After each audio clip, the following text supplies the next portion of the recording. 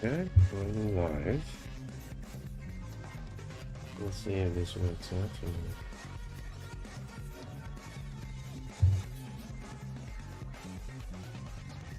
Just test if everything's working.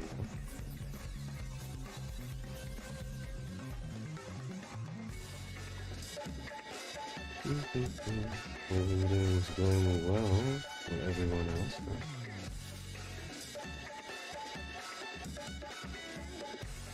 Okay, testing, 1, 2, 3.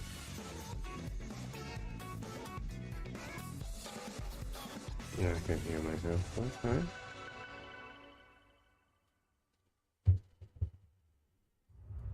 Alright.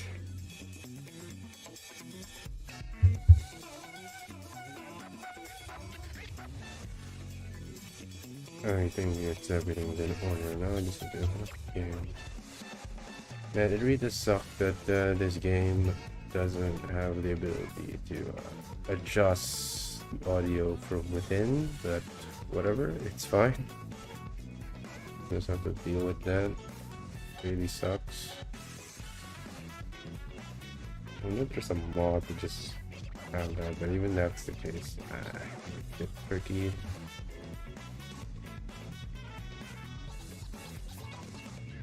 Let me just open up the game, guys.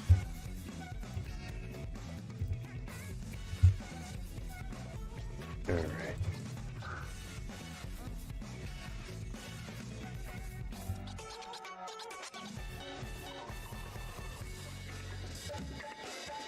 If everything goes without a hitch on this one. This loads slowly. What kind of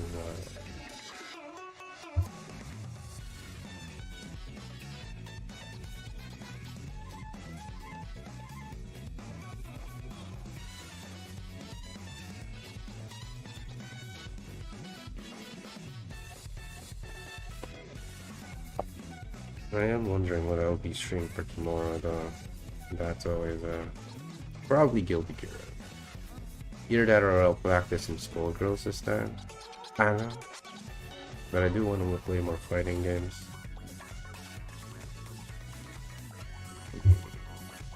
I also could go back and do that one game. It's really hard to get back into a game that's like a story game if you literally like stop playing the game for a while. Like you don't want to go back into the story because you forgot kind of thing. But it won't happen for Ace Attorney since my love for Ace Attorney is too high. Okay, man, this game loads slowly. I'm not sure why that's the case, but at least it's happening. Ooh. Okay, everything should be fine. If I click OK here, it might be too boomingly loud, but I think it should be fine. I need to like, yep, the audio is working. But I'm glad to play the game again. Dude, I'm just excited for the story of these games, man. Now I need to wait for my co-host. I believe she is preparing her dinner. So we can just, you know, chill.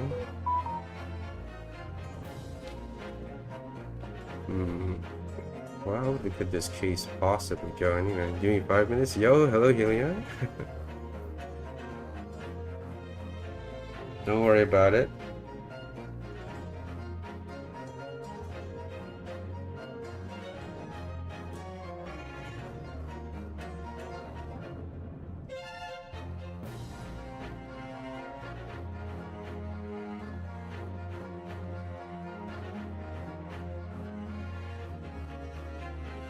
The OST in this game is so good though, like it's crazy crap.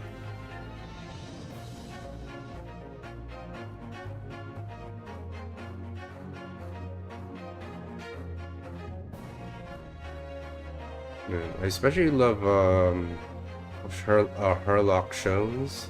This theme song fucking rules.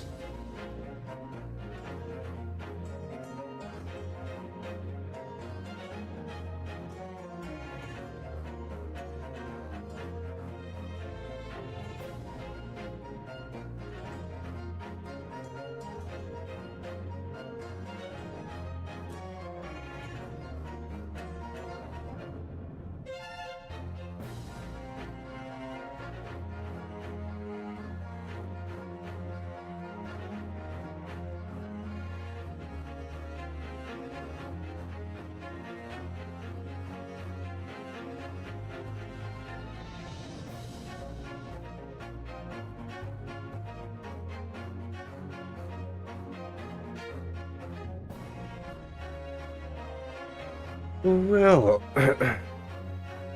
that is quite something, isn't it?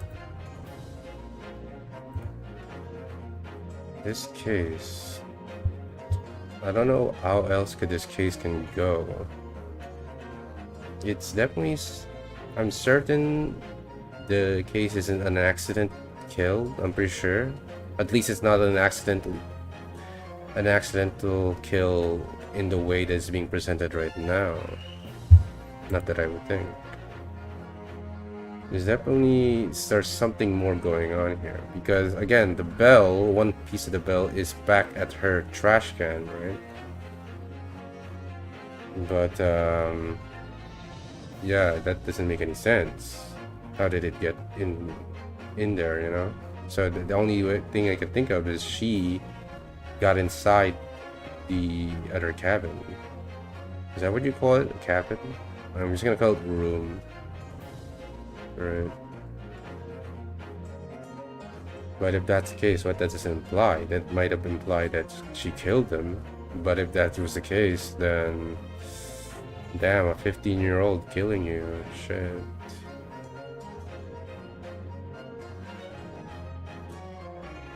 Well, that's a little bit dark though. It's crazy. Well, maybe it's still an accidental kill, even if it is like her doing like directly. Maybe. But if not, that's not the case, then damn. Maybe she thought he was like a cop, maybe? It might be possible.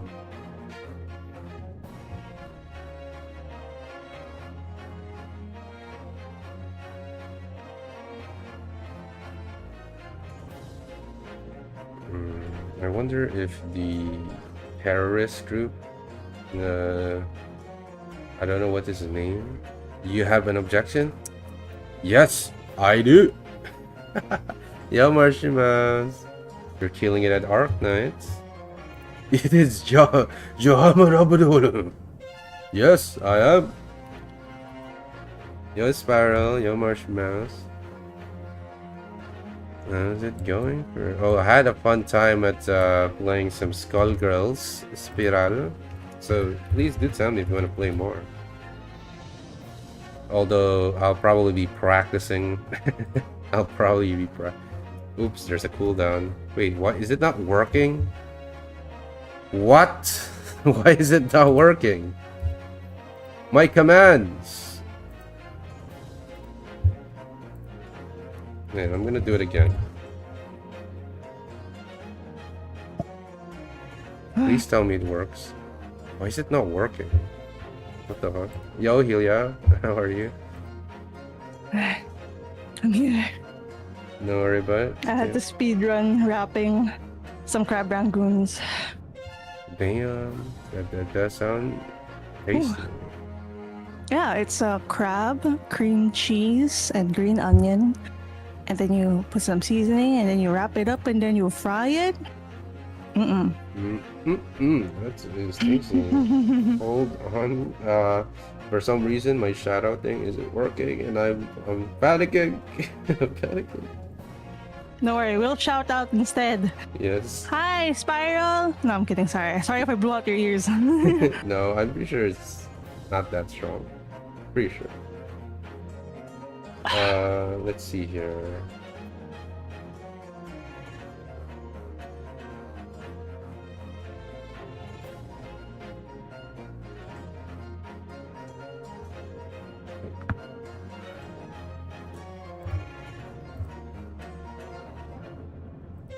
Oh yeah, let me just share the screen.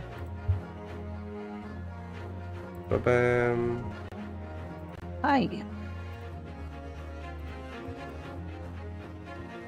This music is always so Yeah, epic, no it's matter so how many good, right? times. I'm telling you, Ace Attorney music, don't miss. My God. It's like so. Yes. Especially my favorite theme so far is definitely Herlock Sholmes theme. It's so good. Naniru, what are you doing awake? Yeah, I was Supposed expecting to you be to be asleep. eating. What the hell? Well, what the hell? I mean, he's gotta look out for you. Thank Anyway, you. hold on, cloud. Hala, I feel bad now for the rain stream because I had to make dinner. There's the shout out thing. Active YouTube inactive. No, this should be active.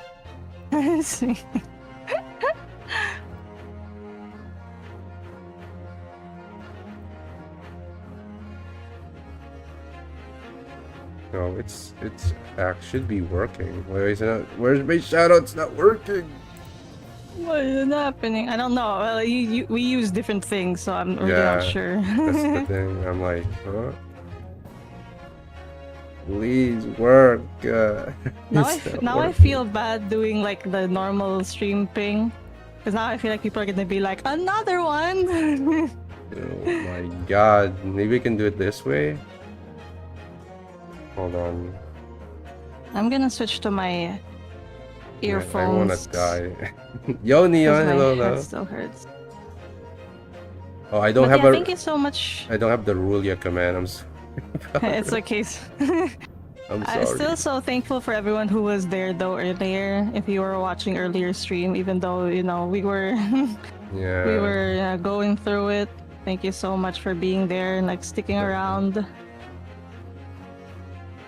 Watching us play golf for the first time. Yeah, that was definitely my first time. Crazy. Yeah, it was my first time playing that game too. That was crazy. Looking sexy. Yo, looking good, Neon. Looking good. I'm sorry, Marzu. The hockey one was my favorite. Shout out user, okay. I can just do it like this for now. Okay, yeah, the manual way. Yeah, the manual. I had to, for some reason, it doesn't work in here. Like on my stream manager, I have to be like another person watching the stream on my own stream on my phone. That's crazy. That's weird. I don't know why. Don't worry. Yo, Beep Tappy, let's go. Tappy, hi. Who else have I not shout out? Valerie. I have to wait for the timer now. Yeah, it's okay. I'll put up a list of all the people we need to shout out. Yes. Okay, who is here? So unable to shout out this user. It must be the timer. Okay. So we shouted out Marsu, then we'll do Spiral, then we'll do Rue. How many is the seconds on that? Neon. I don't know, to be honest. And then we'll do Tappy last. Okay, don't worry. And the the shout out button is also close to the block button, so I'm like afraid. Oh gosh. Oh shit! No! Yo, oh you my there, God, Wormhole! Thank you so much for the raid. Thank you so much. Meow. Oh, we have to wait 37 seconds. But welcome, Raiders! Hi! Damn it. Thank you so much for the raid. It's been so long. Yeah, it has been so long. I need to catch more of your streams, Wormpaw. Yes, Ace Attorney. I love this game. I love this series. We missed you, Wormy. Yes, we sure miss you. I need to see more of your art, man. I always love seeing people's art. Now, why did my shoutout thing have to not work at the exact time? Yeah. It sucks. Very inopportune time. Really sucks. Maybe okay, I have to. Maybe I can just do like a turn off, turn on thingy. Maybe that will work. Ooh, busy with commissions. Wow. Oh, busy with commission? Yeah. We rolling in those commission though. Okay, let me try again if this works. Please work, please work. I need it. If anyone hasn't been following Una Rumpel, please do follow her. She's an amazing artist. Yeah, it doesn't work. Well, I'm not gonna bother trying. We'll do it the old-fashioned way. Okay. Yes. Wait. Did it work? Check out and yeah. So it is working now, right? On YouTube. Wait. What? Oh. That doesn't make any sense. I'm confused. Why is it working on Twitch? That doesn't work on Twitch, bro.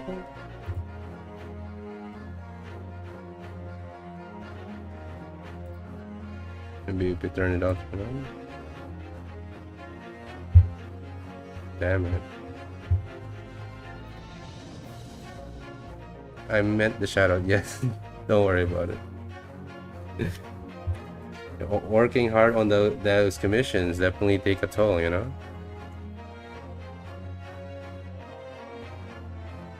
But yeah, we'll be starting soon. You guys can hear the music, right? For the Ace Attorney?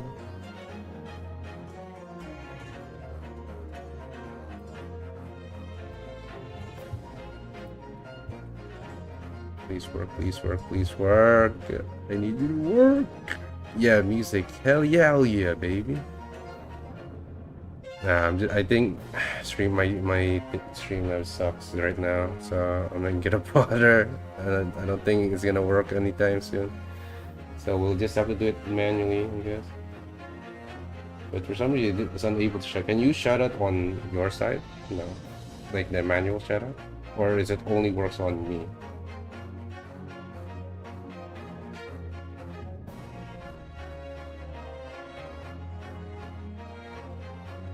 Okay, the shoutout was given. So did you give that shoutout, Ilya? Yep. Okay, so you can also do the shoutout. Then why can I not do my shoutout? Is it because it's on timer still? Oh. I think so. Yeah. Well, I'm not gonna dwell on it for now. It really just sucks. I just manually just say, hey, follow this person, I guess.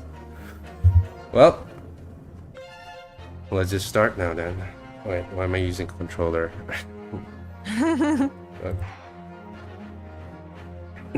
Let's continue on. We're gonna be voice acting this guy, so please hope you enjoy. I have the faintest idea what you mean, yes. Much technical difficulties today, but hopefully all goes well moving forward. Hopefully everything goes well. You guys can hear her, right? Ilya? You guys can hear Ilya? Right? Right, guys?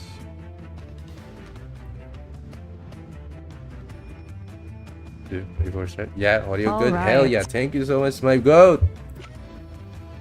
Can't wait to play again, Spyro. Yeah, let's okay, where were we? For sure. Anyway, okay, yeah. The problem always having to stop is like, okay, what the hell do we do? I know it's supposed to be the proof. The evidence that proves unequivocally that the victim's death was no mere accident. Okay. I mean, it has to be the bell, right? So because that was the person's bell, yeah. Yeah, I guess. Is there no way for me to show the other bell? I guess this is the only bell I got.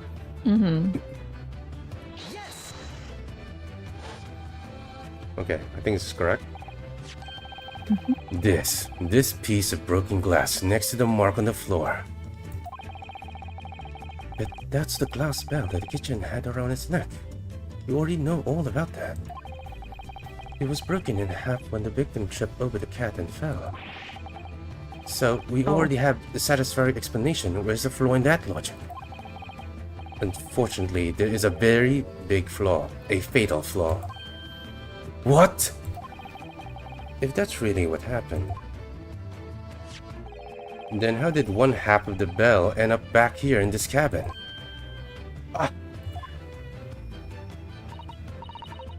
Yes, remember that we found the other half of the glass bell in that waste paper basket. Would you care to explain that, Miss Pavlova? Oh no. That's not the only reason either. There's something else we found in Mr. Asogi's cabin. A remnant of something that couldn't possibly have been there if what Miss Pavlova told us was true. What? So Sasaro-san has noticed it too, then. Putting the piece of glass aside, there's something else that gives the truth away. Another piece of evidence that proves this was no accident, in other words. Ooh. Okay, another one. Ship's log.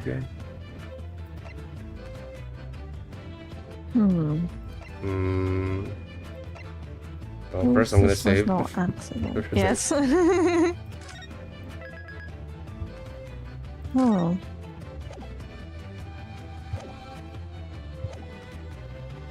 Another thing. Is it? Postmodern. There's no freeze. Okay, no. Maybe this thing. Maybe. Let's just try. Because they're yeah. Oh shit! No, is it? I'm just gonna read it one time though. Yeah. What point are you trying to make with that evidence? I'm starting to see how Cosmo's death really happened. I think. Wow, dude. I think that you are starting to see nothing of the sort. And that was the evidence to prove it. If it was no accident, then what should we be looking for is one of two things. Okay, you're gonna give me a hint, please? Either the absence of something you would expect to find at the scene of the accident, or the presence of something you wouldn't. Okay. What's something you wouldn't?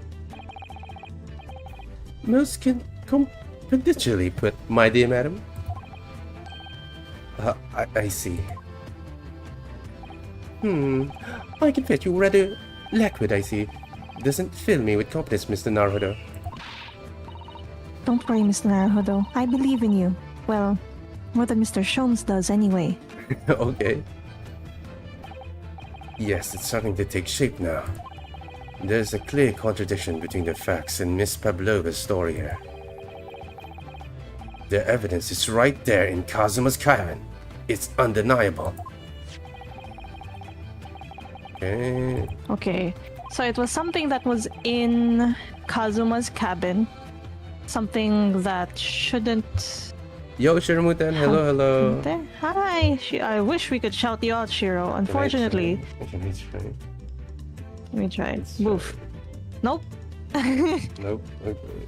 Sorry. Alright. Well, no, we tried, Shiro. Okay, I did the manual way. Okay. Alright, it works. Did we manually shout out the room? Maybe we'll just wait for the thing again to cool down. And then we'll do it again. Just go, please. I'm just gonna do a manual shout out, like literal manual. Please follow Shiramutan for me, please, guys. Those who haven't followed him yet, please do so. But I hope you're doing well, Shiramutan. Anyway, before I lose my train of thought, we already proved this. So we proved that the bell is there, and we need to prove something that shouldn't be there. Is that it? The thing is, I don't remember Miss Pavlova's story, so I don't know what's contradicting it. But from what I remember, the story that she said was she was at her cabin just trying to call back the cat with her little toy thing. And then for some reason the cat hasn't like taking the bait for a while, but at some point she came back from the bed. That's what she is saying. So either she is lying and the cat didn't go back from the bed and she had to go to the other room to get her back. You know, so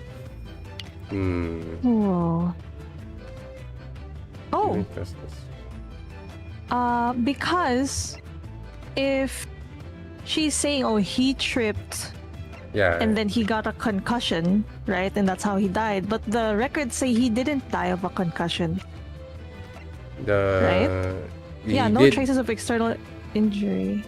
Oh wait, no, I'm stupid. No, this is this to prove that there was no poison. I misread it. Because yeah. This is to disapprove of Sherlock Holmes, his proposal of getting poison, which I see. Yeah.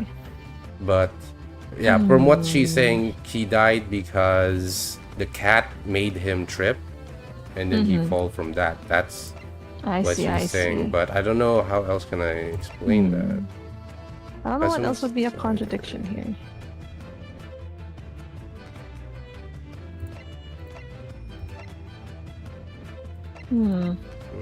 Pierce keeps saying, I'm not sure if there's a Okay, maybe we should try this, maybe? Perhaps we could. There's no harm in trying.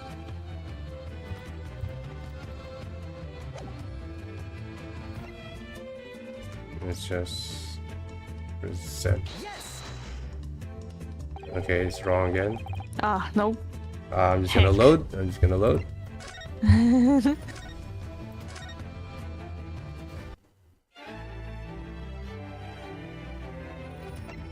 Okay. It's not that one. Could it possibly be? Wait, I can't remember, but was the cat toy that she had, was the cat toy that she had looked like the Speckled band? Yeah, that's what is being implied, that the cat toy was the Speckled band. And she was dangling it from the band.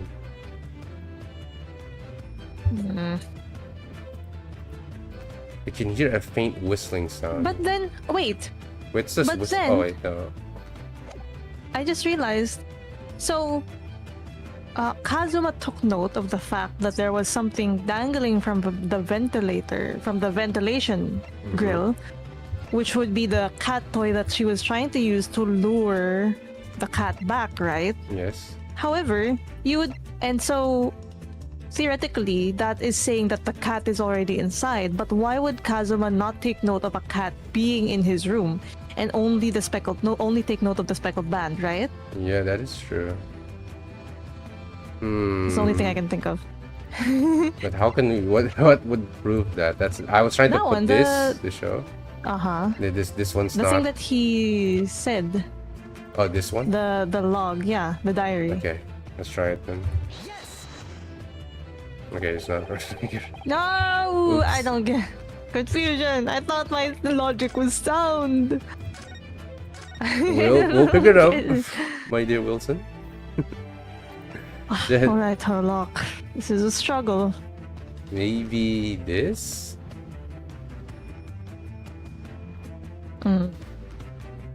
What? Oh wait, no, okay. He used ink to draw that. Let's try examining everything. Okay. No, this doesn't do anything. Okay. We've already presented that. If I examine this is the only thing that we got. Yeah. Man, I can't believe we're already stuck. Perhaps that. Maybe we should try. We haven't tried the photo yet, right? This photo? Yeah, I've tried it. Oh. I tried this. I tried the ship log. I tried this one. I already picked this one, so we need to have another proof. I don't know what else could it be. We tried this just now. I'm just gonna try this one. Okay. Okay, apparently it was this one. Okay. Okay. The truth is clearly recorded in this photographic print. There's no way that Mr. Asogi could have left this message on the floor. That script, it's Russian, isn't it? Indeed it is. The word written means wardrobe. I see what you mean. Most people would leave a dying message in their native language. Japanese in this case.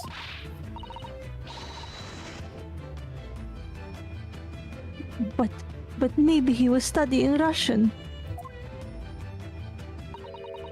It is a simple language. He could have picked it up very fast. I don't think that's true, but okay. Yeah. It doesn't seem likely. That's actually not the point. It makes no difference whether he knew Russian or not. Sorry? What do you mean? Exactly what I said before. There is no way that Mr. Asogi could have left this message on that floor. And the reason why is clearly explained in here. Damage to the cervical vertebra resulting in instant death. Oh yeah, that's right! How could he... this is the... This is like one of the first things I've learned in the first game, god damn it. Shit, how did I miss this? Ah!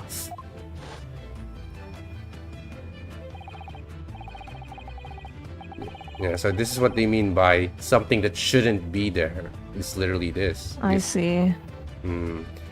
Which means, after the victim fell to the floor, he couldn't have possibly written anything. Because he was already dead.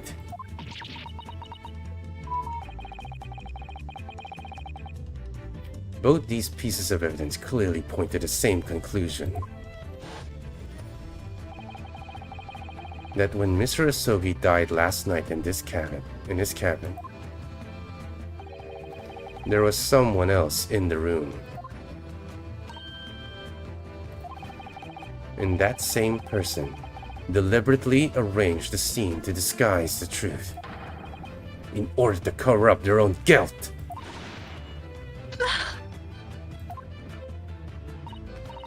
Yes, there was someone else present in Mr. Asogi's...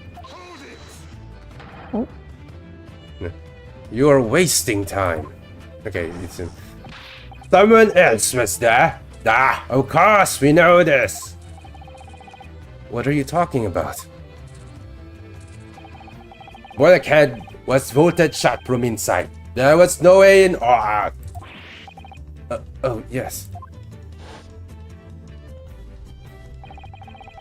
And only other person in cabin when young student died was you. Yes. Yo, thank you so much for the follow. Michaela Prince. It's true I was in the cabin when it happened. You were shot inside the cabin wardrobe, to be precise about the details. But I don't know Russian. There's no way I would have left that message. Feel free to call me Mika. Okay, Mika. Hello, hope you enjoyed the show. Hello. Welcome. Not would have. There's no way you could have left that message, to be precise about the details. Would you mind? Forgive me, my dear fellow. As I was saying, the person in question wrote the word wardrobe in Russian on the floor. And in an attempt to incriminate me for the crime, even though I had been asleep in there the entire time.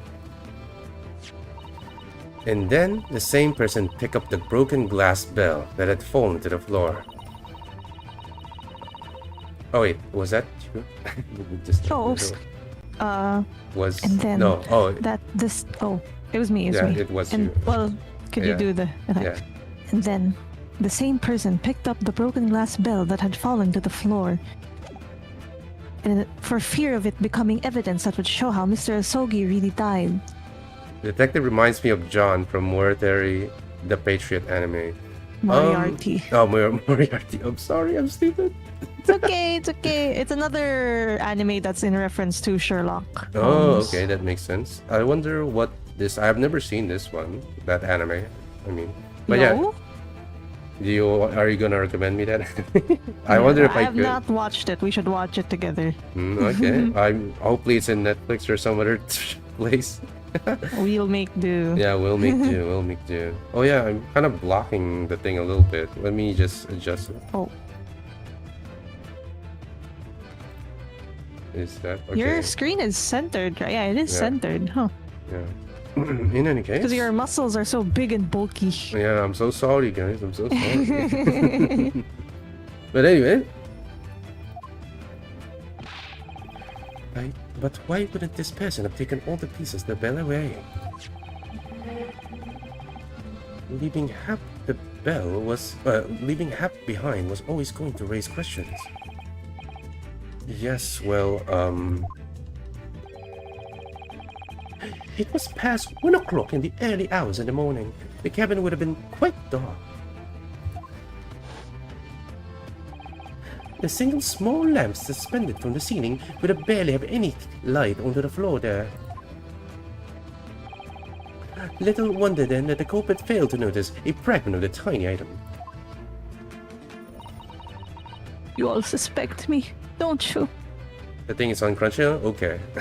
I think Crunchyroll, the problem with... I tried watching in Crunchyroll before, but apparently it's not available in my region. So I'm like, what the hell? Maybe I have to use a VPN, which I don't know how to use. So. It's okay. I shall stream it to you. Don't worry. Okay, thank you so much. Okay. Why is this guy defending her so much? There's clearly something here. Yeah, some bias. Demon Strogno. Nina is woman of sea. She is daughter of strong sailor. 2 years ago, they noticed her dancing skills and she went away to join ballet company. But before, she was dancer on this ship, a member of ship's band. Okay, that makes sense now. Oh, that makes sense. Yeah, so they're daycare for like family, I guess. You do not accuse Ship Angel of being criminal. Ah, so that's it. You say that when young student died, Nina was there in his cabin? But that is not possible. I give you my suit. Well, this is all most interesting. And why would you give your tooth, pray? How can you be so sure? You are a great detective. You should know. Look, truth in eyes. Cabin bulkhead was bolted shut from inside. Nobody could go into cabin. Not Nina, not anyone. Or you want to tell me the killer can walk through locked doors? Yet, it's impossible. He's right. But wait, I've read about this in detective stories. People often tie thread around door latches so they can open and close them from the outside. Thread? Are you stupid? These bulkheads are not barred doors. Certainly not. These are watertight doors, as one would expect to find it on any modern steamship. Constructed of heavy steel with not a gap in sight, no threads or needles or magnets could have been used. No, of course not. I thought so too. But Mr. Naruhodo suggested it earlier, so... Oh, why? You're throwing me under the bus? No, girl, why? The sun! We already went over how this couldn't have been possible before. How it's like, oh no, it wouldn't have worked because like the latch is too heavy, it's too heavy a door. Why would you bring it up now? Maybe she was under pressure. Yeah, I guess so. Now you're just putting me under blast. I mean, technically it's true that it was me. Yeah. But you shouldn't say it like that. I didn't say it out loud to the class, girl. Okay, anyway. Sarusa, how could you ship it onto me like that? Seaman Strognum has a valid point. The cabin door couldn't have been bolted shut from the inside. Not necessarily. What? I put it to you that I could bolt this cabin door without laying a finger on it.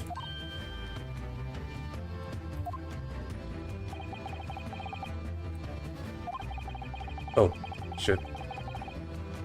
Let me just see, right? And in this cabin. Yeah. And in this very cabin, we can see the traces of methods I have in mind having been used before. I don't believe it. Well, Mr. Naruto, I believe you know what I mean, don't you? A way to shut the bolt of the cabin door from the outside. Also, apparently my scrolling mouse also moves it forward, so that's the reason why. Oh, I see, I see. I was trying to scroll, and then it's fine. I think, did I read this? Yeah, I'm just gonna say it. A way to shut the bolt of the cabin door from the outside. One way does spring to mind, yes. Do you really know what Mr. Sholmes means, Mr. Naruhodo? Yes, so should you. Oh, because we've seen it happen. Indeed, we have. So, would you care to do the honors, Mr. Naruhodo? Point out the telling signs of the method that was used to slide the cabin doors bolt across from the outside. Point out the telling signs of the method that was used to slide the cabin door from the outside. Is it this? I think well, I mean, it's gonna highlight when we have something that... I feel like it would be, can you focus on the bolt? Oh. Although the shelf also would make sense, because that also shows the moving of the ship. Yeah, that what I think is happened is just that the, what do you call it? The ship swayed it like that, right? Yeah. But will it really sway like this door? The only thing I can think of is this thing moving swayed this bag and then it pushed the door. That's what I was thinking. No. Well, it doesn't matter if the door closes. What matters is the bolt. So that's right. We should say.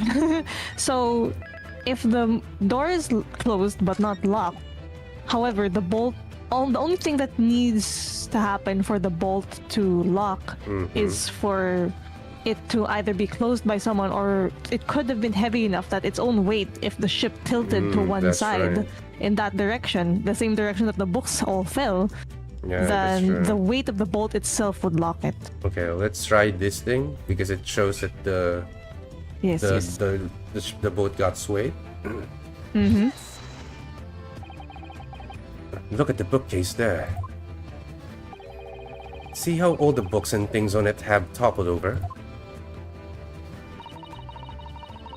That must have happened when the ship made its emergency stop before. Yes, that's right. It's a very powerful vessel after all. When the engines are thrown into this traverse, a violent jolt goes across the entire ship. Any small objects aren't fastened down are bound to fall over. I believe, yes, it's what's known as the force of inertia acting on the objects. Is there nothing Susaru-san doesn't know? Or that isn't in her book at least? Well, whatever it's called, the same force that pushed over the books on the on the bookcase, also made something else in this cabin move. The bolt on the cabin door.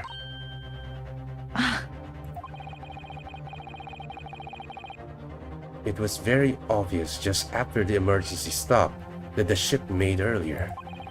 We had come into this cabin not long before, and we hadn't bolted the door. But then...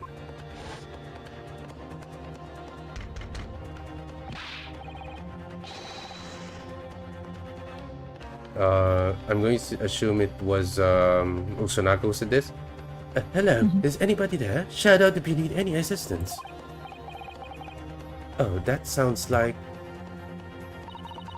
Yeah, it's Inspector Hosonaga. Oh, yes. That's it. When the ship stopped suddenly, the bolt flew across and locked the door. Yes, it's made of metal, but it's small and light enough to be moved by the ship's sudden change of speed.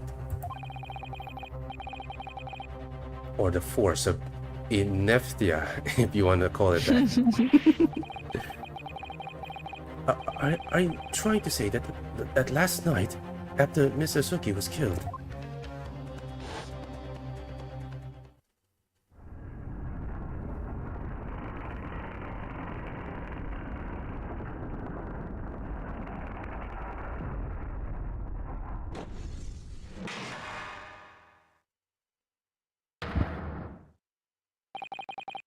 that the SS Burya made another emergency stop. When I woke up this morning and looked around the cabin, I thought it looked a little odd. All the books on the shelves had toppled over, and all the ornaments. It was almost as if someone had to run their hands across the shelves and deliberately knock everything over. Oh yes, I remember that. And I stood them all up again, didn't I? And then, when we came into this cabin, we were surprised to see the same thing in here. All the books and everything that toppled over, just like Mr. Asogi's cabin. Oh my! Do you have anything to say about this, Miss Pavlova? Are you out of your mind? You said Burya made emergency stop. It does seem a little far-fetched. How could that possibly have happened? Unless you're saying that the culprit is actually someone from the engine room. Oh? It is simple enough. Are you forgetting the button in the passageway outside? Used to trigger the emergency alarm? Oh yes, of course. There was a notice, wasn't there, telling you only to press the button in times of emergency.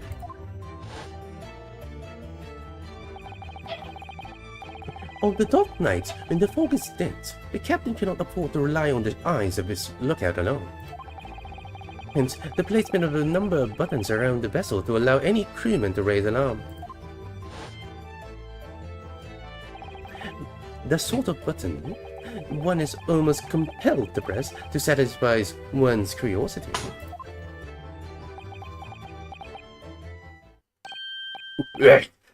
It was you! When the button is pressed, two things happen in the interest of safety. The emergency alarm bell rings, and the vessel comes to a complete stop. And indeed, it did a little earlier today.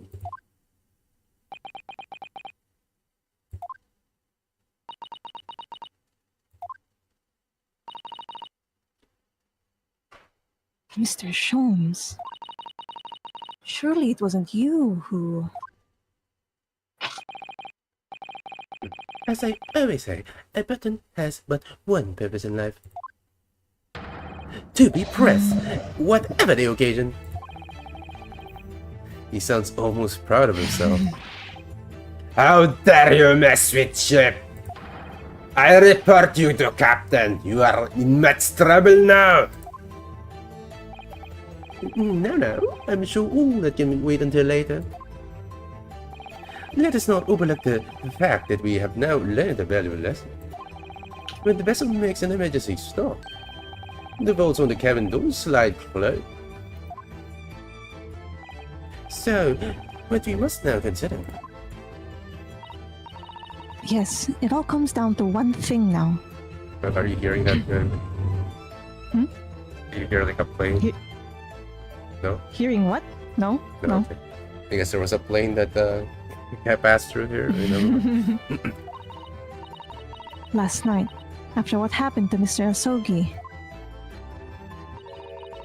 did this ship make an emergency stop, or did it not? You are idiots! Burya is a huge ship with many passengers. If we make emergency stop even in middle of night, there would be chaos everywhere. What are your thoughts, Mr. Naruhodo? Well, it's certainly possible that some kind of emergency stop happened last night. We have evidence to support that idea. Really? What evidence, Mr. Naruhodo? Fascinating! Do show us, my good man. What evidence promotes the theory that some emergency gripped this vessel last night? It is this one. Right? I mean, just in case. Yeah.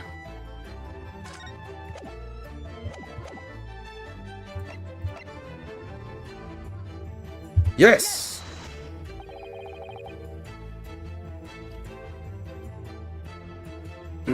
We'll be focusing on cutting. Yeah, so I'm so sorry if we missed it. Yeah, that is true. Thank you so much. Seaman Strognov, it's your duty to patrol the first-class area of the ship, isn't that right? Ah, that is correct. Right. In the ship's log here, this would be where you record the details of your duties. What are you doing with that? That is mine! Ah, you rather carelessly left it at the top. That little makeshift bureau in the passageway out there. Bureau. Yeah, bureau, I guess. But as its responsible passengers, we took it onto our care with a mind to return it to you later. I left it there on purpose! That is where I put it always! The point is, looking at what you usually record, it's clear that under normal circumstances you write the phrase "nothing to report" every 30 minutes. But from 2 o'clock last night until the first light this morning, nothing was recorded at all. Hello Shrill, yo Jeff, just dropping in to say hi. Need to left off Steam, but will lurk. Have a good gaming. Yes, thank you so much Shrill. Hope you have a nice arting. By the way, I do love that art that you were doing of your, I guess it was your character. Yeah, it probably is your character from FF14. Someday I'll probably be playing that game at some point because I want to get to an MMO because I haven't not played one before. So hopefully I'm prepared for the MMO experience. Thank you for sharing. Yes, thank you so much for shouting out my friend here. I'm going to guess it was you. Yeah, thank you so much. Yes. Yes, sir, Mr. Jones. Yes. Good work, Mr. Wilson. Anyway, nothing recorded in the log. That is... because nothing happened. But if nothing happened, you would normally write nothing to report, wouldn't you?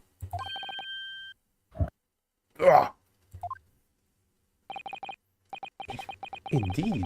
So, which tells us that shortly after 2 a.m., something happened here aboard the SS Boyer. Love the voice acting, thank you so much. I try my best. Something suspiciously, sufficiently significant to make you forget to fill in the ship's log, in fact. Are you suggesting that the ship really did make an emergency stop in the middle of the night? Stop talking rubbish! If I'm perfectly honest, I find that a little hard to believe myself. Oh? Why? Well, because if something as major as an emergency stop really had happened, surely all of us would have noticed. That's very true. Thanks to the emergency stop we experienced earlier, we all know what it feels like now. The ship lurched so violently, and the alarm bell was so loud. I can't imagine that anybody would sleep through that, even if it happened in the dead of night. Well, no, that's a good point.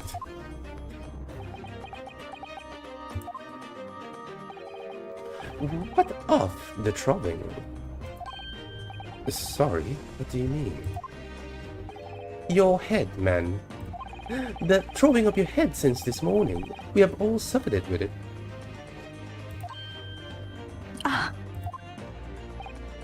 Oh, yes, I've had a headache, you're right. In fact, I haven't been feeling myself since I woke up today. Nor have I. My head has been feeling heavy ever since dawn. Yes, you've all been afflicted, haven't you? Just as I suspected. He's right, my head's been throbbing today too.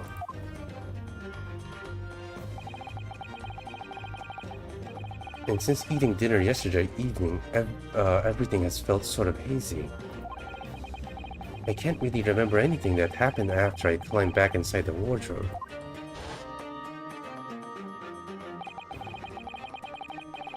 Then the first thing I noticed this morning was the throbbing pain in my head. I had already been dragged out of the wardrobe and had those handcuffs put on me by that point. Why didn't I wake up when all that was happening to me? Tell me, Miss Naruto.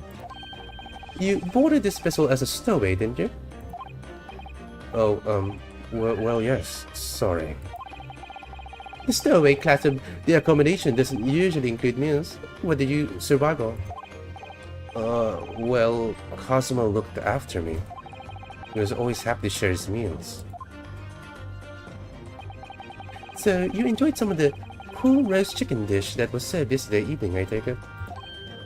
Yes, in fact, I had all of that. Cosmo wasn't fond of the chicken. Oh, really? So the victim didn't eat any chicken at all? That's right, he didn't touch it. Is that relevant?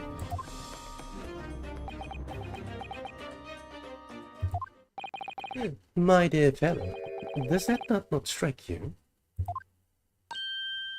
Oh. Mr. Sholmes, do you mean to say that there was something wrong with the chicken? I do. No.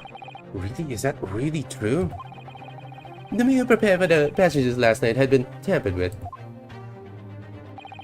Tampered with by the addition of a sulfuric design to induce a very deep slumber in those who consumed it.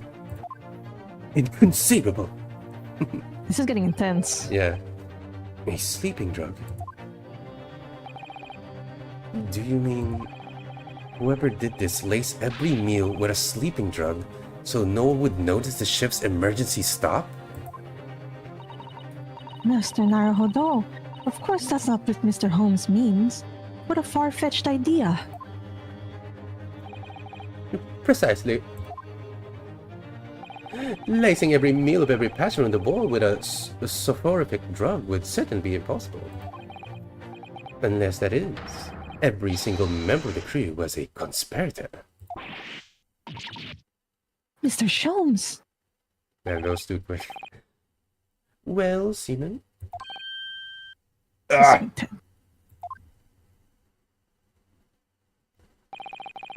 I'm sorry to say that any more deception in this matter will get you nowhere.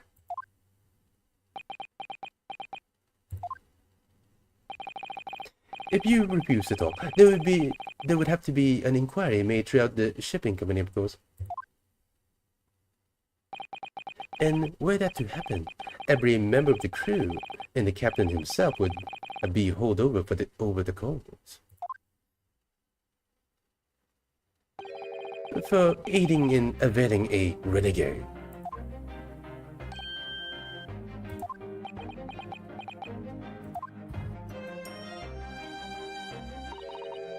Please, no more.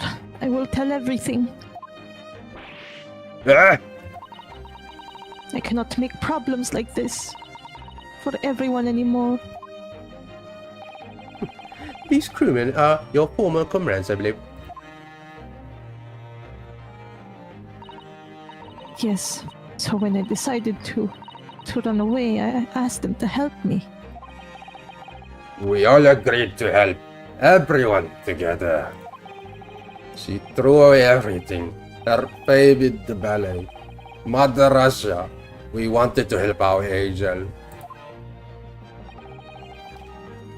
I don't believe it. You are right. We put sleeping drug in chicken last night. Yes, I remember now. I did notice chewing on a lump of something strange and a bitter one at one point. We could not make all drug. How do you say? Dissolve. Talk about the heavy seasoning. At midnight, in waters near Shanghai, we brought our angel on board. She was helped by comrade on shore with small fishing boat. Well, all the passengers of the S.A. Iberia slept soundly, thanks to the almost magical effects of the slumber-inducing poison that the evening meals had contained.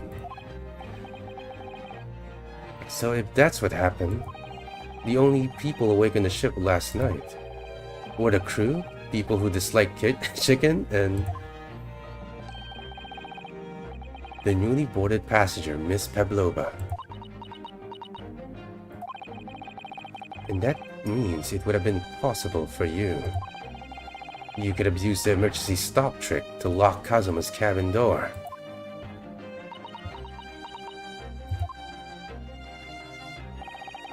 But how does that make any sense?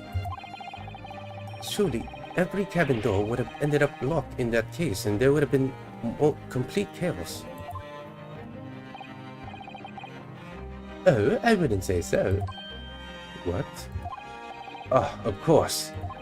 Just like us, all the other passengers would have eaten their evening meal of chicken in their cabins. After which they would have been overwhelmed by the tiredness because of the sleeping drug. Quite, and accordingly, all passengers were already in their cabins for the night. Yes. The overwhelming majority of the passengers would habitually sleep with their cabin doors boarded anyway. And so not one of them would have found it remarkably to find the door locked in the morning. In summary, in order to fasten the bolt of a single cabin door on the ship, the culprit brought the entire vessel to an emergency stop in the early hours of the morning.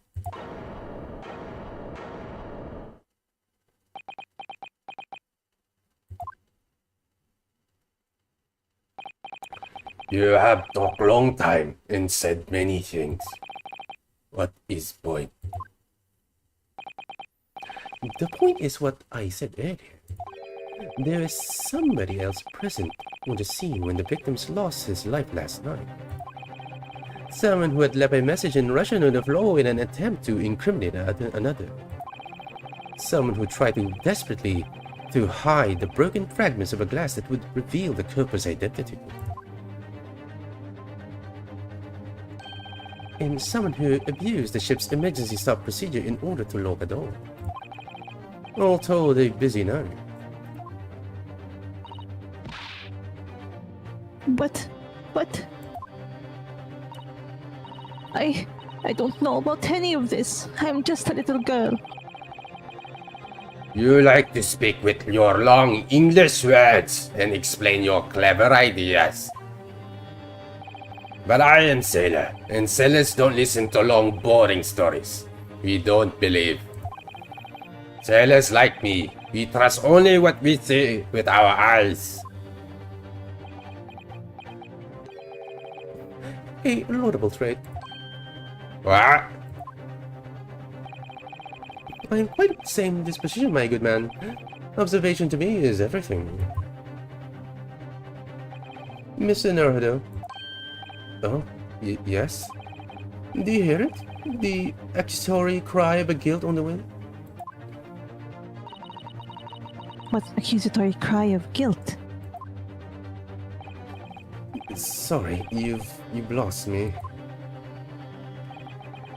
Proof of an moment, man. But you can't hear such a call with your ears. No, you must hear it with your eyes. For observation is the basis of all deduction. What are you talking about? I believe the time has come for one final logic and reasoning spectacular to expose the truth. So, Mr. Naruto, your assistance, if you please. With what exactly, Mr. Sholmes? With observation, my dear fellow, just as I said of these two prevaricators. Observation? If you remember, Mr. Naruhodo, we know that somebody tried to fabricate evidence, don't we? By tampering with the scene of Mr. Asogi's death. What we're looking for is some trace of evidence that one of these two was there when it happened. Precisely! You are delightfully quick to grasp my meaning. Alright.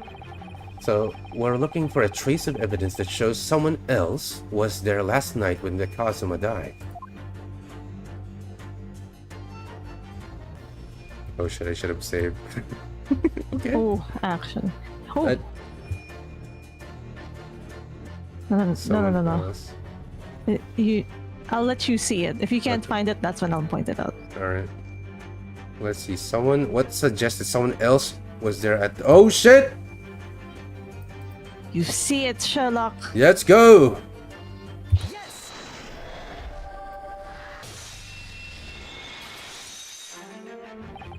Seaman Stroganoff.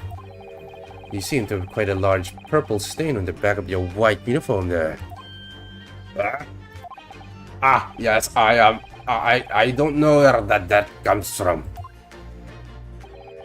So, nothing in particular comes to mind about that stain? What are you trying to say? It would appear that the significance of this stain has escaped your attention, Seaman. Allow us to make it plain.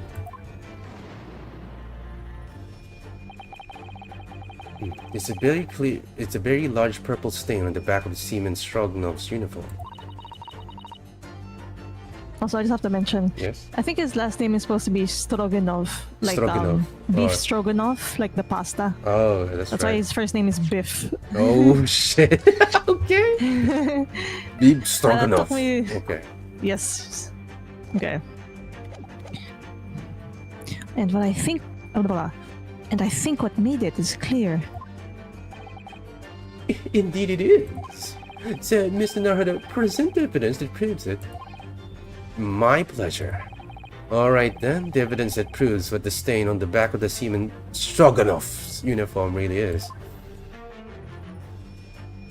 It's ink. Yes, sir. So, do we just show this one? Oh, the photo, Herlock. Oh, yeah, that's right. No. Wait. No, this yes, one? yes. Okay. Yes. Actually. Because the other one was Oh, wax yes, from yeah, wax his from it. shoe. That's right. Yeah. Yeah, makes sense. Yes.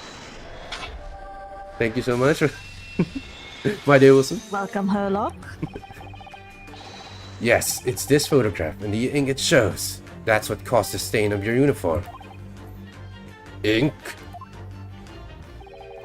A rather unusual color of ink purple. The penny drops at last. Now you see the significance. The Russian word on the floor next to the victim's body was written in purple ink. And the stain on the back of the uniform is ink of exactly the same color. If the ink had been dry, it couldn't possibly have been stained your uniform in that way. Which means you must have been present in the cabin in the moment immediately after the ink was spilled.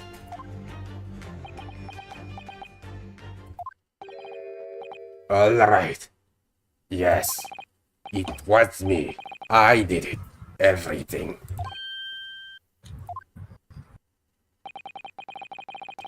I arranged everything in Dead Student's cabin to make it look like Wardrobe Man did it. Then I press button to make Burya do emergency stop and bolt cabin doors shut. I did everything so no one would suspect our angel. Biff, please. Don't worry, Angel. Let me do talking. It was after 1 in the morning. I was on duty patrolling passageway. Then our angel came to me. She was white like shit. Biff, please, you must help me. I went with her. The door to cabin number 1 was open. When I look inside, I saw student boy on floor. What happened here?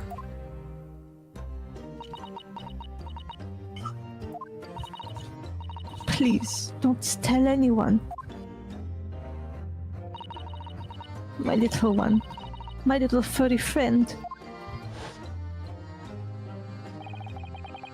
Everything that happened in Kamen is like Angel told you. The kitten escaped through the ventilator in Mr. Asogi's cabin. And then he tripped over it and broke his neck when he fell to the floor. Yes, that is right. So, after the incident, when the cat ran away, Miss Pavlova then visited the cabin next to hers. Only to find its occupant lying lifeless on the floor.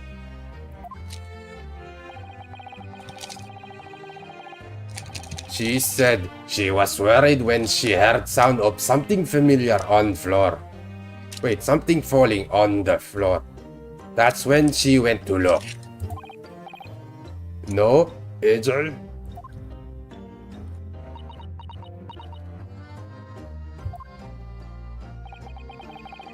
The door was not locked. So she opened to look, and you already know what happened after.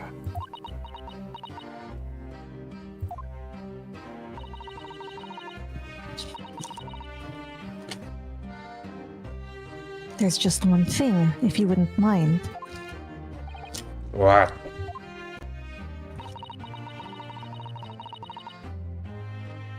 When you went to Mr. Asogi's cabin, Miss Pavlova, was he already dead? Why? I already told you. When in the open door of student's cabin and look. I was asking Miss Pavlova.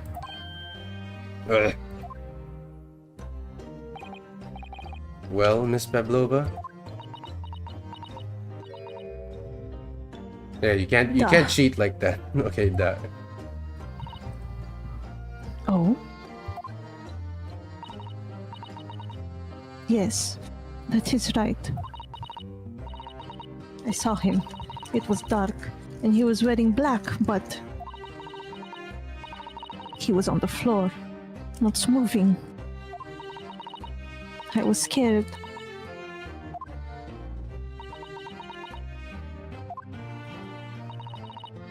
I understand, and I believe you. So, is that finally it now?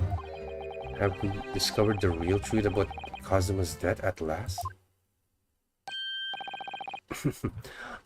Something very nearly slipped my mind. Oh, Mr. Sholmes? This photograph. Yes, I took this myself, you know. The cause of death was a broken neck.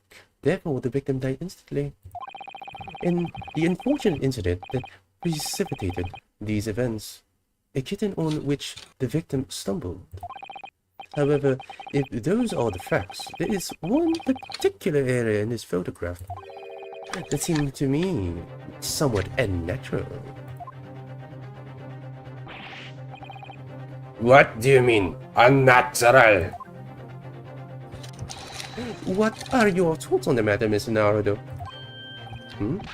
Well... If Kazuma tripped after and fell by some terrible stroke of bad luck broke his neck... Let me save.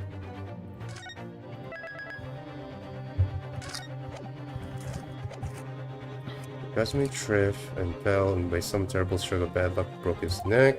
Which part of this photographic print seems unnatural? Ooh. Tripped and fell and broke his neck, but something ain't right.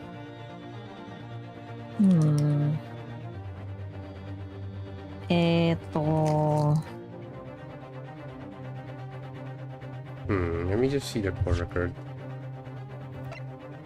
Okay, so... can you save or no? I mean, I can save. Okay. I would save. Yeah.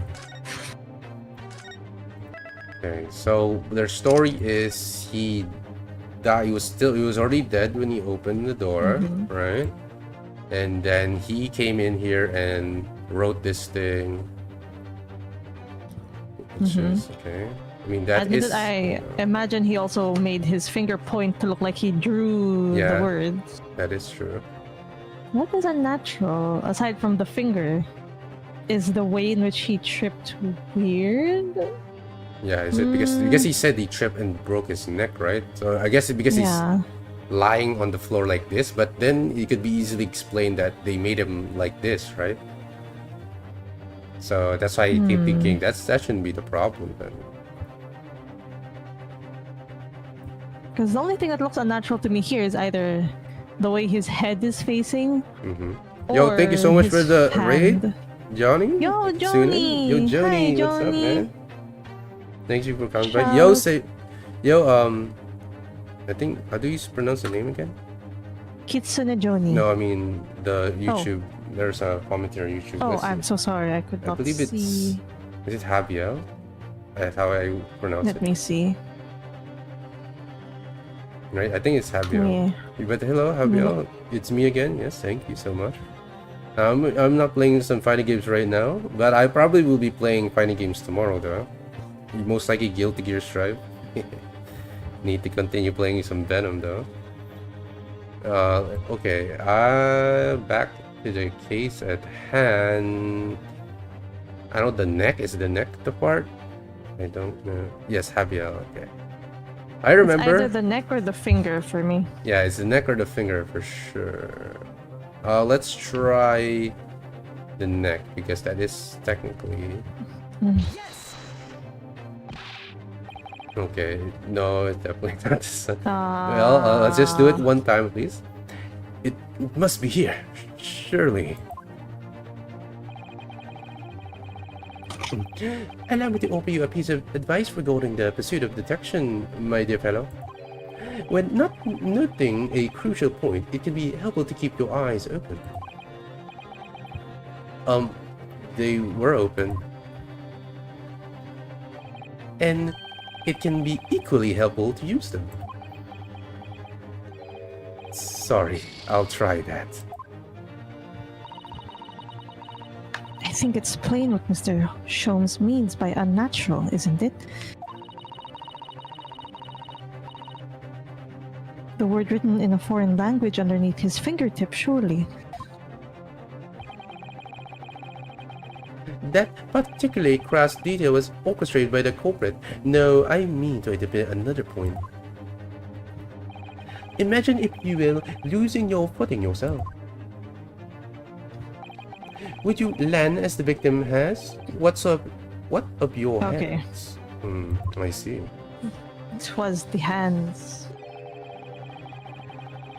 You look like the sort of fellow who stumbles with some regularity. This should be an easy task. Why do I? Thanks for the shade, Holmes. Okay, what's this game about? It's like a visual novel mystery game. So you do a bunch of like cases of mostly murders. Mostly, it's usually murders, right? So someone was murdered, and we are trying to find out who the culprit is. That's basically what this whole thing is, right?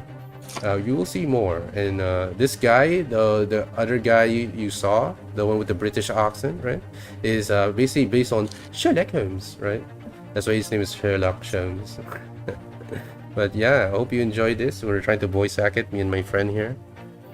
Who you should totally follow also. Thank you. Yes, please so. Oh yeah. Oh no, you did tag me in your title. Okay. Yeah, hi Joni. Hope you had a nice stream playing Minecraft. I think is what you were playing. Oh yeah, I forgot. She's also only in Twitch. So Twitch, yeah, yes. right. Oh, I love I do games have a like YouTube, these. but I don't double stream. Or I used to, but I have some issue with my settings. Yeah, it really is hard to do multi-stream for sure. I love these types of games. Hell yeah. Dude, Ayo. I'm a big fan of Ace Attorney games, alright? And the Ace Attorney is basically... This is also... If you play Danganronpa, that's also another game like this, right?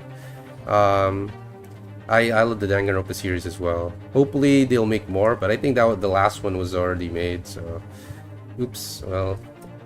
I mean, I'm down to still voice act that if someone else decides to play it and they invite me to voice for them, you know? But, you know, I probably won't be playing it myself. There's really no point. Anyway, terrible stroke luck. Which part seems unnatural? Okay, so it has to be the hands. Yeah. I guess I'll just point Wait, no. Oh, is it this He thing? said if you fell would... Oh, but no, yeah, hands. Sorry. I completely forgot. Yeah. His hands. According to detail was recorded by culprit. No, you don't plan. If you... Imagine if you were losing your footing yourself. Would you land as the victim has? What of your hands? Yeah, it is the hands. Oh! I think the one unnatural is this. Right? Why is it like in a palm like this?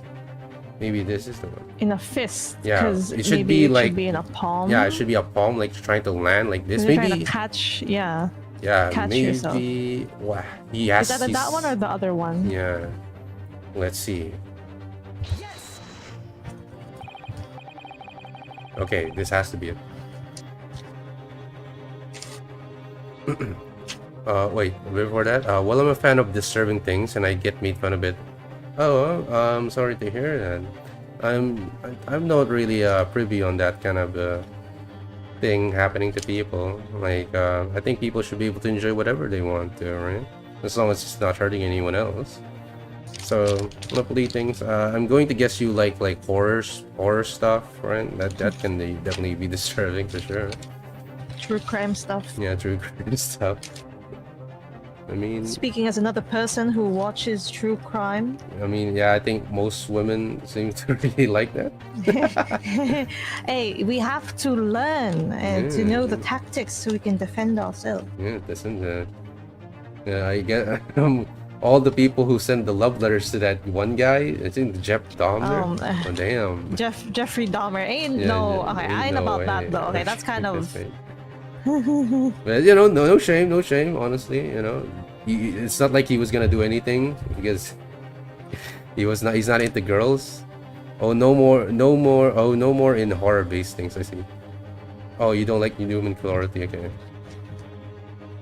Yeah, horror based things, yeah. Definitely on horror. Oh, okay. So you're like SCP, some stuff like that. Cryptids. Yeah, cryptids. I mean, I like that kind of stuff too. My brother, in fact, my little bro, he loves horror movies, man.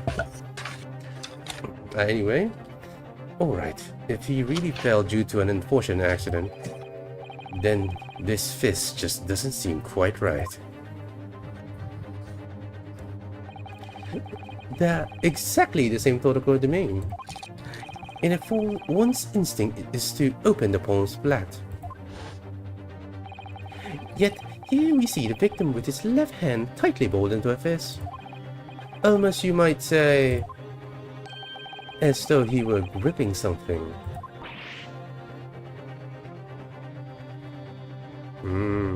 Okay. What was he gripping? Was it the bell? That's why they couldn't find out? The bell? But the bell was on the side of the ground, unless someone... Yeah, because they did move him, right? So I wonder why they left the bell there. Okay. But if he was gripping the glass, wouldn't his hand have been cut or something? Yeah, that's true. Well, we can't really... Yeah, I guess so. We won't really know until we see his body, but I think it's been taken away, right? The only thing left was like a tape here, indicating he was dead. Yeah. Well, we shall see. Anyway, what do you mean? Simply that I took the liberty of investigating the victim's fist a short while ago. You did? And what, pray, do you imagine I found there, my dear fellow? Mr. Sholmes, show us, please. Why, of course, my dear man, would I keep you in suspense? This is what I found. Wow. The Oh. other, I just thought she had a like one of those asymmetrical earrings. Yeah. What the hell? Damn, this is super incriminating. Then you should have said with this, bro. Yeah. What the fuck? You would have been able to tell the way that Stroganov was saying that like it was all me. It's like you could tell he was like saying it to prevent her. Yeah. Anyway. Oh, a crescent moon with a little gemstone in the middle. Yes, you're right. A crescent moon is very pretty, but what does it tell us?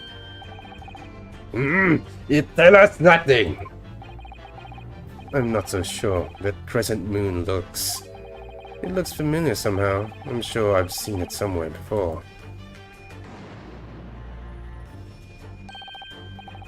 Observation, Mr. Naruhodo. That is the key. What? The truth now is not tantalizingly close. How did that crescent moon come to be in Kazuma's killing fist? This is the final clue, the last piece of the puzzle. Ask yourself, what does this little crescent moon mean? What significance has it?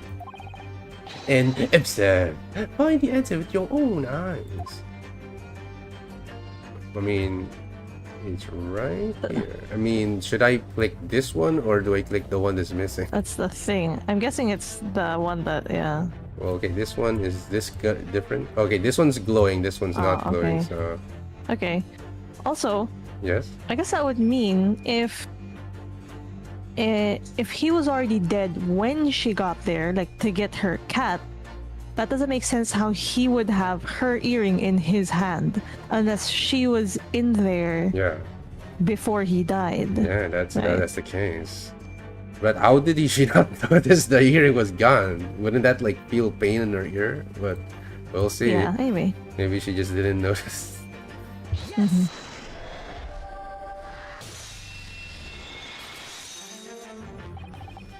Miss Pavlova, on your ear there. I see you have a crescent moon as well. Ah! What? In your other ear. There seems to be a crescent moon missing. The little link holding it on must have broken, I suppose. Now, the missing crescent moon was found in the victim's class fence. Clearly, there is only one logical conclusion. Wouldn't you agree, Mr. Naruto? Yes. Miss Pavlova, Mr. Asuki must have grasped the crescent moon and pulled it from your ear. Perhaps just moments before he fell to the floor. In other words, last night in Mr. Asogi's cabin, you witnessed the moment when the victim fell with your own eyes. In fact, you were quite literally at arm's length from him. But then the question is, why did Mr. Asogi do that? Why did he pull your earrings from your ear and hold it in his clenched fist during his final moments? Oh no. Angel! No one can protect you now. Please, Miss Pavlova, tell us the truth. Last night, what did you do to Kazuma? I don't know what that Russian word means. It's okay. It was too quick anyway. Yeah. Oh, I think it was me. Yeah. Okay. When I think about everything that happened yesterday, it was too much. Running away, the fishing boat in the middle of the night, trying to climb onto this huge ship. And then, when I was at last in this cabin and I could relax after this horrible long day, Darka, wait!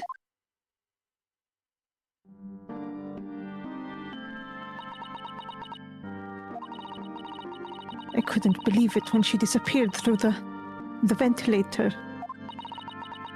I tried to call her with a little whistle. I tried waving her favorite toy. But nothing worked. Darka would not come back.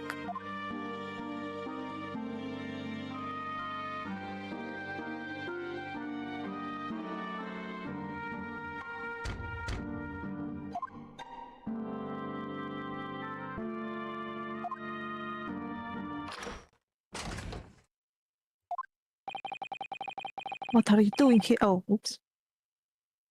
Is this going to be Asogi? I mean, Asogi is the one being spoken to, so who's asking this question? Yeah. I'm guessing it would be Kazuma. Yeah, wait, that's right. Yeah, Kazuma Asogi, that is. Okay, then I guess I'll have to remember, how did I say it? Is it just, what are you doing here at the time of night, Inspector? Yeah, it is.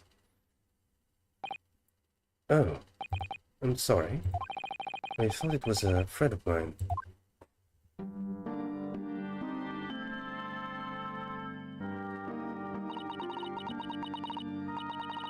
Okay, this has to be you. The young man from New York. Yeah. But then why wouldn't he take note of the cat? Or I guess he didn't. I don't know. Anyway. Maybe the cat is so hidden. I don't know. What the hell with the cat? Maybe he got distracted by the cat and so he didn't make another entry. That is true. Yeah.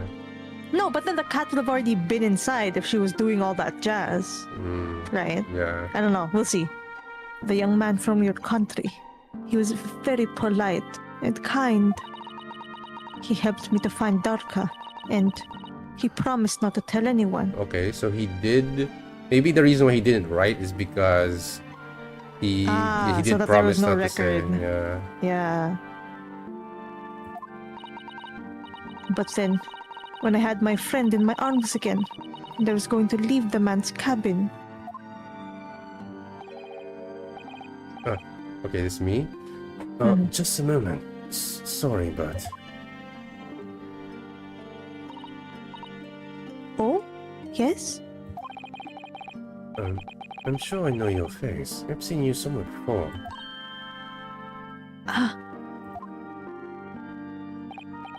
Of course.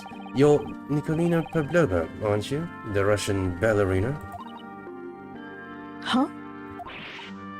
No, I don't know that name. My heart nearly stopped when he said that. He knew who I was. How could this man from a land in the faraway east know a Russian ballerina?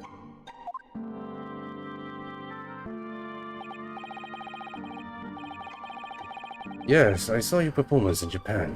The beauty of the ballet made a deep impression on me. But what are you doing on this ship? I'm sure I read that your ballet company was performing in Shanghai at the moment. I can't fool him. I have to tell him the truth and hope he doesn't tell anyone. I have no other choice.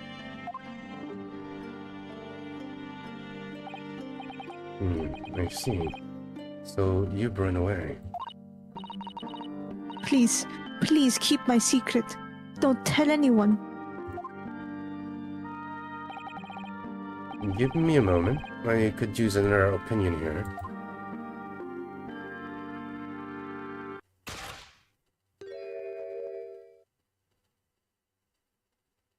He's going to pull that cord. He's going to tell the captain. Why did I think I could trust him? Okay, this is a little bit sad, this a misunderstanding. He probably was looking at this cabinet, yeah, this cabinet. Man, bruh. But that's still, I wouldn't think that should have gotten a murder though. Yeah, plus like that was so paranoid of her. I mean, like I guess yeah, she didn't know there was another person in the wardrobe, but like, girl. Dude, I mean, whatever.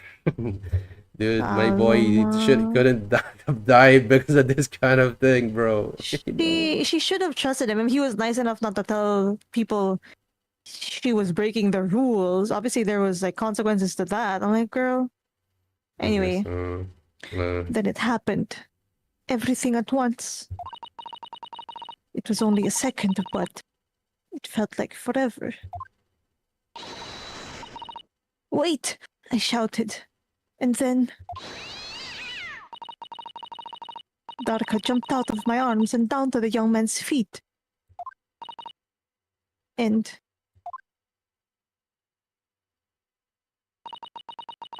as he turned around to look at me,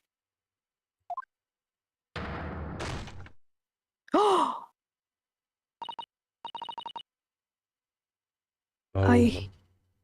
I pushed him.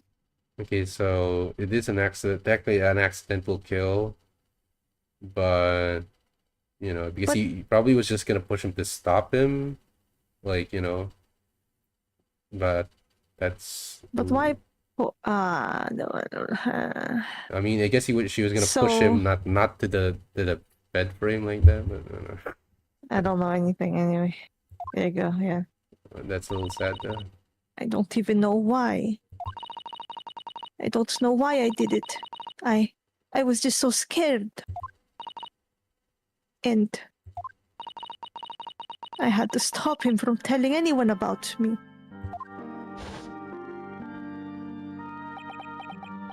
Japan lost one of its brightest gems in the legal system because of oh my god. Well, it's very hard for me to get mad. It's not like an intentional murder, but it still kind of sucks. So, and that's when you went to fetch help from Seaman Stroganov, who was on the duty out in the passageway. I heard Nina cry out and thud on the floor, so I ran to her. She was standing at cabin door, shaking like leaf. She looked at me and said, "Help me, Biff. If they find out, I will be... Please, I have nowhere to go." So you decided to help.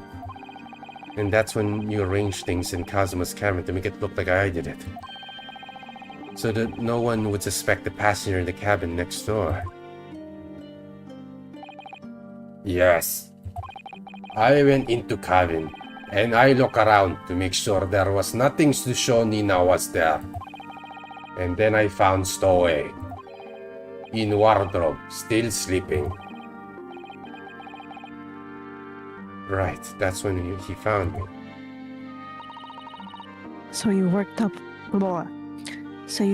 a plan to lay the blame on the stowaway.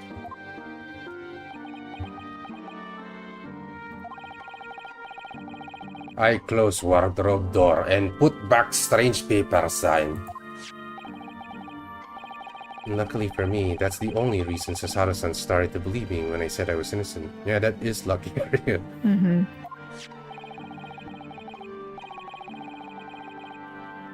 I dragged young man's body to a good place and used ink that was spilling to write on floor. I wrote wardrobe so that person who found him would look inside wardrobe and find stowaway. And tell me, what of the glass bell? It was by my feet, so I picked it up. I see.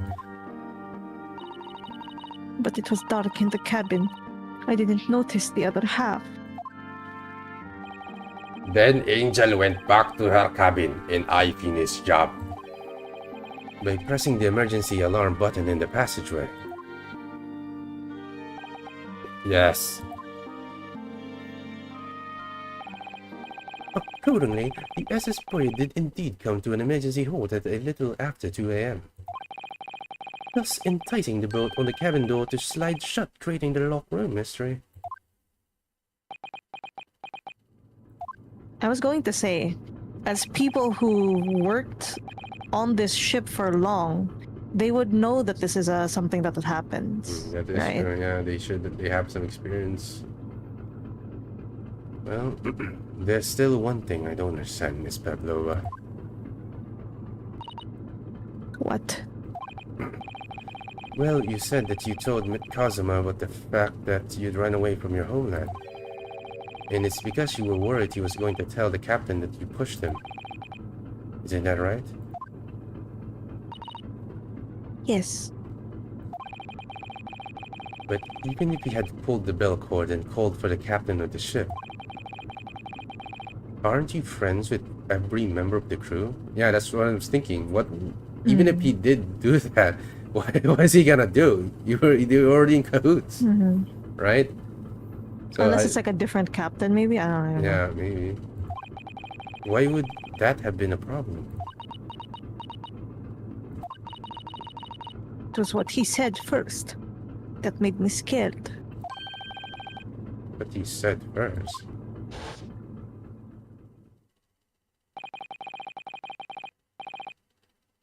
Oh, it's because he said inspector.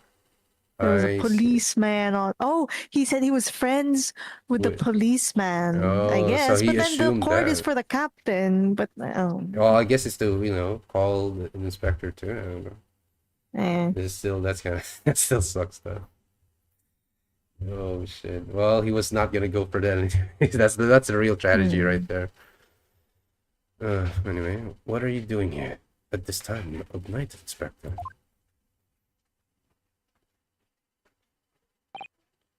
Oh, I'm sorry. I thought it was a friend of mine. So there's someone on the ship that's not her friend. Yeah, I guess so.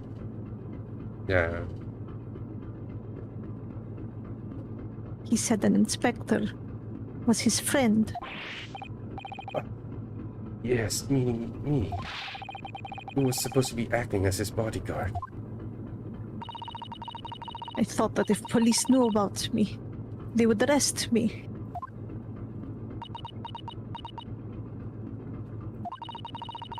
So before he could pull the bell cord, I... May I stop you a moment, please? Miss Pavlova.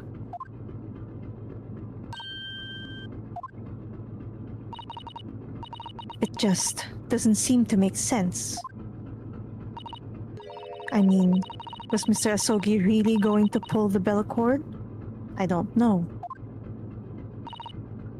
What? That to give her even more guilt. Okay. What do you think, Mr. Naruhodo? Well, I'm not Kazuma, so I can't know for certain. But he was a man of his word.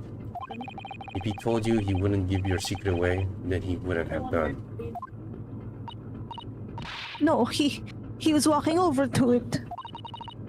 He was going to pull the cord. He was going to make them send me back, girl. Okay, you personally, you can't you can't suspect that he was gonna send you back. He was just gonna get an opinion. You don't even know who he is. We've known him for a bajillion years, girl. Well, Mr. Naruhodo, the day's work is not yet done, it seems. There is one more deduction to make. What? Another deduction? Yes, what action was the victim really about to take at that moment? I mean, it's kind of obvious. Yeah. Can we determine whether the young man's gaze was directed?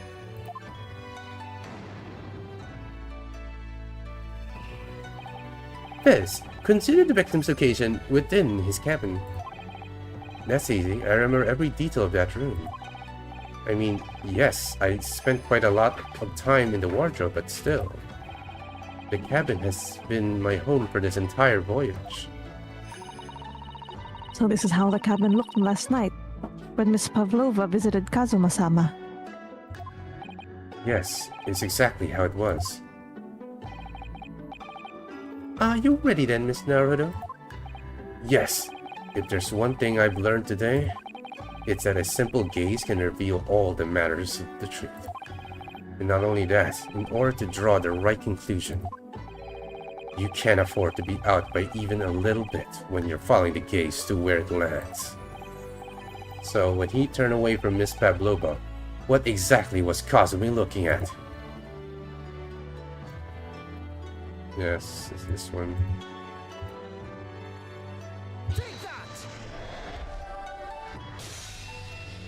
Guilt time. Consider everything that had happened last night. Certainly, it may look as though Kazuma was going to ring the bell cord. Yes, however, what is directly besides the bell cord? The wardrobe.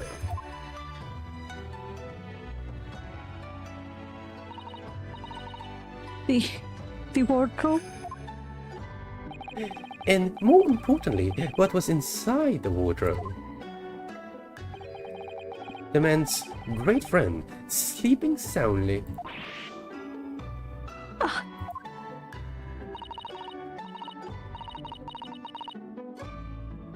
Miss Pavlova, please. Think back very carefully. What were Mr. Asogi's exact words last night?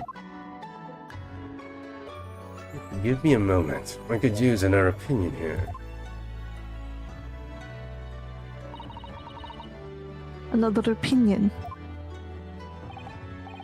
Yes, but not from a member of the crew.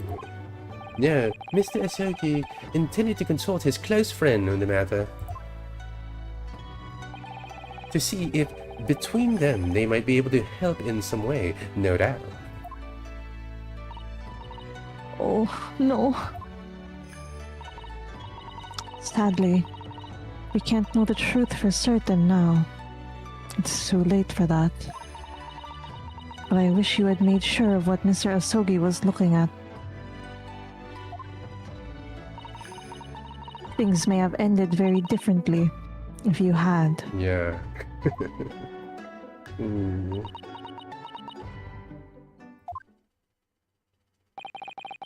Miss Pavlova, I want to thank you for finally admitting the truth. But unfortunately, the truth is, a man lost his life because of what you did, and that will never change. I hope you'll never forget that. I'm sorry. Really, I'm so sorry.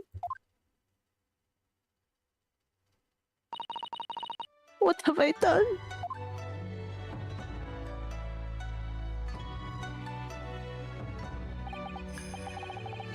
I guess this is me. And so, at long last, the mystery surrounding the tragic accident of the SS Buria was finally laid to rest. And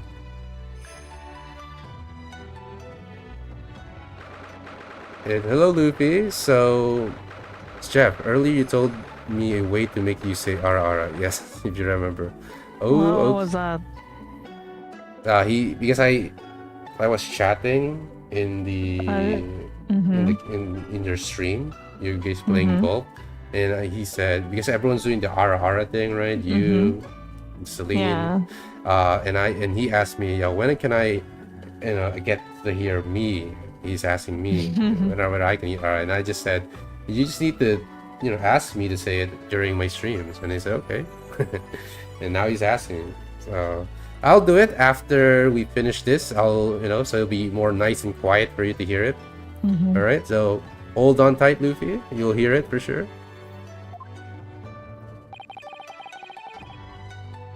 So she killed him because she thought he was going to tell the crew about it. I could be wrong. Yes. So that's that's the reason. Well, technically, she wasn't really going for the kill per se. She was more like panic and just pushed him, just to stop him, right? But it just, it it just unfortunately it also killed him as well. So that's tragic. Yeah. But not the crew. She was afraid he was gonna tell this guy on the left, who's a police inspector. Yeah, who's supposed to be his bodyguard. Yeah, like this because this guy he's wearing but he's undercover. This guy's actually a police from Japan. So he thought he was going to call his inspector friend. That's what he said. So, yeah, it's just a giant misunderstanding, apparently. Unfortunate. What will happen to Miss Pavlova then? Once we reach Great Britain, she'll be handed over to the British police at the Scotland Yard. What about the fact that she ran away from Russia? Won't the Russians try to repatriate her? Apparently, the English detective can speak to the immigration office and sort all that out. Mr. Jones can do that? So she won't be going back to Russia then? No, I don't think so. Even if she hadn't wanted to return in the future, I thought she would be able to. She ran away, so now she's an exile for life. I see. I'm sorry. Seaman Stoglov? I wanted to help our angel, no matter what. But I didn't think about you, about how you lost good friend. I will go with Nina. I will give myself to British police. That's kind of you. I didn't really know the rest of the story. Oh, don't worry about it, Javier. You know, you just just found me during the middle of all of this, so you don't need to worry. But the next story you'll be able to see for certain too. I'm sure we're gonna be continuing it soon enough. In the meantime, thank you for letting me go free again. Kazuma's death feels like such a waste, but well, do what you can for Miss Pavlova, won't you? Ah! Well, I'm afraid you need to pack now. We're due to arrive in Hong Kong tomorrow. As much as it pains me, I'm going to have to hand you over to the consul to arrange your passage back to Japan. Yes. I did stow away after all. I couldn't really expect any different. So, you should get back to your cabin now.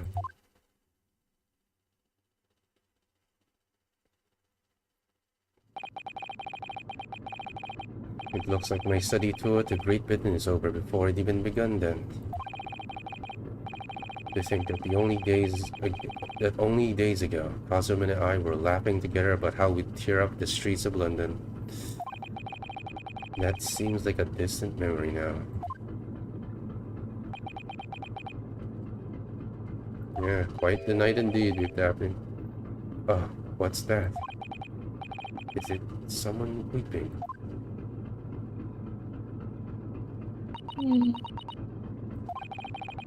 Sisada-san.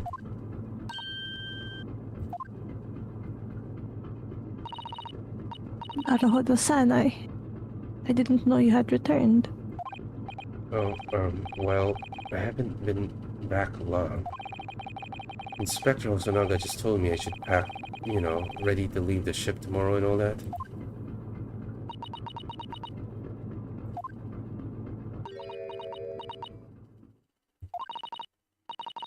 I still can't believe this has happened. Can't believe someone's life can be over just like that. Sara-san.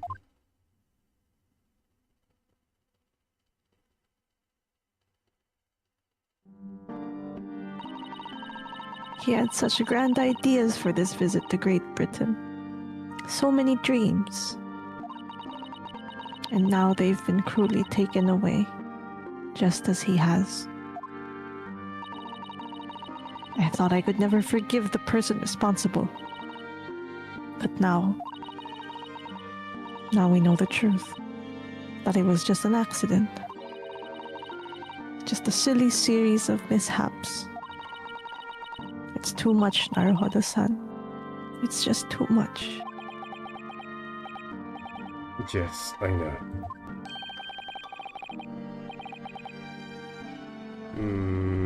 I'm gonna guess this is Pavlova. Pavlova, okay. No, but she was taken Oh. in the police, right? Well, I don't know who this would be. Maybe it's Herlock, you know. Yeah, maybe it is. I wish there was something I could say. Okay, no, it's a sec. Okay, that makes sense. I wish there was something I could say. Inspector. My duty was to see Azuki-san safely to Great Britain, but I failed, and caused his two closest friends great pain and suffering as a result. I let everyone down, and I will do anything to make up for my terrible blunder. Nobody blames you, Inspector. And I'm free again now, and that's... Huh?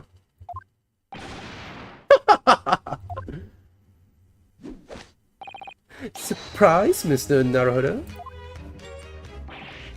What is the meaning of this? Oh, a trifling matter. Simply that in my head, I think I shall always picture you wearing those shackles. Without them, the balance seems all wrong. It's distracting. Sorry? So I decide to restore them for all time's sake. Shall we say you are a stowaway after all? He thinks this is funny? Brother, we're grieving right now. Damn it. Can you not? Sholmes is gonna tell the Naruto-san to the UK. I mean, hopefully that is what he's doing. Mr. Sholmes. We do appreciate all your assistance. I'd like to thank you from the bottom of my heart. Not at all, not at all. It's a little late. May I offer my sincere condolences? The loss of your companion is truly heartrending. I hope that you will be able to fulfill some of his aspirations in his honor.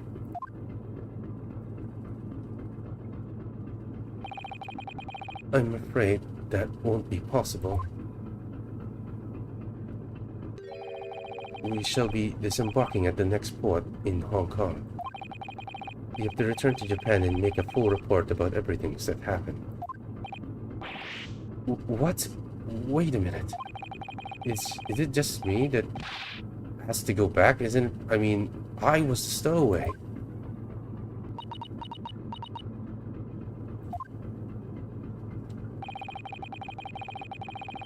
The terms of his study tour were negotiated by the Department of Justice in both Great Britain and Japan. It was be one lawyer and one assistant. Was to be. In the light of Mr. Asogi's unfortunate death, I'm afraid that the study tour can no longer go ahead. No, I don't care for me, but for Sasara-san. My dear fellows, the majority of the problems have an extremely simple solutions, you know. All you require is one lawyer and the study tool can continue surely.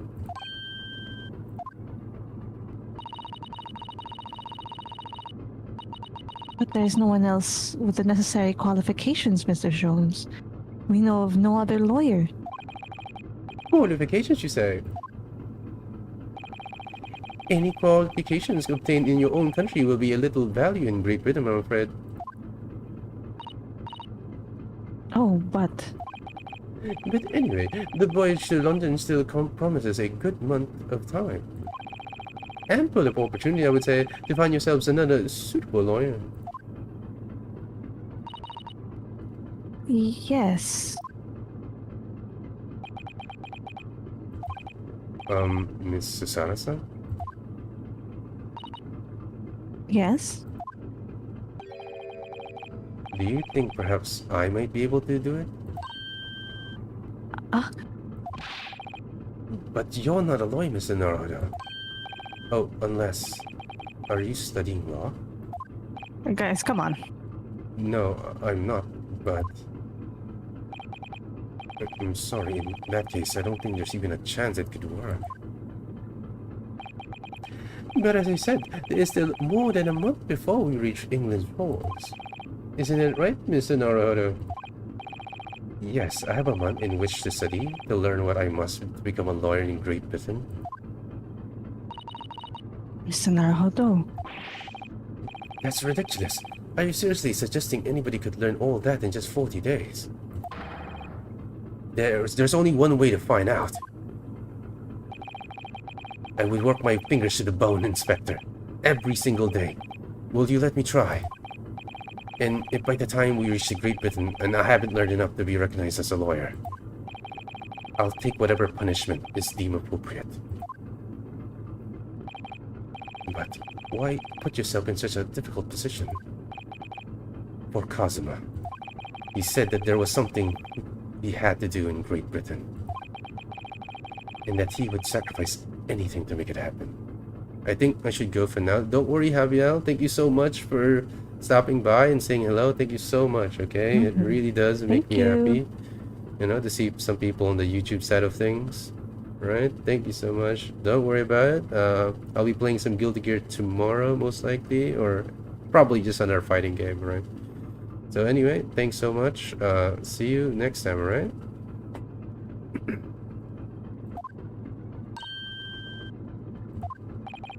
He was passionate about it.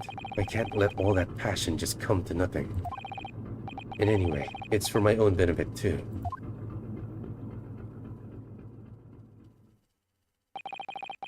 I will become a lawyer. I have to. What do you say, Mr. Sada? Bye-bye.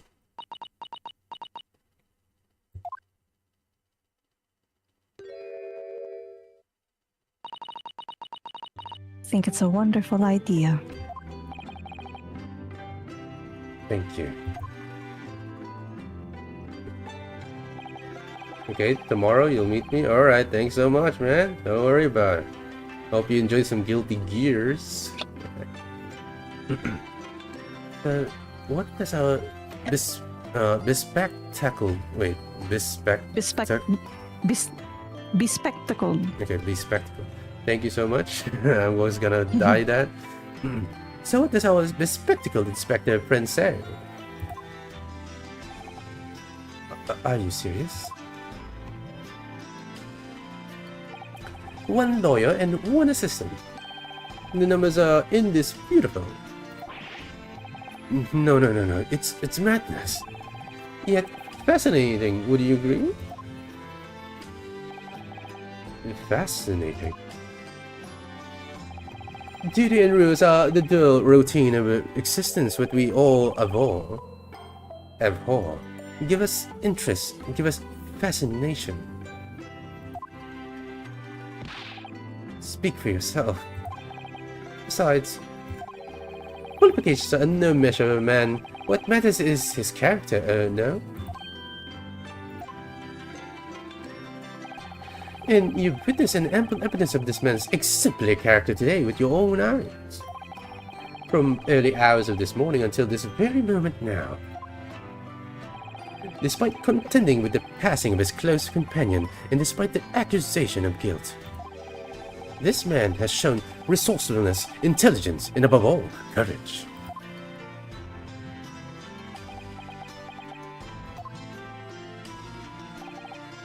Very well. I'll think of a clever way to word my report to the Department of Justice. Inspector! After all, I did make a promise, didn't I? I said that I'd do anything at all to make up for my shortcomings here. Oh, thank you, Inspector. If you'll excuse me, I must pay a visit to the captain's quarters, I think. I need to discuss what to do next and how to best make my report.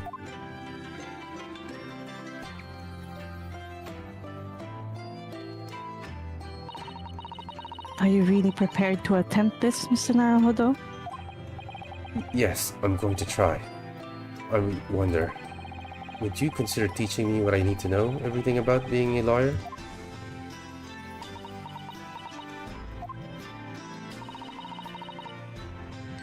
I would be delighted to help you. I am a judicial assistant after all. Thank you.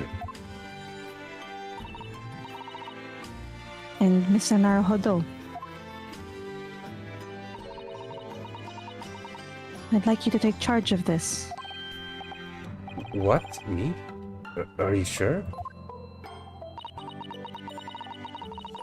I'm sure it's what Kazuma-sama would have wanted.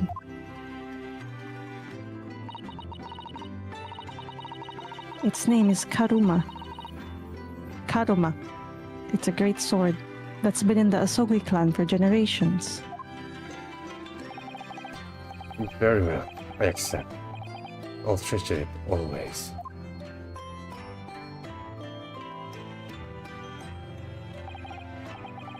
So then, Miss Sasaka. It seems to be working together for some time to come.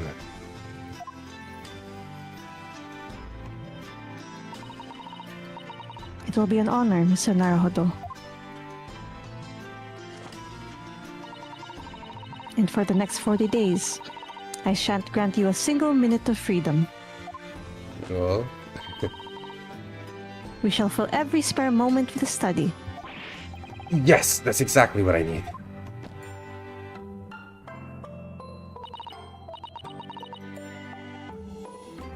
But before we begin, I have an earnest favor to ask of you, too. Goodness, what is it?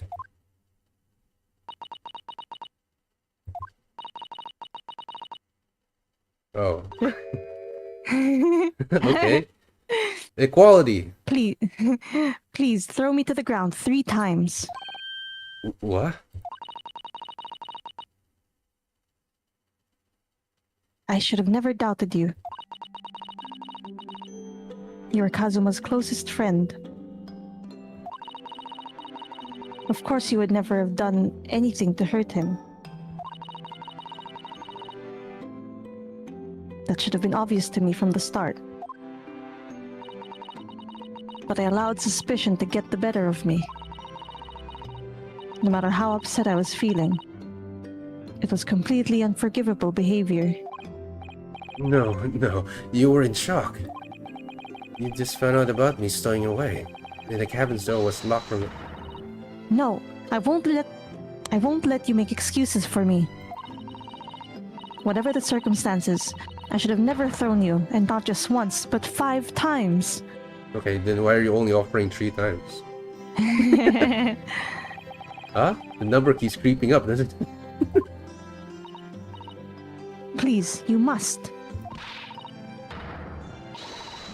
Just take hold of me and throw me. Do it. Don't even think about it. No. I don't even know how. I've never shown anyone in my life. Very wise, Miss Naruto. It isn't a skill one acquires without considerable training. I mean... Oh, Mr. Sholmes, yes? I mean, yes. What is this equality? I mean, to be fair, Beef Tappy, I honestly, I respect Susato-san for asking of this. Like, yes, it's for the equality sake, right? Doesn't need to, but I feel like it's unnecessary regardless. But if you want to make it fair, you could just say, you know, I'll treat you to food next time, to a meal or something. You can call it even like that, right? I would totally do it like that. Like, I don't really want to hurt, like, you hurt me, but if it's like understandable why, then I don't really need to pay it back by hurting someone else, alright? So, just give me a meal, you know, let's call it even like that. I think that should be good. I observed your throwing technique several times with great interest. I confess I was most impressed. When did he see that? I presume that would be a form of Japanese wrestling. Oh, well, in a way, it's not wrestling, but my own interpretation of an ancient jujutsu technique. Is it judo? Apparently it's called... Oh, oops. Oh, apparently it's called the Susato takedown. It leaves your head swimming, believe me. How beguiling. It is beguiling, right? Yep. Okay. I am a practitioner of the competitive arts myself. I am a somewhat accomplished boxer. There he goes, dancing around again. Now he's gonna square up. I would if you be so kind as to instruct me on the technique of your arresting trial.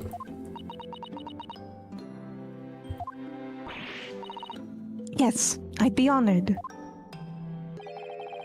Then let us not dally. Demonstrate, my dear madam. Oh, of course.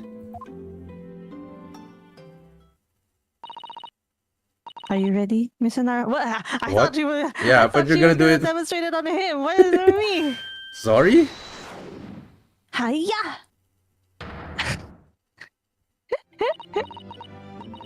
As you can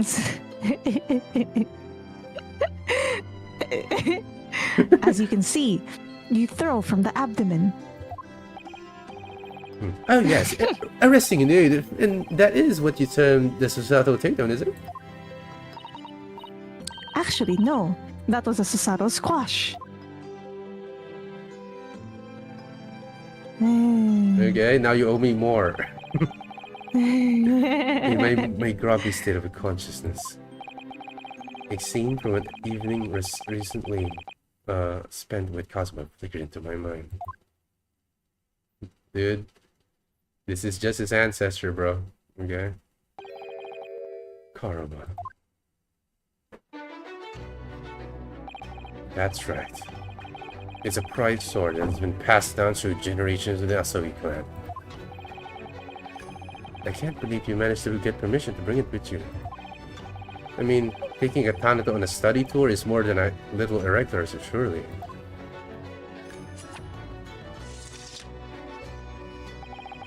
A Japanese man's sword is so Ryunosuke. I can't be parted from my katana. And karma guides me. I truly believe that.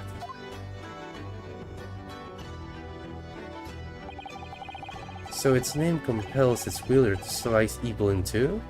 Now that you would need much compelling. On that subject, there's something very important that I have to do in Great Britain. And I'll sacrifice anything to make it happen. I'd appreciate you seeing it through with me. Oh, of course. I will. Whatever it is, I'll see it through to the end with you. I knew you wouldn't let me down.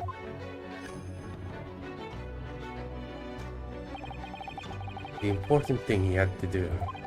I still don't know what that was.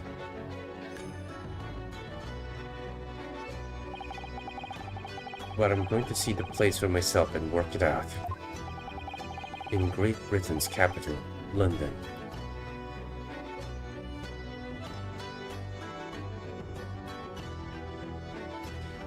Okay, one case, another case down. Let's go. Let's go. Save progress. Done not but do.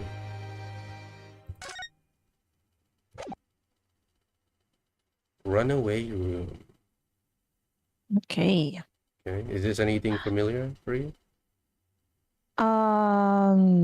Doesn't ring a bell. Okay, so I guess they just did like a, Mhm. a Sherlock Holmes reference in the first one of his Mhm. appearance. Maybe if we. Oh, but wait. Okay. Can we take a? Okay. Are you not? Are you not hungry, Oh yeah, Holmes? that is right. That's right. Are you gonna eat dinner first? Well, I'm just gonna get some food and bring it to the table. Oh, you're just gonna eat some snacks. Okay, I'm gonna get some snacks too. Okay. Okay. All right.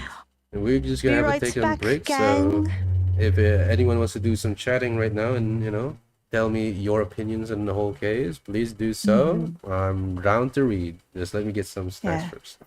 Do get some snacks as well yourselves. I hope you all ate a great dinner. Yes, get your. I hope you peel your popcorns for this next one. For sure. Anyway, Okay. let's go. Oh.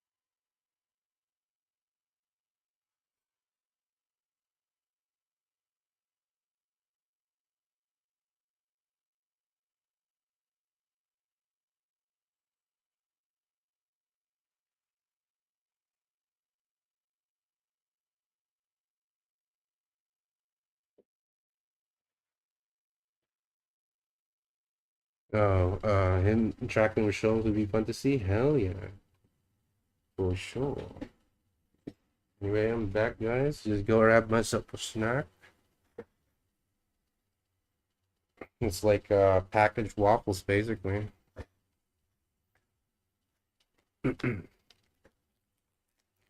So sad that we lost our boy like that. Yeah, we sure lost a real great man. Um, Sucks really with unfortunate things happen.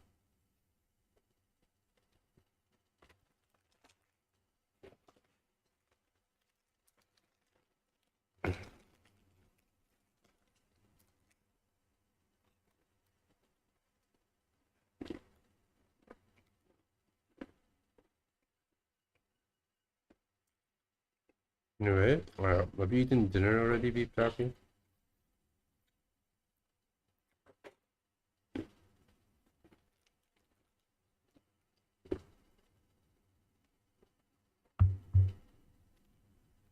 Hope you don't hear that crunching sound.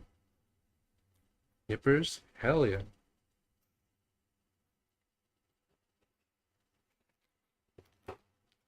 What did you eat anyway? Oh, bottle sneaking room.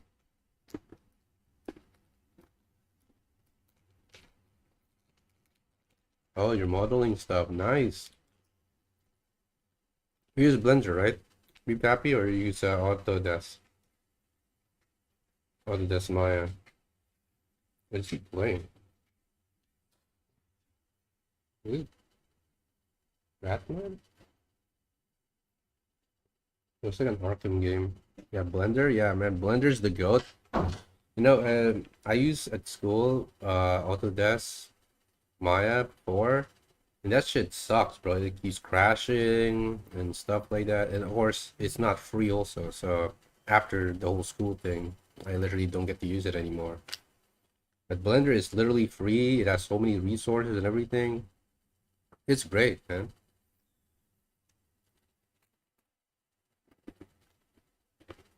Yeah. Industry standard. You use the outdated ass fucking software.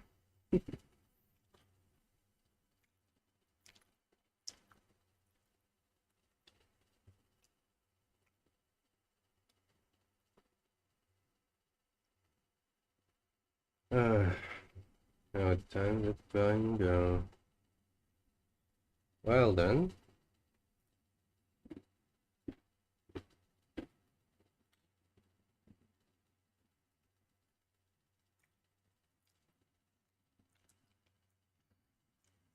Let's see here. So you do you make like animation with modeling, or do you only model stuff? You animate them as well, or any like what do you call that? Rigging on the model?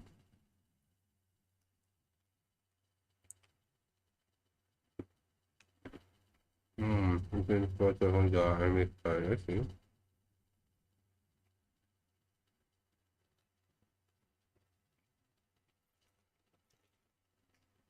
That's good to hear, man. That is a good fair point. Honestly, probably animation would be the hardest part of the whole thing. I would say. To me, I do like making the model the most. To me, I feel like the process I like the most is like texturing the model. I would say I like doing that the most. But the hardest part is UB. Yes, I will say yes. UB unwrapping is so fucking tedious. It sucks. Yeah, but texture, I like texturing. And that's so good. I love that shit.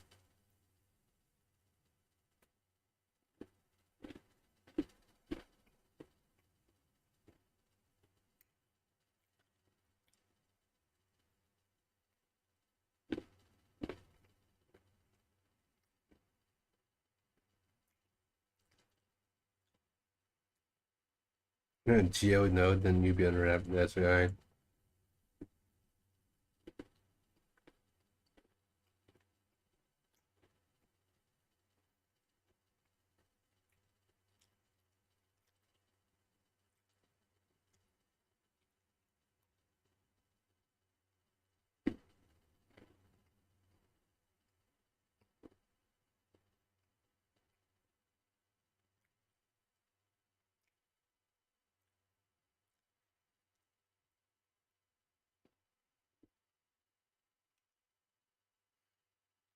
Hmm. There's no sound here. I forgot about that. Um.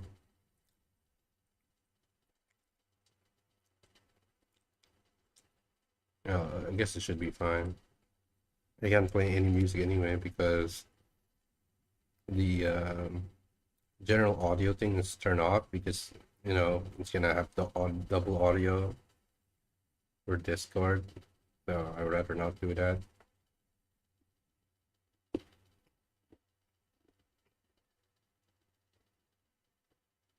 Hmm.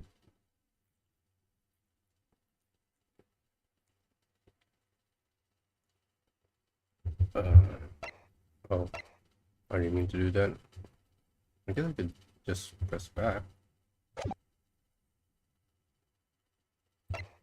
Yeah, so let's go back. Yeah, now we Hey. at least have music. Yeah, hello back. Welcome back. Hi. What are you gonna be munching on? I got some I. buttered Mm-hmm. waffles. Ooh. I have the thing I was making earlier. I was wrapping some crab rangoons. Damn. So I got that, some rice, and some salad. Right.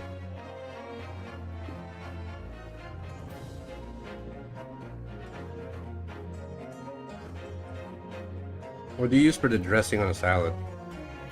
Well, it depends. I usually use, even if it's just plain mayo, because Japanese mayo, or honestly, ladies' choice mayo or Japanese mayo. That's my favorite. And then, but roasted sesame dressing from Kewpie is also good. It's not my favorite though. However, since this is with the crab rangoons, my preferred sauce for that is sweet chili sauce, but this one specifically is pineapple sweet chili sauce Damn, from a pineapple. brand called Thai Dancer, which is yummy.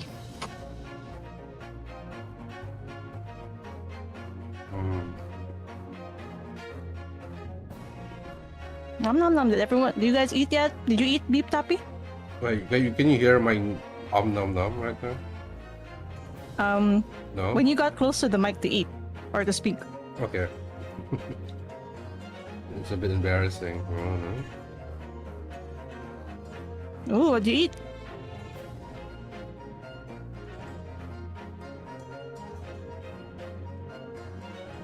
And no, I can hear it. Oh, you can't hear it? Okay.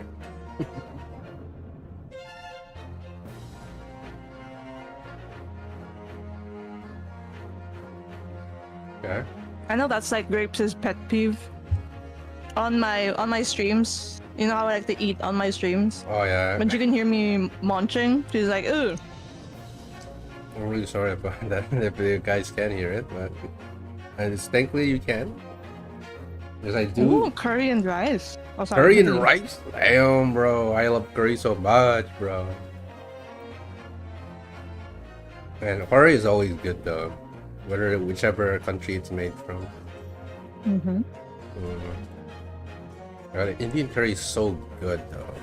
Like, I Yeah. do love making my Indian. Japanese one, the Japanese curry. That's on the sweeter side.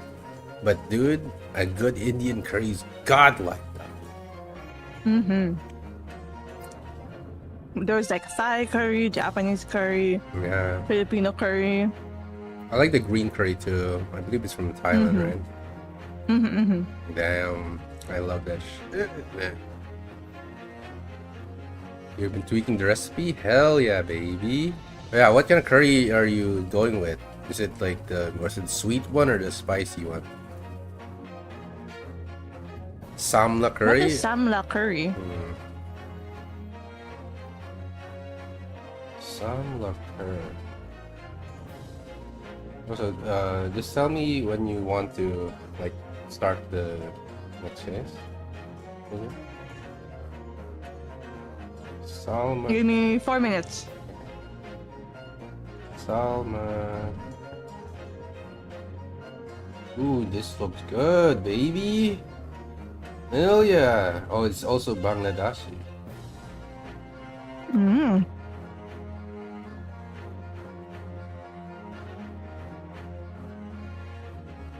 Flavored with creamy coconut, tangy lemongrass, and fragrant ginger. Every bite transports you to Cambodia and back. Hell yeah, baby.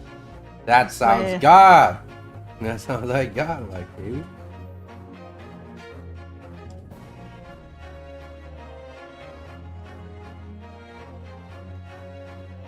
Just lemongrass and coconut. Hell yeah, man. So good.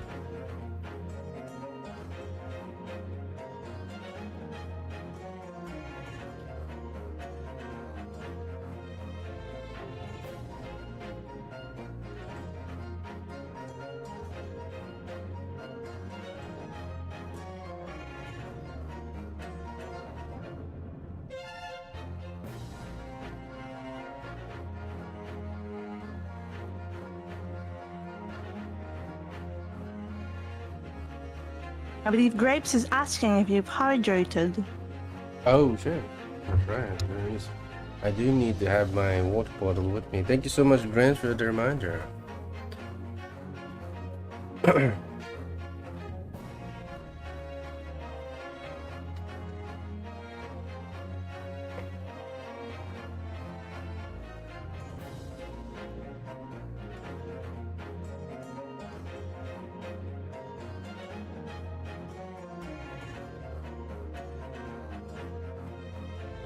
You're Sherlock, and I'm Watson.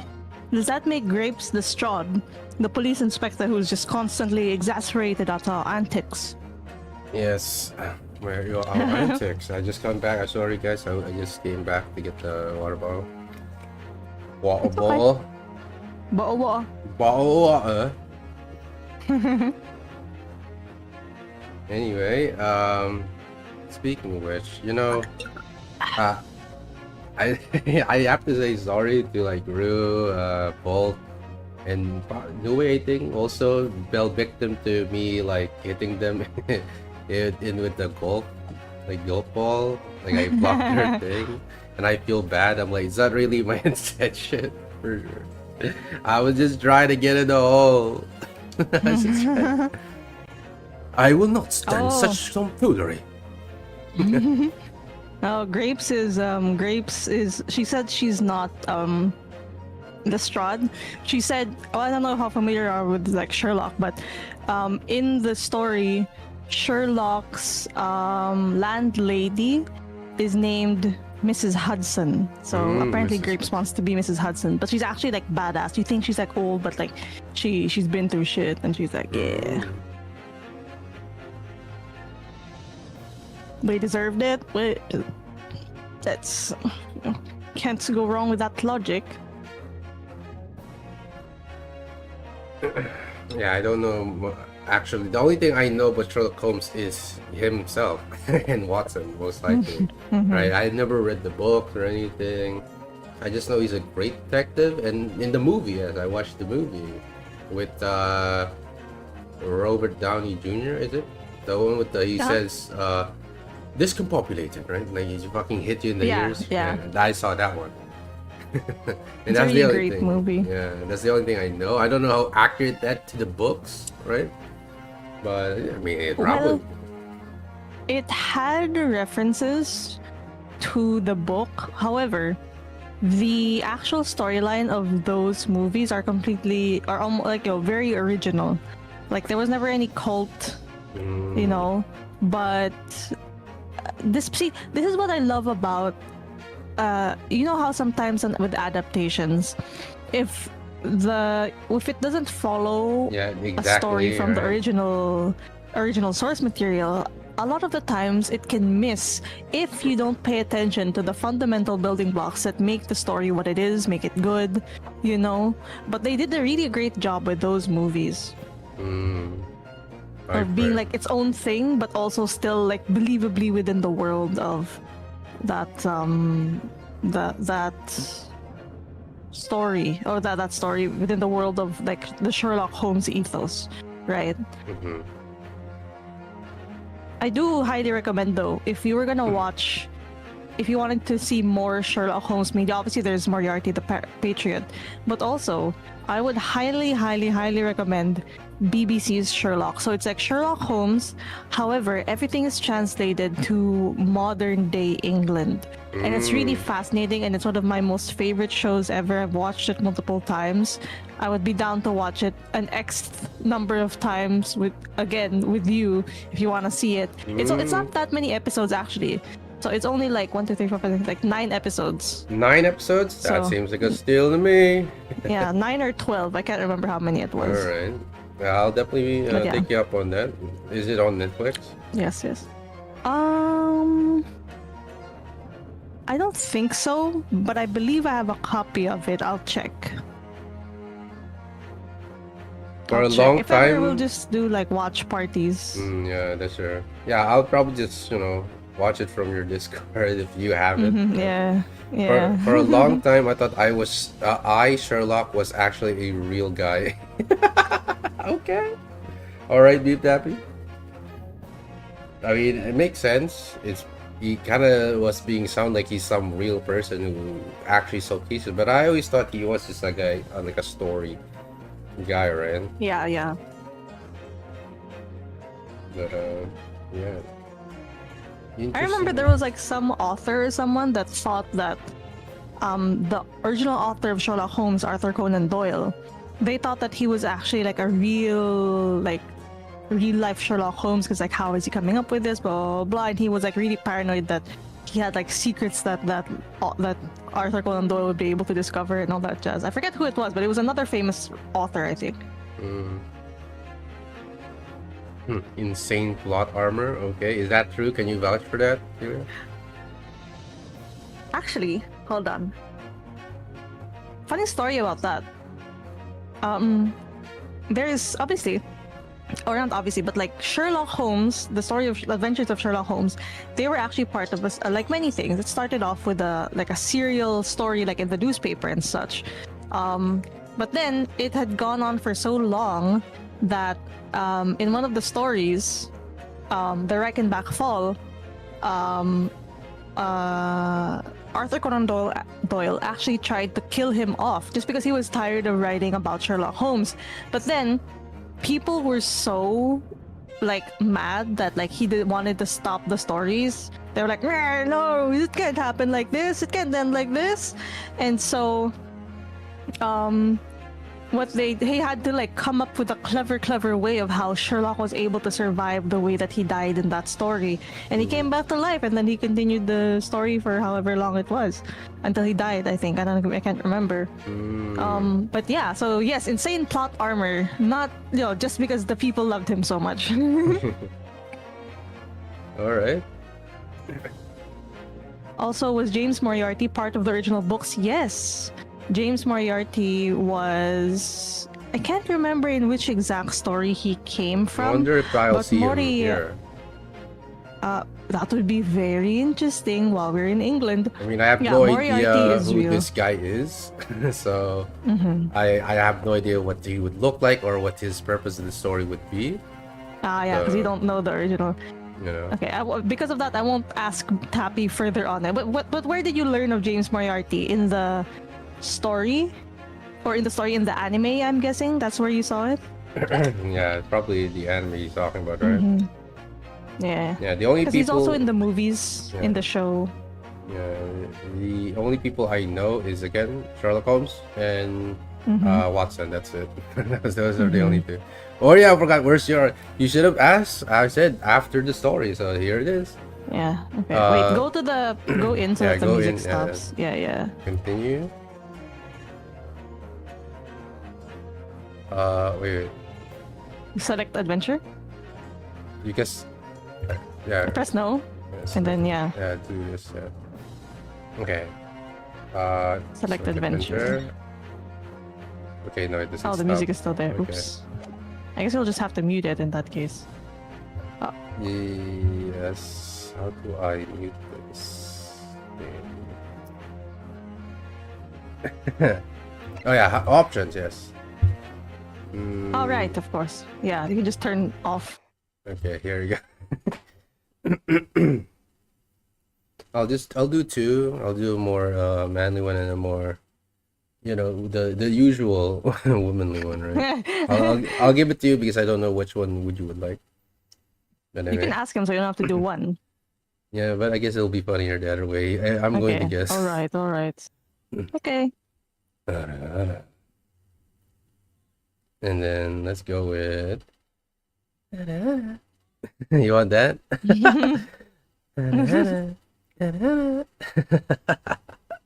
Dude, so shit, bro. Absolute fire. You really know? I think he likes the manly one. Ooh.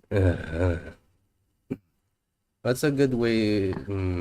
What's another Japanese continuation of that? So it's not just. I agree, Luffy. But also that was also my issue when I was making that Ara Ara redeem for Ruth's channel. Well, not redeem rather, but like the fish bait thing. I also was like, damn, what are like some famous quotes? What things go after this line? But I couldn't think of any, and so that's why I had to translate my own. It wasn't. It's okay. You can say it first, and then I'll explain more in the background. Okay. Let's see. What can I translate? It helped me. That's a good line.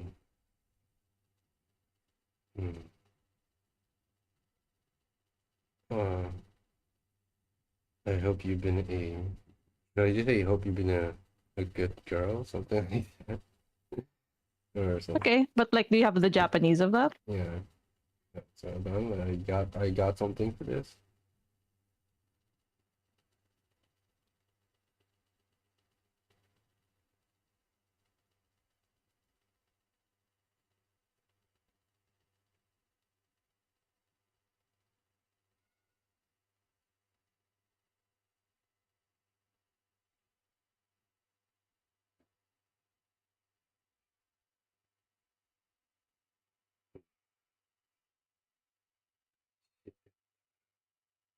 You can do it, Fire this. Gio.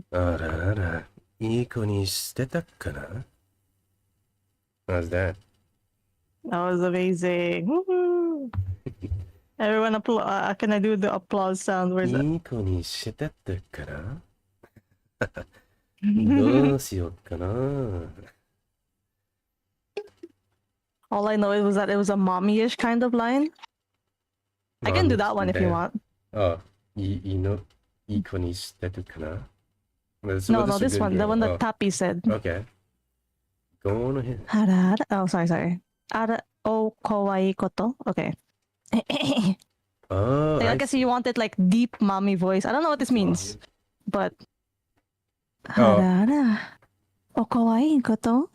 Yeah, I know where I've heard this. This is from Kaguya-sama. What does it mean? Kaguya-sama. From it what? Means, it's from like a comedy anime. It means arara is just like oh my, yeah, right? My, yeah. My, or oh kawaii koto it means how cute. Something. It's basically. Okay. Oh kawaii koto. Like that. Very lovely. Kawaii koto. Usually, definitely. Yeah, it's so much fun doing these things, right? Yeah, you continue on. Continuing on. You definitely, like, you were about to say something. What was it? Oh right, Yeah. no, I was just talking about how it was so hard, and like the meaning of what I said earlier, it was, like earlier during the stream, I feel like I built it up too much and it was kind of disappointing, or maybe that's just me being overly critical of myself. But like the meaning of the what I said in Japanese was ara, watashi no koto wo sagashite ta no kashira? Okay, so it's like, oh my, were you looking for me? Oh, yeah. Like, because you fished me out, right? And then the last line was just like, ja, tanojimimashou, which is just like, let's have some fun, yeah, let's right? have some fun. So, yeah, I understand. The good thing I understand a little bit Japanese. I understand some of that. Right? I really loved this line, this line though, and I will make it a redeem at some point, or maybe, like I'll make it so that they can have it as a redeem on my channel, and then it'll be like randomized between the ara lines. Yeah. I'll write this down actually. Yeah. The kawaii koto. Is that better if I do it like that? Do you think that sounds better, guys? I think they would like it better. I think everyone likes it better in your Yeah, natural the voice. and the manual one. But if they wanted like a more, because again, this is so mostly this ara thing is definitely more on the mommy, like, you know, older Japanese woman side. That's what they expect. That's why in the way when he did it, he did it like sounding like trying to be a woman because but it can work with a guy too. It's a little bit more playful. Like. Now, what I do like is it really does help if you changing the tone of the voice to have different. That's how you can make multiple voices when you're doing that, right? That's what I like doing. That's why, especially in Japanese, I'm very much I like doing that to change like from a serious one, right? And then you go with a more like flirty one. You can just like make it different like that. It's so nice. Anyway. But yeah.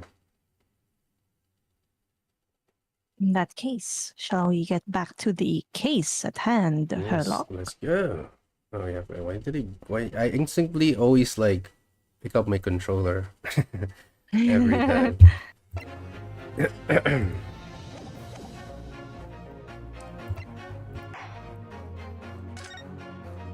Let us go. Mikazo. Mikazo. Mikazo. Mikazo. Oh shit. Glancing over my records of the late last century, I am faced by the events of a certain bitter winter. A murder in a carriage as it sped through dense London fog in the dead of night. Though the victim and the perpetrator were the only ones inside, there were multiple witnesses to the crime itself. However, none could have imagined at the time that such a seemingly obvious case as this would end in such a horrendous manner. My friend, Mr. Herlock Sholmes, once said of the incident, "You look so different." That perhaps that case was indeed the prelude. The beginning of a long concerto that impressive Japanese student and I were to play together. Okay.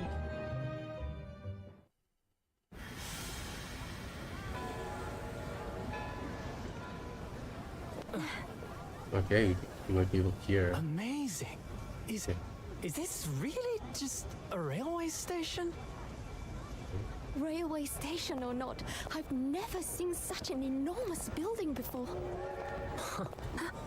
And look at all the steam locomotives. This country is incredible.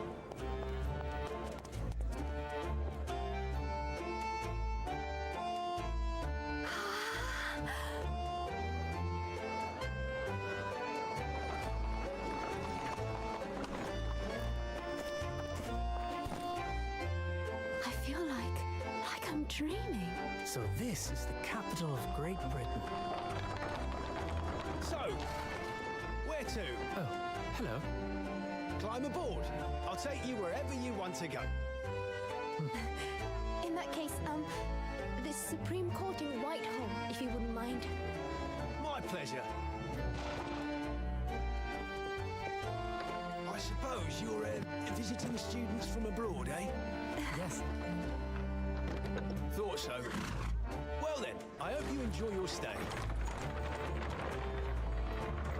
And welcome to the centre of the world, Great Britain's mighty capital, London. Yeah, babe, we're in London. Man, a lot of gears here. That great cesspool of a city, London.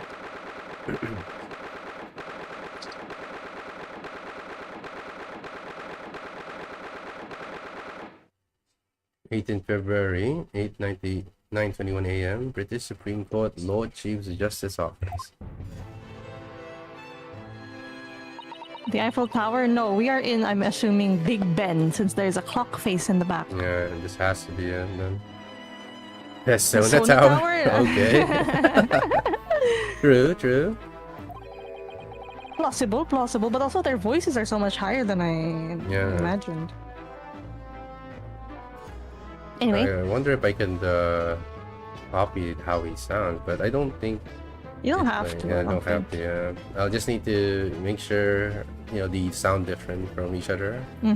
Like, Holmes, when I heard him talk, I was like, oh, okay, so he's a deep, like, British voice, but then I don't know if I can make, like, him talking like that, well, deep as well. I don't know, because I almost instinctively make it sound that way, because that's in my head, that's what he would sound like, right?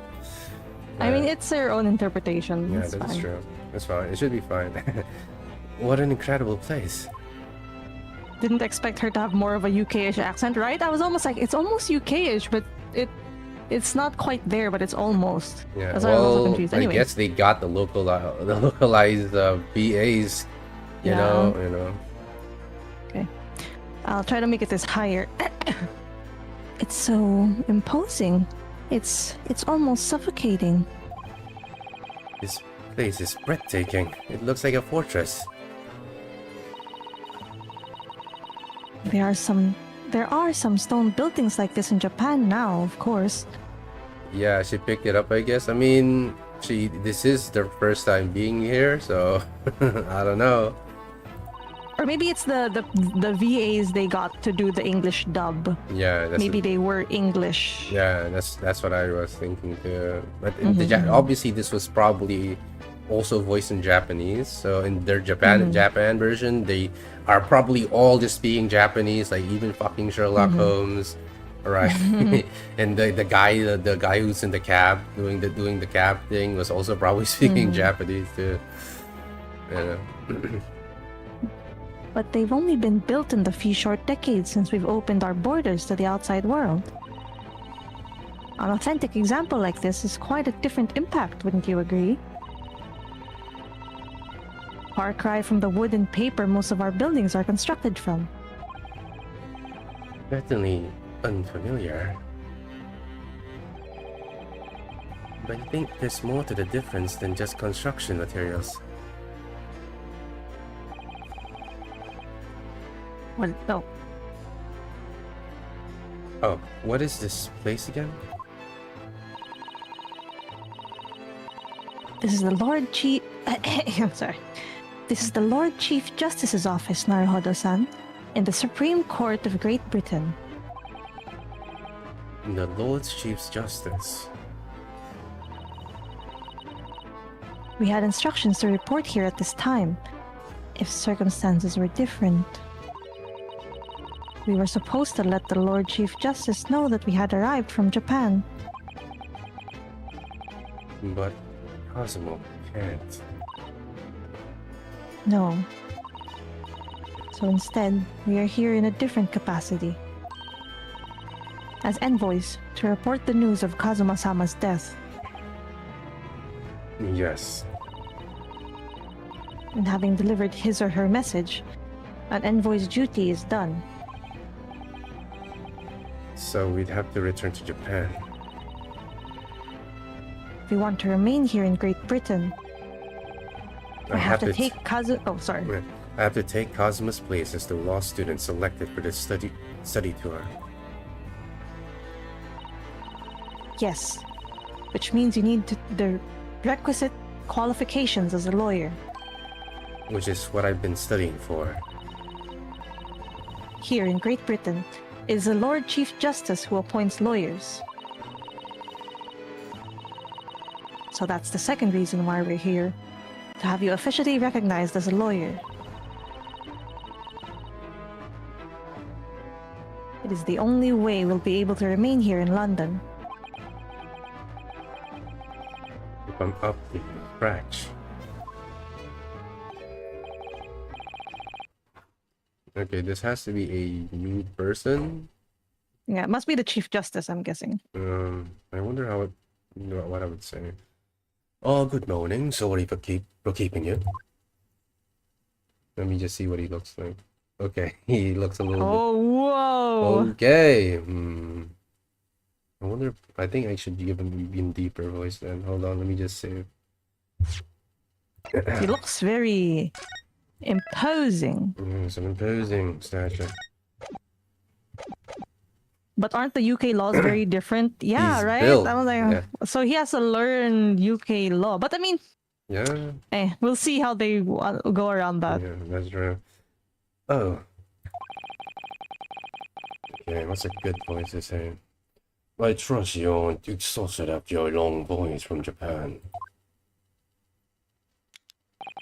It seems I'm 1 hour, 12 minutes, and 47 seconds late. My apologies. Oh, no. Don't mention it. We've never been happier that we're standing around with nothing much to do. How fortunate. Strongheart, isn't. So, introductions. I am Miles Strongheart, Lord Chief Justice of the British Empire. You think that that voice fits him? Yeah. Okay. Beep Tappy, his build, oh my days, a very astute figure. Yes. And I feel like a little mouse under an elephant's foot. Come on, Mr. Naruhodo, don't be a mouse. Oh, it's an honor to meet you, Lord Chief Justice Strongheart. I'm Ryunosuke Naruhodo from the Empire of Japan. Well, Mr. Naruhodo, welcome to London, the capital of our glorious British Empire. Ah, yes, thank you.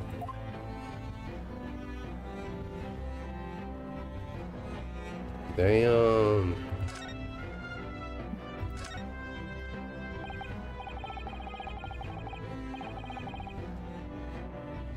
So, what are your impressions about capital so far? How do you like London? I never eat this down either. It's the first time I'm seeing it. Oh, well, hell?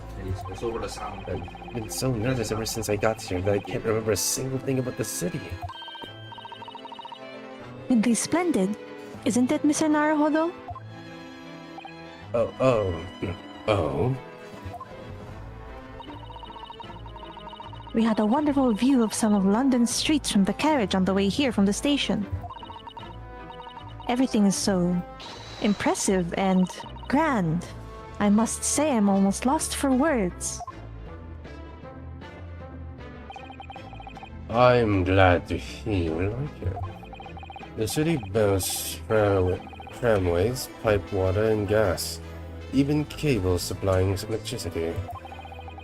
We spearhead every revolutionary new technology in the world.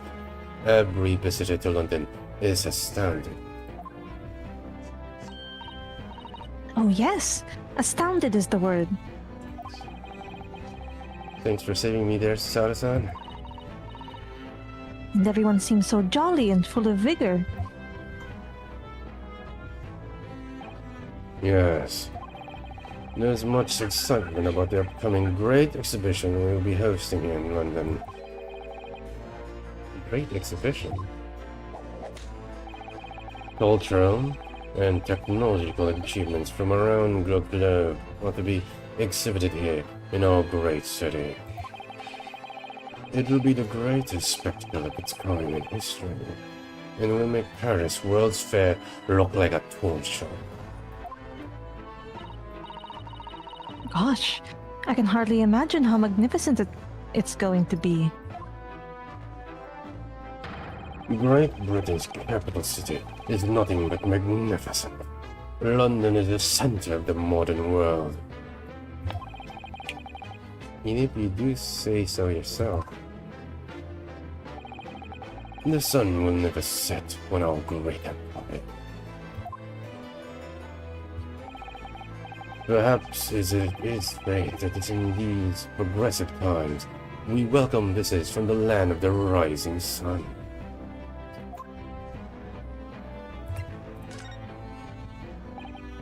Lord Chief Justice, I think you were expecting a student of law for this study tour, weren't you? Absolutely. A Mr. Kozuma Sergei, if my memory serves. That's right. The British government has already been telegraphed a full report on the situation. I understand the young man lost his life aboard the steamship bound for our shores. That's amazing. The news reached him before we even arrived. My country naturally extends its deepest condolences to yours. Oh, thank you. And you honored this appointment specifically to inform me of the news? Yes. We are here in the capacity of envoys from Japan to report the sad news in person. They tell me you Japanese are people of protocol and courtesy. I see that it's true. And it is with some regret that I must inform you that the death of the young lawyer means this study tour agreement can no longer proceed. If you would just hear us out, Lord Strongheart. What do you have to say, madam? It's about the study tour. Mr. Naruhodo here would like to make a proposal. Would he now? Well, Mr. Naruhodo. This it then, the moment of truth.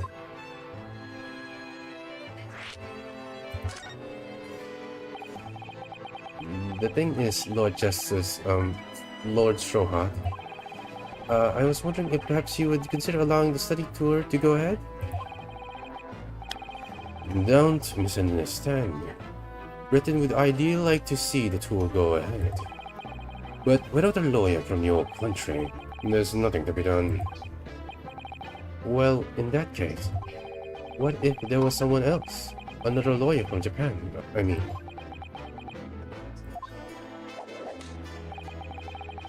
Is there something I don't know? Only a single lawyer was invited to Great Britain from your country. And that was Mr. Sogi. At least that is what I've been led to understand. Well, the thing is, this really isn't going well at all. I just can't seem to find the right words to say to this man. Mr. Naruhodo. I could ruin things here if I'm not careful. What am I going to say? If there is someone else here from Japan who could be described as a lawyer, it's me! It's me! I can do it!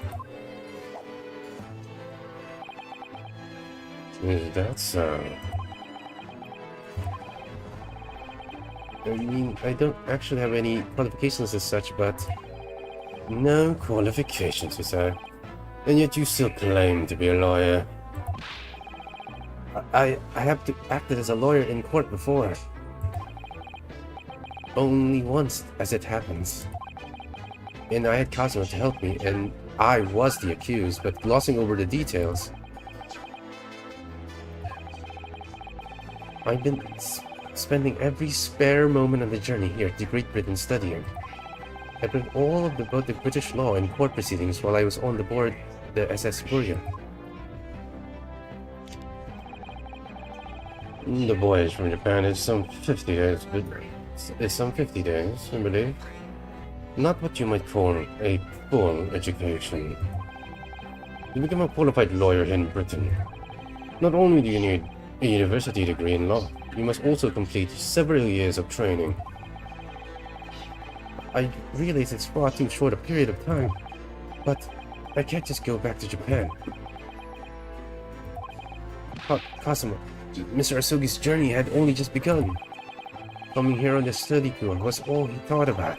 I have to carry on and do everything you plan to do.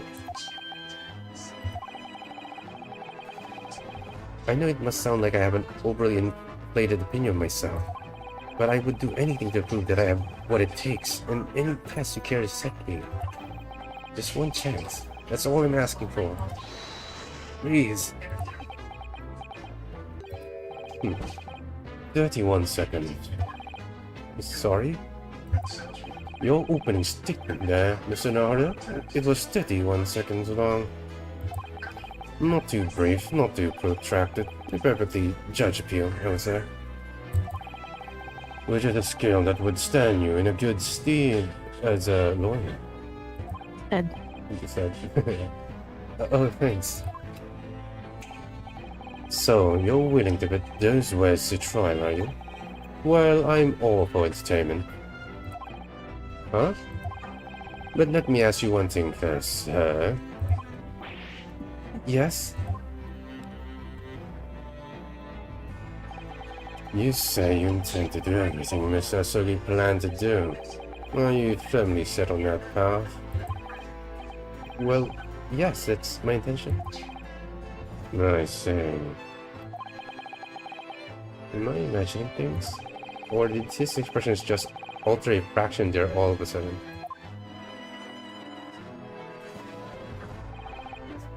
Very well.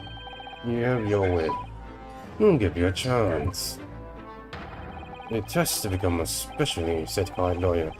Whether you pass or fail is entirely down to you. Really? So, what form would the test take, exactly?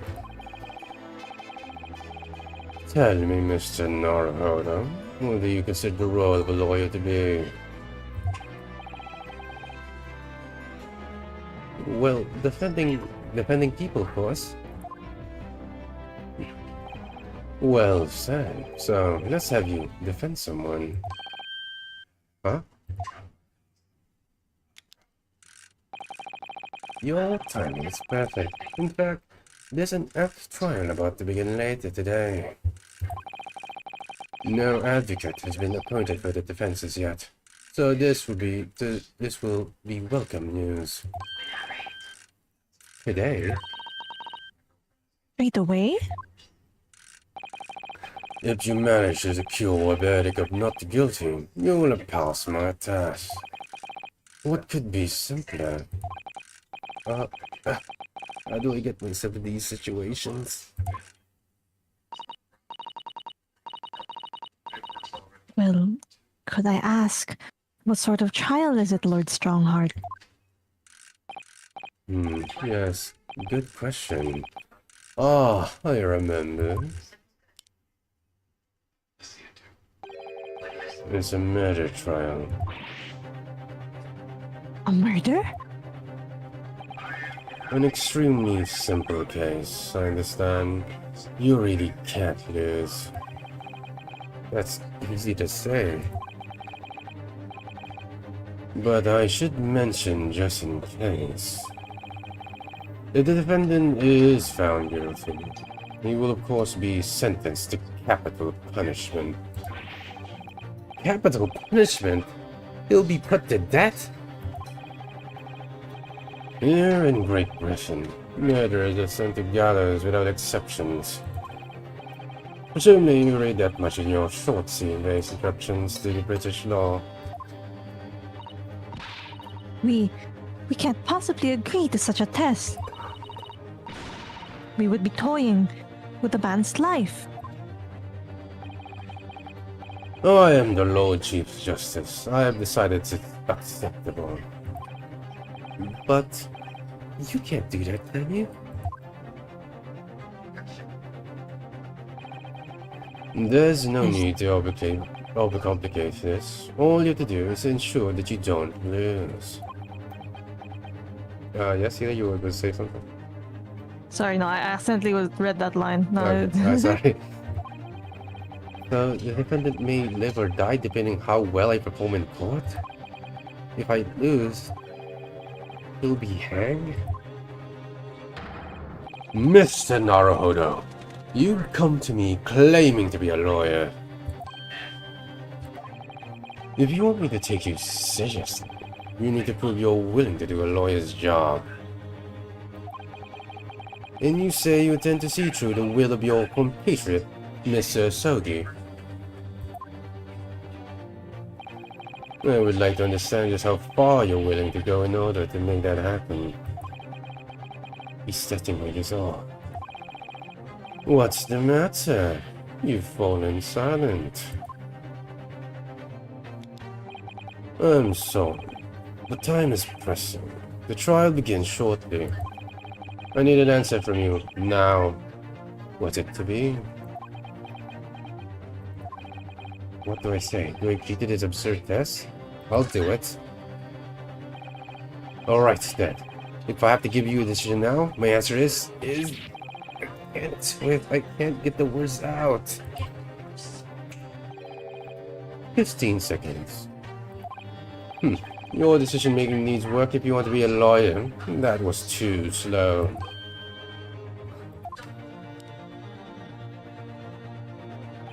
So, is this as expected, is it? Sorry? You have noble intentions, but lack the resolve to see them through. The test is cancelled. Thank you for stopping by. Go acquire your ticket for passage back to the east tomorrow. This conversation is over. Yes, Lord Strongworth. Thank you for offering me a chance. Mr. Naruhodo. I'm sorry, Mr. Sara, but what could I do? It's all right. I understand. Yes? It's not an easy decision to choose whether to defend a man in these circumstances. But resolve has absolutely nothing to do with it.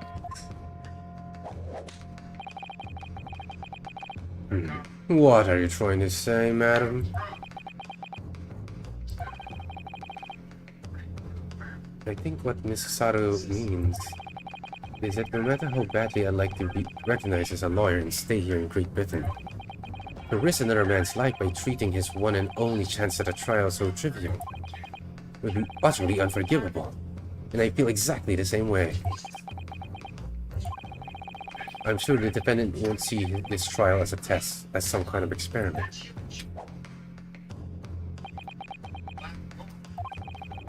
A lawyer may fight for his clients in court day after day, but for each one of those clients, the particular day they stand in the dock may be the only chance they have to fight to prove their innocence.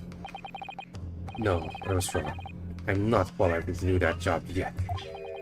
I'm sorry for wasting your precious time, Lord Chief Justice.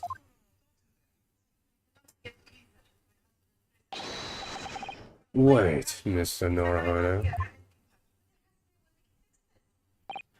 Oh, was there something else? It's approximately 20 minutes by the carriage to the Old Bailey from here. If you leave immediately, you should still be there in time. But I just said that... I was quite serious in what I told you. The defendant in this case has literally no one to advocate for him. What? At this point, he can't hope to find someone to present him. The trial will begin without defense. And if that happens, there's only one possible outcome.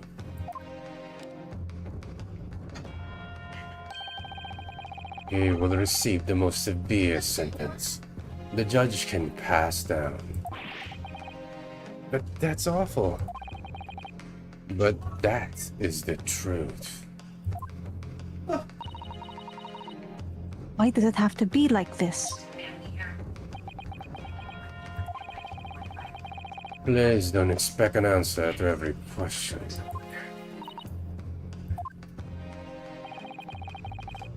The cold hard truth of the matter is that there's only one person now with a chance to save this man from a very miserable end.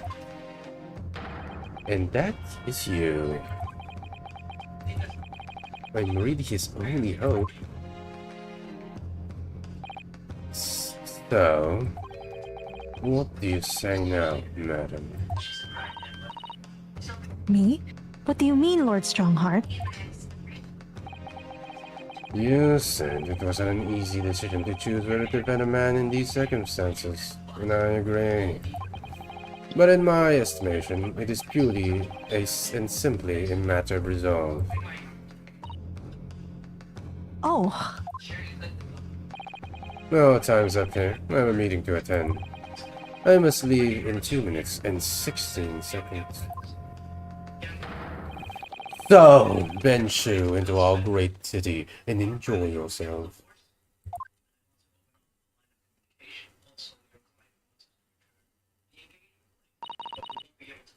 He's gone. Your baby.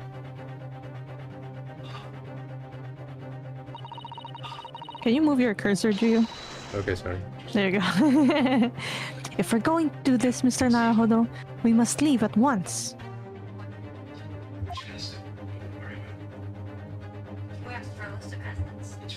Was I blocking something? Oh, your cursor was in the middle of her face, so... Oh, sorry. Okay. Mrs. Sara, can I just ask you something? Careful. From this position, I can perform a Susato takedown in an instant. I know. Mr. Naruhodo, you heard Lord Strongheart. The trial starts imminently. If I need to throw you, I will.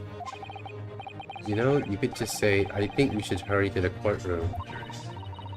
If you need to ask me anything, it had better wait until we're at the Old Bailey. Or, like, you know, he could just ask her in the carriage to the Old Bailey. Anyway. Okay, let me grab something real quick. Alright.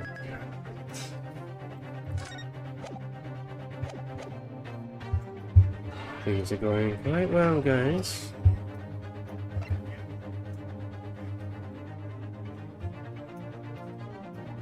I guess I'll eat something while I wait.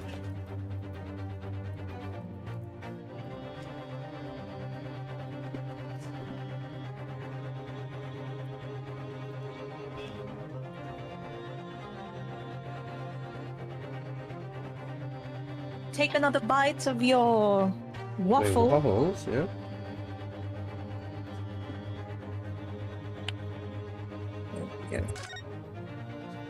Okay, Old Bay, let's go. Let's go! Wonder who we're defending. Ooh, fancy guards. 18th February, 9:45 a.m. The Old Bailey's defendants at I don't know how do you say it. Antechamber? Yep. Yeah.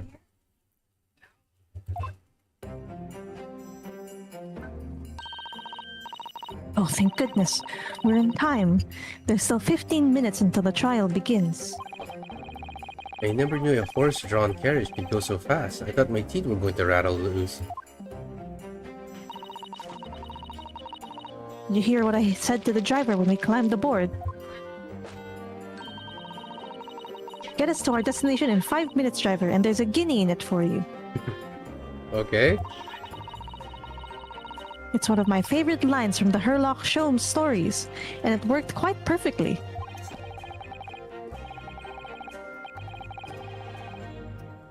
I'm not sure why you're so pleased. I thought we were going to die. And we had to pay gold for the privilege. Well, at least we arrived here before the trial started. Yes, I suppose there's that. Anyway, I don't understand it.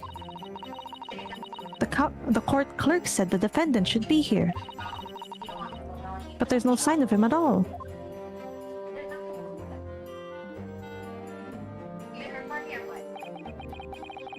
So this is the Old Bailey. Even this room for the defendants to wait in is in drag. Are you alright, Mr. Naruhodo? I'm feeling tense, that's all. This place gives me the same sense of foreboding that I remember from the Supreme Court in Japan. On a precipice, almost as if the building itself is going to crush whoever is about to be sentenced. It feels like only yesterday that I was the only one about to be crushed. Yes. Whoever the man you're to defend is, I imagine he's feeling very alone at this moment. Okay, this is definitely a British guy, right? Mhm. Top of the morning to you, madam, sir. Okay. Why does he look so cartoonish? Yeah. He looks. What are Sorry. you doing following me here? Things are fair desperate, aren't they? Sorry? Would you look at those expressionless faces from East are you? We're from Japan, yes. Ha! Japan is it? Right, say no more. So, how much do you need? No, we're just here because... No need to explain, fella. I've been there myself, so I have. No place to go, nothing to eat, barely any penny to your name, and all while in a strange faraway land. Well, actually, we haven't found a place to stay yet, no. This ground. Let me start by giving you 1,000 guineas. Say nothing now. 1,000 guineas? Please, Mrs. Saro, you don't have the shot. But 1,000 guineas is enough to build an entire mansion in the most prestigious area of Tokyo. Damn, we're gonna be loaded! What? This is nothing to me at all. I like to ensure I have sufficient funds to weather a rainy day, you see. I've enough wealthy to buy the city of London 2 or 3 times over. Could that much rain even fall in one day? Yeah, Guinness is the currency, I guess. I didn't know it was called that. Yeah. It's a guinea. A Guinness is a beer, but a guinea is one of the, a form of currency. Kind of like what you'd call like a penny, a quarter, I see. Well, even so, we couldn't possibly accept such a large sum of money. Ah! That hit me in the eye. Don't get me wrong, fella. I'm not giving it no strings attached. I've been wanting you to do something for me. Oh? To be honest, it's a little embarrassing. The trial that's about to begin, you see, is for me good self here. I'll be in the dock. So now what I want you to do is come along with me and stand there beside me. Officially, you'll be my lawyer, but that's just a little detail now. Oh, well, the thing is, don't worry about a thing. All you have to do is stand up there next to me, nothing more. Otherwise, you see, the trial is going to start without me having any kind of representation at all. So it was true. The Lord Chief Justice wasn't just making it all up. I'm terribly sorry to have to ask, but does that mean you're the defendant in this trial? Blistering blazes, do yous not know who I am? Me? One of the London's biggest names. No, sorry, we only just arrived in the city, you see. I see. I suppose it isn't altogether impossible. Well, just next to Hyde Park, there is, in the center of London, is another beautiful park. Sorry, a park? What? It is called McGilded Park, full of blossoming flowers in the spring and singing birds and whatnot. I donated to the city, so I did. I'm sorry, but I have to say that pose he is. I don't know why it's giving me JoJo. Yeah, I know, Every right? time he does that. An entire park in central London? You see, he smiles. That's my vision for London. There's nothing Magnus McGilded wouldn't do for the city and its square old people. That's amazing. I mean, really extraordinary. Ah, what? Now they're the gall to say I'm a good-for-nothing criminal. Me, Magnus McGilded. What in the matter with the London police, I ask ya?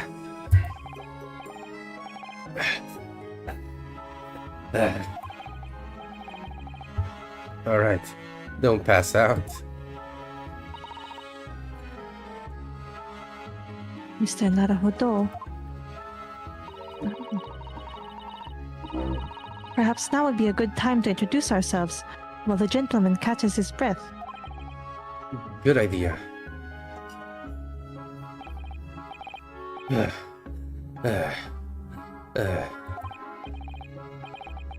Mr. McGilded, the thing is, we're actually here in London to study British law. We are law students on a study tour from Japan, you see.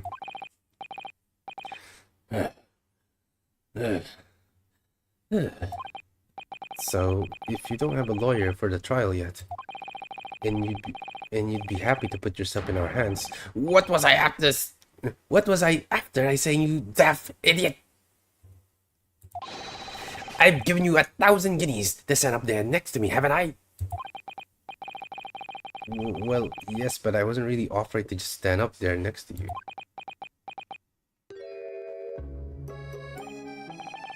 I think I see what's going on here. Sorry? I know what you're thinking. This Chancellor Bafella claims to have more money than the Queen. But if that's true, why the blazes can he hired the finest lawyer in all of England? Because he did it. That's the only explanation.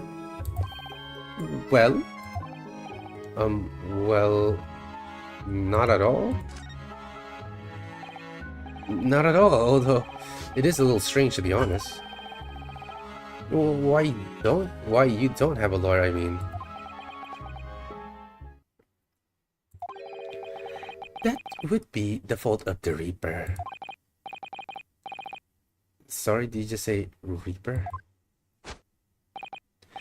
I, the Grim Reaper of the Valley, Lord Varen Van Zieksy is the prosecutor. Prosecutor? Is the Grim Reaper? When Van Ziek stands for the prosecution, they call the accused his sacrificial lambs. And to this day, in every single trial in which he's been the prosecutor, the accused has been damned. What? So it's reached a desperate situation where there's no one willing to stand in defense against the fella at all. You could say he's a living legend of the Old Bailey. Goodness, Lord Barak von Zieks. He must be an exceptionally talented prosecutor then.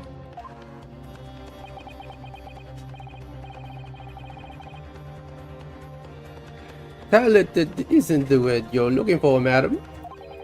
It's curse. Curse? What on earth? Yeah, the guy gave us an impossible case. And now we have the answer to why no one wants to represent him. The defense is summoned, and his counsel. Please make your way into the courtroom, and the trial is about to begin. His counsel? That would be me. Oh, 'tis a time. Well then, fella, don't let me down. But I don't know anything about the case. You haven't told me what happened. Until you showed your face here. I made up my mind, so I had. Sorry. I've decided I have to defend myself in the... How would that have worked?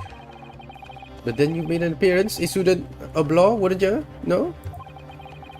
There's no accident, I can show you of that. It's fate.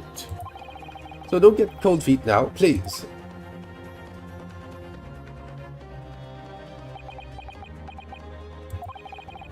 I literally know nothing about the case, or about this man who stands accused. In fact, the only thing I do know is that I can't just turn my back on him.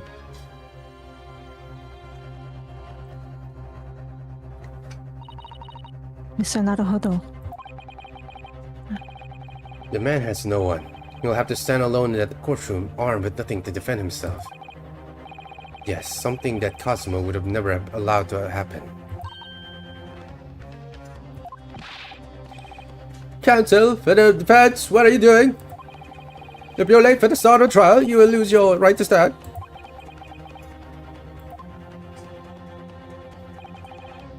I'll be right there. I'm curious to see what the courtroom looks like. Yeah, it's happening then. We gotta wait to see what the prosecutor looks like. I have an inkling to know. My first trial in a British court. I hope you're watching over me, Kazuma.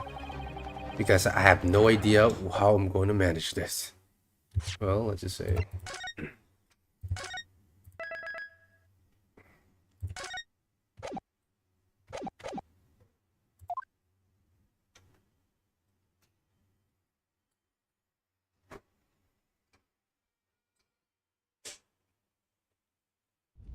Oh, it's a cathedral. Damn. The flames are booming. 18th February, 10 a.m. The Old Bailey's courtroom. They're blazing. Damn! Why are there so many judges? Maybe it's a jury. Oh, But okay. the jury Oh, that's being true. And there, then the judge probably sits up. yeah. So this is the highest court in Great Britain, the Old Bailey. The centuries of history in this place is palpable. Palpable. Wait, yeah. The centuries of history in this place is palpable, isn't it? It's so different to the Supreme Court in Japan. It feels both imposing and serene at the same time. The atmosphere almost makes words redundant. Whatever the country, determining a person's guilt or innocence is always a solemn affair. May I say something, Mr. Naruhodo? Oh, yes, what?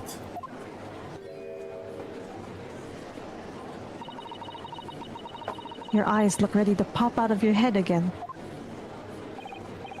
I know, but I just can't help it. Oh no. Oh shit, it's him! It's Oh shit, nah, this is the one I'm gonna dread voice.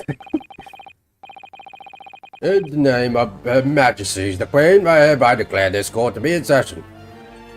Okay. We are here today to determine the guilt or innocence of Mr. Magnus McGilded. I now call upon the counsels for the prosecution and defense to declare their willingness to proceed. The prosecution is fully prepared. That must be the Reaper of the Bailey. He really does look fully prepared to dispatch his next full victim to the underworld. Counsel, for the defense, you appear to be Eastern. Do you speak English? Oh, yes, of course, sorry. But he asked if the defense was ready. And I couldn't be further from ready if I'm tried. Those eyes please me, Nipponese. They shroud your fear, your doubt, your trepidation. They run wild, cling to some phantom notion of courage. The quintessential look of a sacrificial lamb.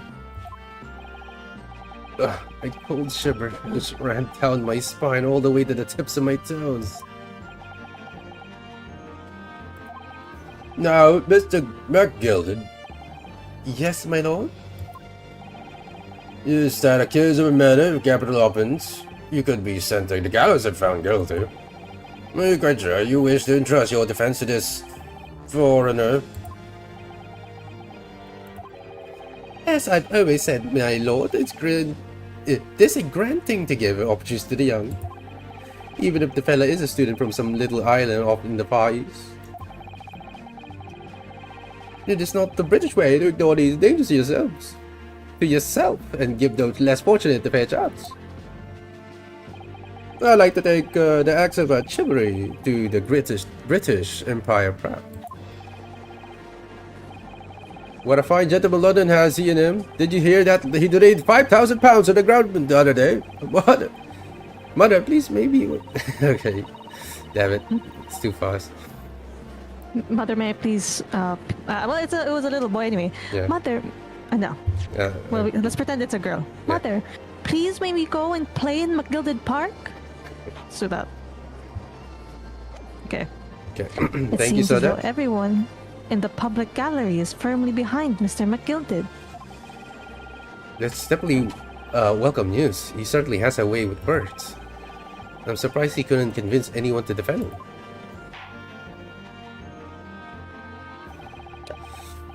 Eloquently put, Mr. McGilded, in most laudable sentiments. Now,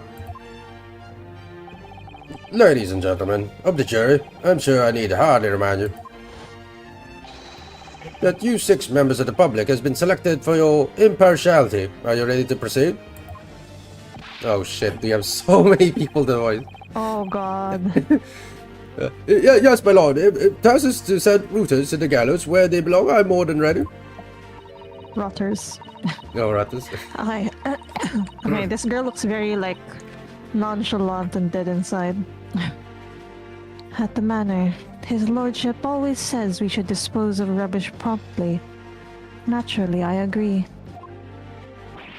Any criminals here will soon be wishing they never set eyes on me. Okay. Oh, that's the court stenographer. Oops. I feel chill. Oh, don't mind me, my dears. I'll just be getting on with my knitting. Must finish these mitts for my grandson. Ah, Mr. Naruhodo, those people are... The jury. Yes, that's something we don't have in Japan yet. That's right. I've only ever read about it. But here in Great Britain, the court's final verdict depends on the opinions of these 6 jurors. The judge passes sentence according to the law, but the jurors determine guilt based on common sense. So the defendant is ultimately judged from 2 completely different points of view. But how exactly do the jurors give their verdict? That I don't know, but I'm sure it will become clear as the trial progresses. Yes. Prosecutor Banzig. My lord. It's been a number of years since we've seen you here in the courtroom. I thought you'd renounce your fame. I'm known as the Reaper of the Bailey, my lord. Infamy rather than fame, I would say. But yes, 5 years have passed since I last spread my wings in this capacity. So, what brings you back? Is there some change of circumstances in which the court should be aware?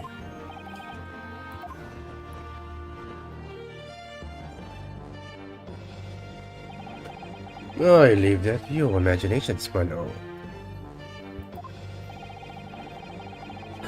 So the Reaper has been out of action for 5 years? Why did he have to choose today of all days to make a comeback? That is true. Very, unfortunate timing. Anyway, don't lose heart, Mr. Naruhodo. As you wish, sir. The court nevertheless welcomes your return. Now then, opening statements, I think, is a summary of the case, if you please. Certainly, my lord. As your lordship is aware, this is a case of overwhelming simplicity. We must be the only ones in here who aren't aware. The incident took place in the late evening, 3 days past. The hour was some minutes after 10. The victim was a maker of buildings, bricks known in the community as the thrice-fired mason. Sorry, it's rice? He was a very accomplished craftsman. The bricks he fired were said to be almost indestructible.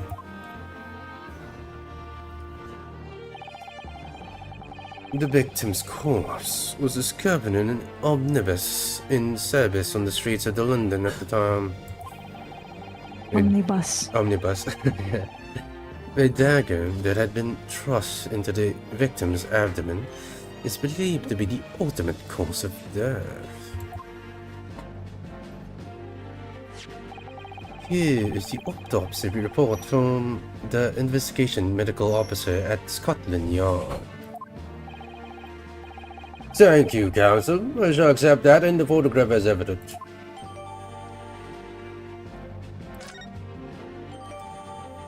Okay, this crime scene photograph. And one further item of evidence. The prosecution wishes to submit these as well. These are... Good lord! Is that blood, Counsel? Yes, my lord. Seized by policemen who arrive at the scene. These gold-set gloves were taken from the hands of the accused when he was arrested.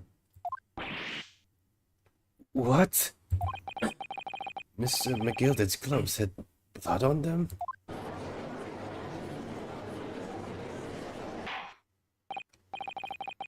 Yes, I will accept these as evidence as well. Defendant's leather gloves. Oopsie. How did I get in there? How did I get into this? I'm back into the corner before I've even started. Continuing. According to the driver of the omnibus, there were only 2 passengers traveling inside his vehicle at the time. Only 2? Obviously, one of those passengers was the deceased brickmaker, Mr. Mason. The other was the accused, Magnus McGilded. May I just say that pose is so cunty? Yeah, they really cooked with his design. It looks so... Ugh. Yeah, I know, right? Why do you think I was so eager, looking forward to him, voicing him? You know, I only saw him from like there's a trailer, you know, when they first. That's how I know about the game. So I do know him from that because they always showed at least the main prosecutor, which is he's probably is the main prosecutor. So I'm really excited to voice this man. Anyway, well, a rather damning circumstance to say the least. Defendant, what you say?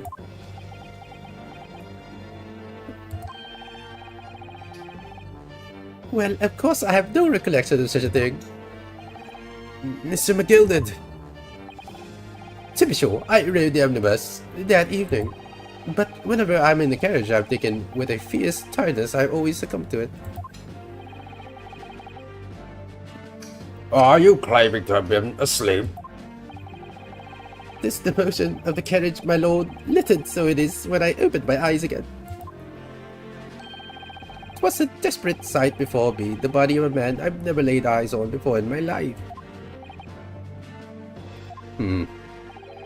Now I ask yous, what a good-hearted soul wouldn't rush to have such a fella bleeding from his stomach? I wasn't about to stop worrying about big gloves now, was I? I reached out to give the man a hand. So the blood got onto the gloves and after the man had been killed. Unfortunately, that statement of the drivers is only the beginning. What? That's not all of it. There were multiple witnesses to the precise moment at which the brickmaker was fatally stabbed.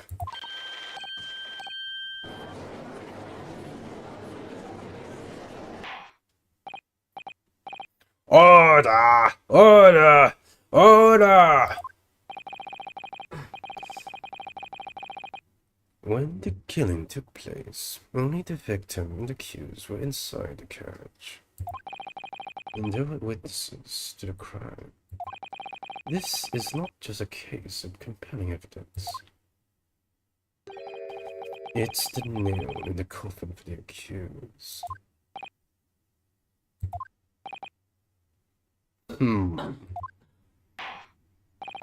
Thank you, Counsel. The circumstances of the crime has been made quite clear. I think we will be here to testimony from these witnesses first of all. Your wish is my command. Bailiff, bring the witnesses in at once. God. Oh shit, more people, the voice. Oh my god. Kill me, the old guys. Blonde guy, maybe. Yeah, I guess so. Maybe you tried to get. He looks a bit soft. Yeah. Witnesses, your name and occupations. My name is, well, everyone calls me Beppo. I drive an omnibus in the East End. Bruce Pepley. I'm a banker in the city. My name. My name's. Sorry, I just realized what his name was. My name's First. Lady First. I make hats for gents. Okay. Lady, I wonder why are you named Lady First? Okay. Let's begin. Ladies first. Lady. Oh, maybe he did that during the whole thing. Let's begin by confirming the facts. 3 days ago, at a short time after 10 o'clock in the evening, all of you present in the stand were in the omnibus and witness to the aforementioned incident. Is that correct? Yes, sir. Quite right. Yes, sir. That's right, sir. Very well. Let's proceed to your formal testimonies, please. Each of you will tell the court precisely what you saw.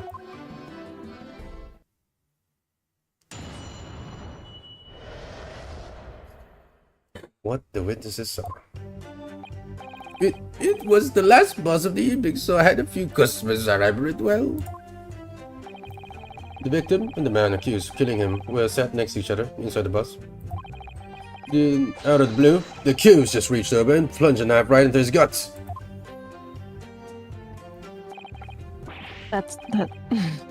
That's right. He stabbed him. I screamed, I did. I couldn't help it. As soon as I heard the scream, I stopped my bus and then I saw it too. Drink water, please. Okay. we will drink the bottle water. Yeah. Okay, let me drink. Yeah, drink bottle water real quick.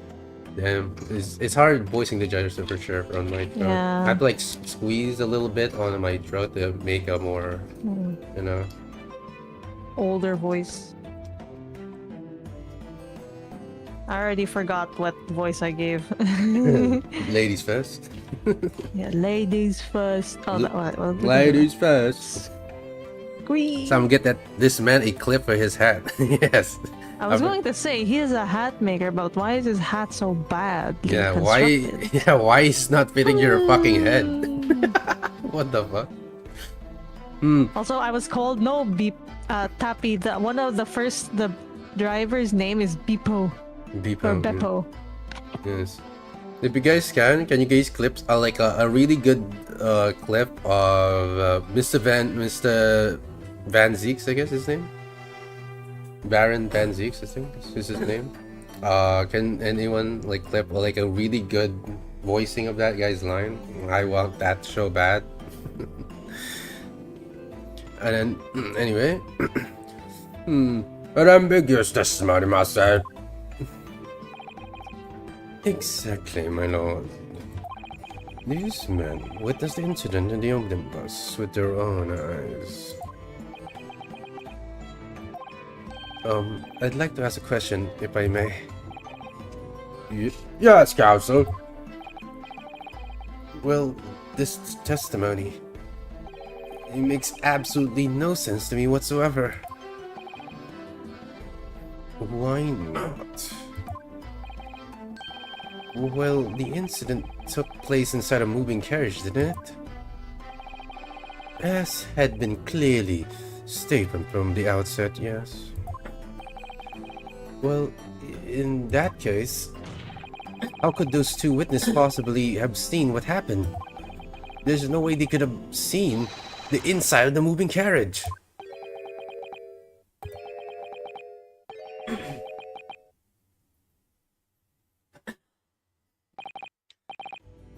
How quaint.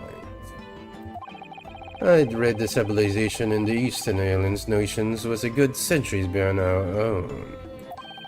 But you're here in London yourself? Are you really so ignorant about our omnibuses? Huh? Tell me, my Nipponese friend, have you ever traveled in an omnibus? Well, no. We only arrived in London this morning. No matter. I've arranged for us all to see for ourselves the actual scene of the crime, that is. What do you mean? The actual scene? How? The carriage is designed to be moved, after all. Presumably, you understand that much. Yes? The omnibus in which this bloody crime took place is here today, in this very building. Here? What? The entire carriage? Bailiff, bring forth the stricken omnibus.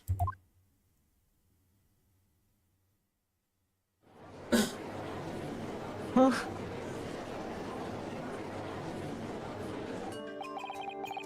So that's an omnibus. The omnibus. I can't believe they could bring something so enormous in here. Great Britain's courtrooms are amazing. As you can see, the omnibus is pulled by 2 horses and can carry up to the 8 passengers. The 4 passengers seated inside the enclosed cabin, and another 4 on the rooftop deck above. Every Londoner knows that the best views of the city architecture and sights are to be had from the top of the omnibus. And I should point out to all foreign guests that there is a skylight in the roof allowing a view of the interior from the seats. Ah, a skylight. Oh. The penny drops at last, I see. These 2 gentlemen were occupying the rooftop seats on this omnibus when the murder took place. That is how we came to witness the grim incident. Through the skylight. That makes perfect sense. Well, Counsel, this is best. In all my years beyond the bench, I have never experienced a crime scene itself being brought into the courtroom. There are a number of important clues remaining inside the carriage manor. I would like to submit the omnibus itself as evidence. That is the prosecution's wish.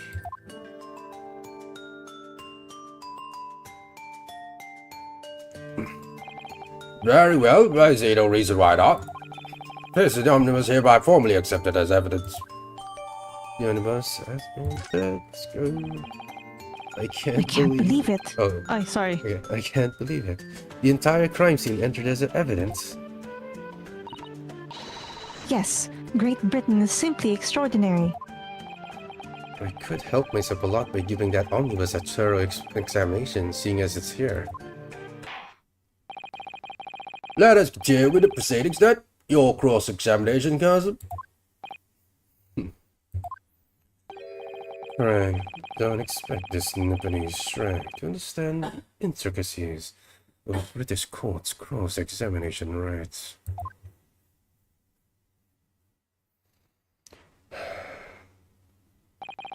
Alright, my first cross-examination in the British court.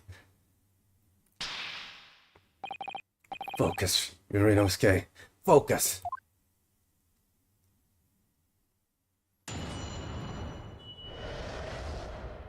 What the witnesses saw? I love how even the crossbars showing their faces look like the cathedral. Yeah, man, this looks so good.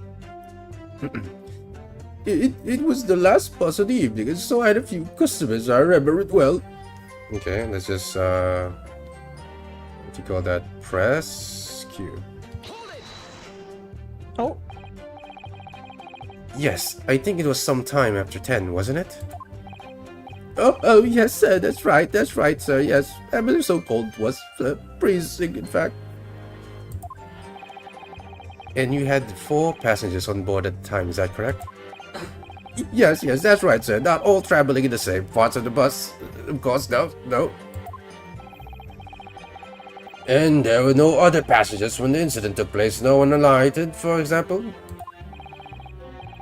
You're quite right with that, sir. No other passengers like that. No, none. So nobody fled the scene of the crime then?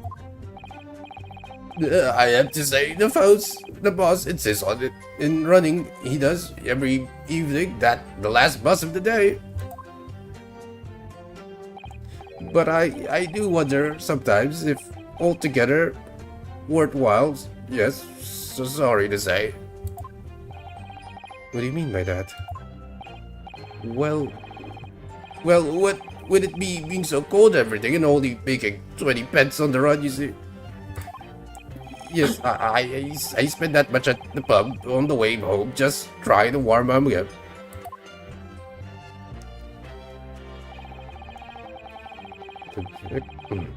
The victim and the man accused of killing him were sat next to each other inside the bus.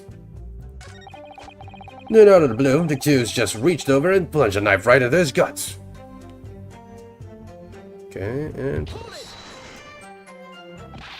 You actually saw the exact moment it happened?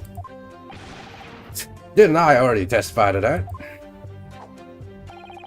Or a fair dinkum hard-working city bank is not considered trustworthy these days. Oh, no. I didn't mean it that. This is no good. I really got this back up. Perhaps you... Oh shit. My lord. Juror number 3, what is the meaning of this? My mind is made up, my lord. Completely and utterly made up. Made it up about what? I don't like these stinking rich, never have. They're always up to something or other than they should be, every one of them. After that little leprechaun of a man is no exception. Well, you can't fool me.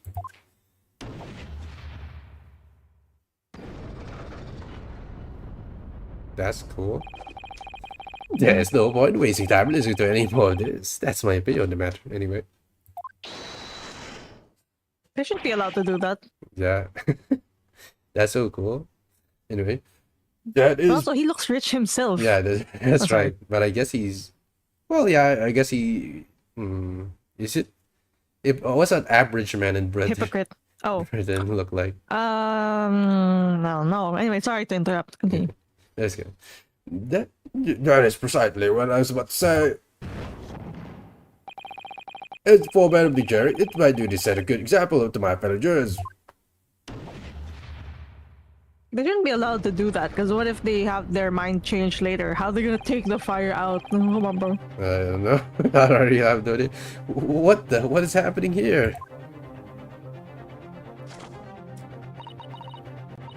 Let me see. Yes. It seems that's how members of the jury give their verdicts. With fire? And apparently, yes, white for the innocent, black for guilty. As the 6 members of the jury make up their minds about the case, one by one, they each cast a ball of fire into the great scales of justice, as we saw a moment ago. So if those enormous scales fall completely to the black side... Oh, sorry. Oh, so if those enormous scales fall completely to the black side, does that mean... Let's do our very best to make sure that doesn't happen. No, I'm even more worried than I was before. Very well, the court acknowledges the change in the jury stance. Counsel, for the defense, please continue with your cross-examination. This is a nightmare. That's right. Oh, well, I've already forgotten the voice. That's right. He stabbed him. I screamed, I did. I couldn't help it. Okay, and... He stabbed him, you say? And you were sitting up on the roof deck, were you? That's right, sir. Yes, that's right, sir. I was up on the roof seats. I remember seeing the little gent sitting next to the fellow that was stabbed. I'd been thinking about a new hat design, you see, so I was just gazing absent-mindedly around. Okay. But then I happened to look down through the skylight. It was sticking right out from his belly. That huge, great knife. A grave sight indeed. That didn't help me at all. The jury looks like they're even more convinced my client did it than they were before. That appears to have made everyone even more dubious that Mr. McGilda is telling the truth. If only we had some evidence to counter their suspicions. Mr. Fez. Oh, yes, sir? Is this the knife you saw? Oh, good grief. Yes, that's it. The very one, sir. Is that... Yes, Counsel. This is the blade that was driven into the victim's belly like a stake through the heart. That is a blade of considerable size, Counsel. It is, and furthermore, the scabbard is emblazoned prominently with a certain initial. The letter M, which seems oddly familiar. Please no. M for Magnus, perhaps, or McGilded, possibly. Take your pick. It seems this particular big name in London made a magnificent mistake.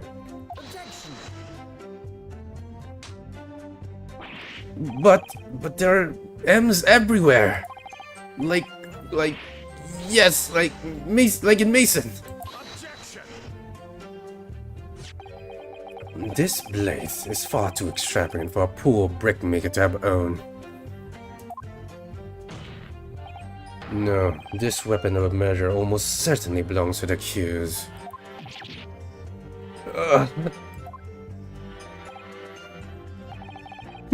Not conclusive, but certainly compelling, Counsel.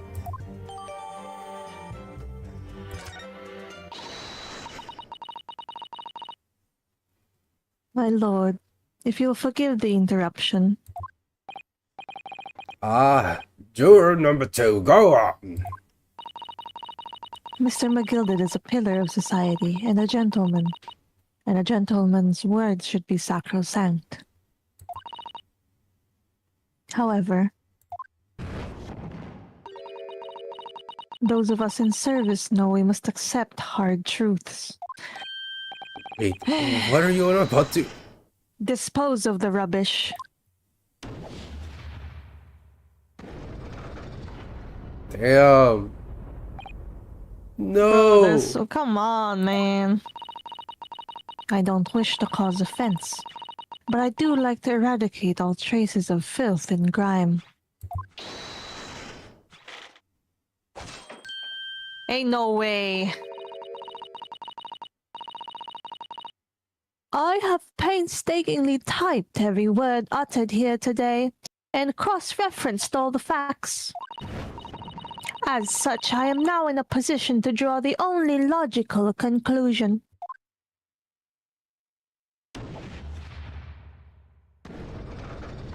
It's not looking good.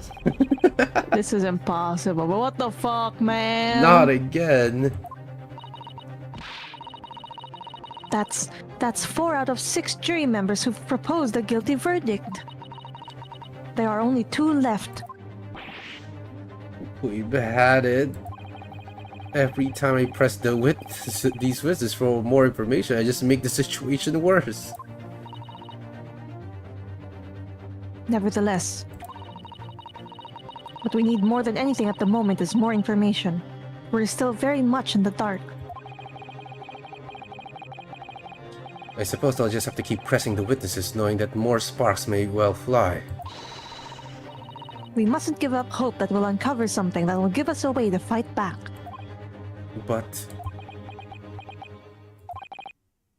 Alright, I'll keep trying. I can't give up. I just need to keep calm and listen to the witnesses' statements again. Okay, we don't need to read everything here, so... Now we just purely need to know what the hell we're gonna do. Yeah. That contradicts the facts. Let's see. Look at oh, okay. Wait, what did that do?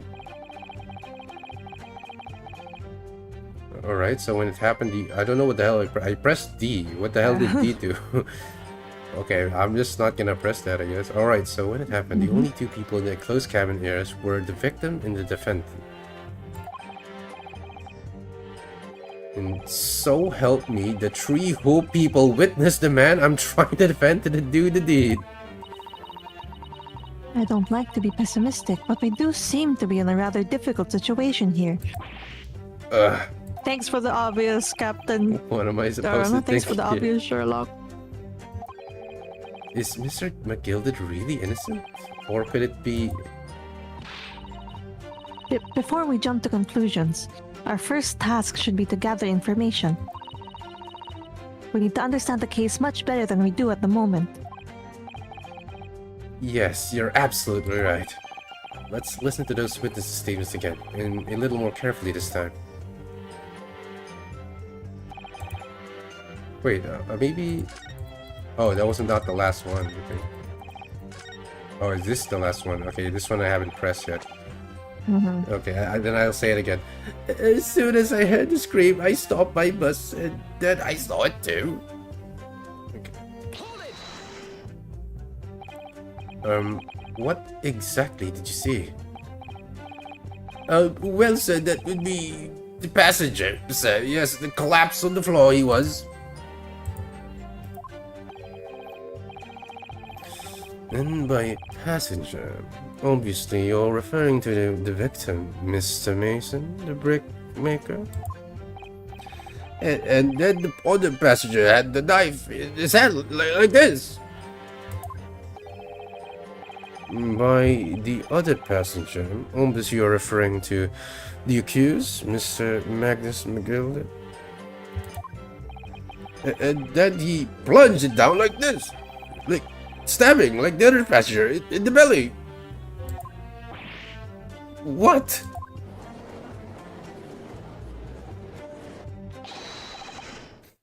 My lord, I wish to speak. Yes, juror number 5, do I take it that you do? As the master of the London Guild of the Coachmen, the idea of a murder being committed in one of those city's carriages is utterly abhorrent to me. It wouldn't be right to make a decision before hearing all the facts, though, I said to myself. But I've heard enough now. The horse has bolted, as they say. No, please, just keep an open mind and look. Give up, Silblaze. The finish is inside.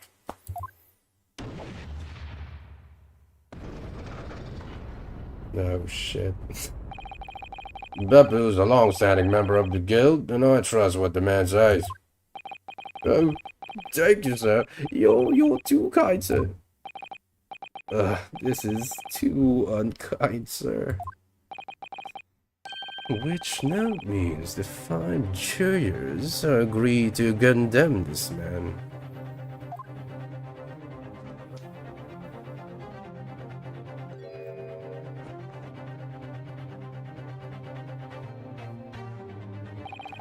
Madam Juror number 6.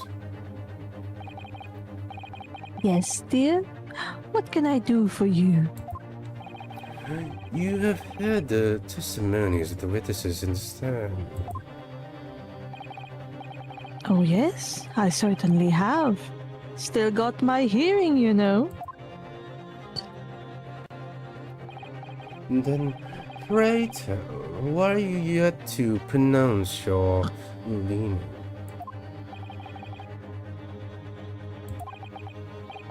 Well, dear, the thing is, I'm a creature of habit, me. I always go to the park at around this time of day and sit on a nice bench and get on with my knitting.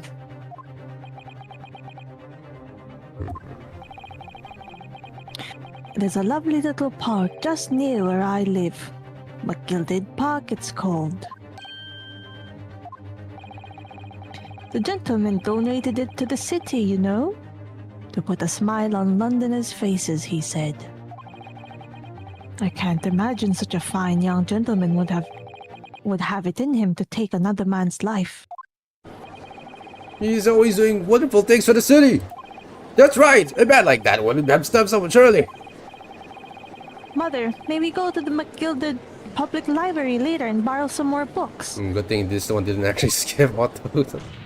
Yeah. Okay. Sometimes maybe I think when there's like random callouts, since there is so many main character men, Yeah. I think we can do more like if there's 3 people talking, like 2 of them can be me and 1 of them can be you, just so it's like not all you. So Yeah. your voice. Yeah, it's okay. Thank you so much for the concern. Anyway, but I do like voicing this fine Yeah, gentleman right okay. here, right? This is probably the highlight of this entire stream right now. Mhm. How many Londoners live with their heads in the clouds? Do you people not know? What kind of a man Magnus McGilded really is? What kind of man is he?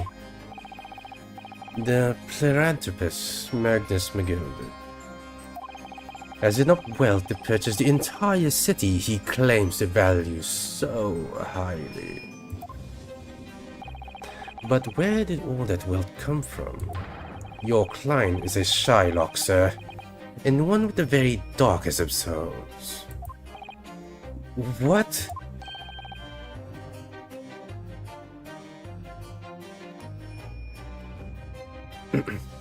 Down the crows! McGilded lends money to an extortionate rate. Extortionate rate. McGilded lends money at an extortionate rates of interest, so his victims have no hope of repaying him. When they default, he takes possessions of everything they own. He is a vulture that preys on the weak. I've never heard any mention of that before. Your faculties haven't deserted you, I'm sure, madam. So has this thought not crossed your mind? Would a man wealthy enough to buy London in its entirety not have a carriage of his own? What possible reasons can this man have had to make use of a public omnibus service?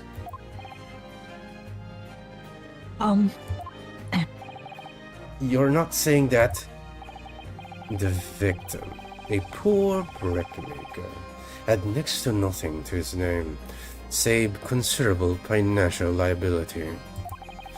It will come as no surprise that his creditor was the accused Magnus McGilded.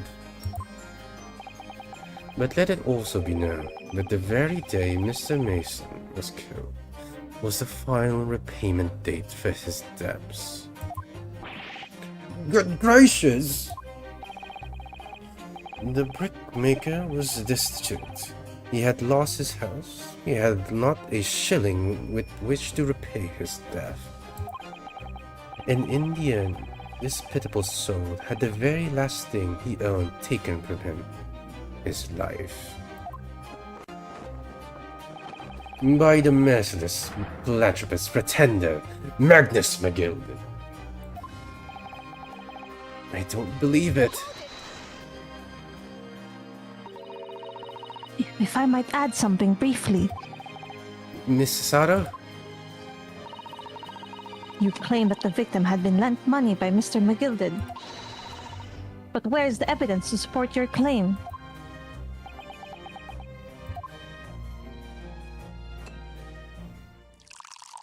Oh.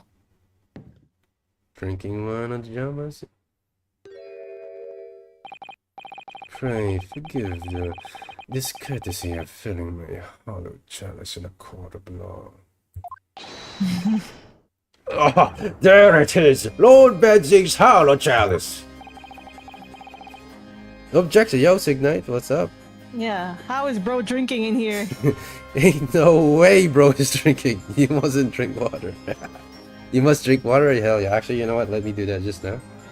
Yeah, sorry, I was drinking water earlier. That's why I had my don't worry. mouth full when like Susato came up. Don't worry.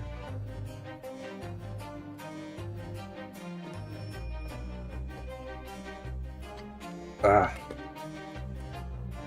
But man is drinking on the job. Yeah. How can this be considered acceptable? But I find myself in an unexpectedly good mood. I had heard ladies from the Far East could show great courage, but I didn't expect to experience it myself.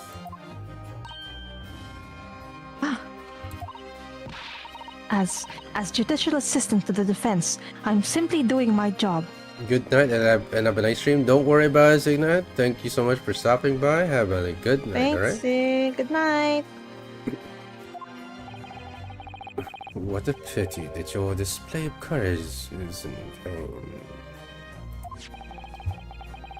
This is the debtor's ledger, which details all monies loaned by the accused.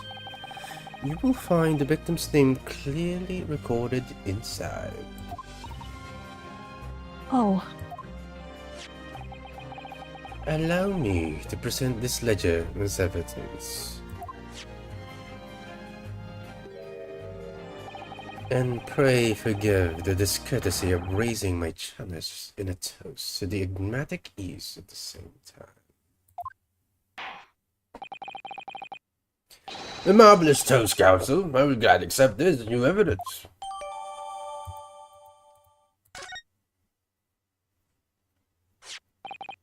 I asked 20 guineas, and the victims owed a considerable sum. And the accused made quite certain he had ample recompense.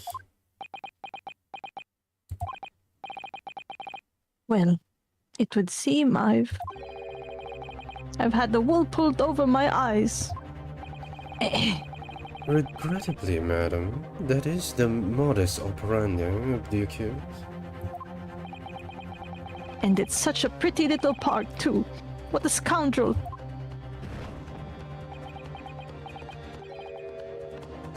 Still, maybe it's all for the best. Wait a minute. Let's think about this a little more before. I don't stand for nonsense. Oh shit.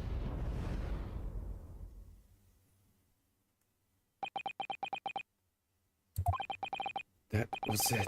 The last juror's decision.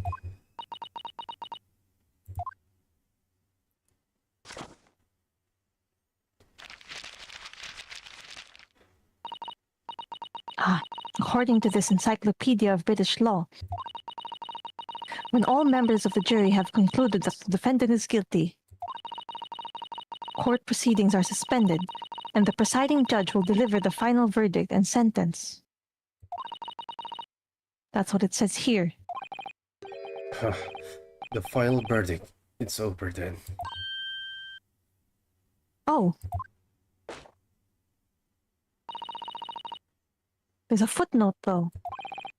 A footnote? However, the defense... Oh. All 6 members of the jury are now in agreement in this case.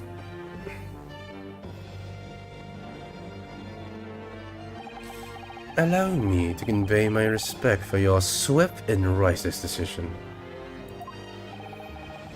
According to the law of this country, I will now conclude the trial by delivering my final verdict. I trust there are no objections.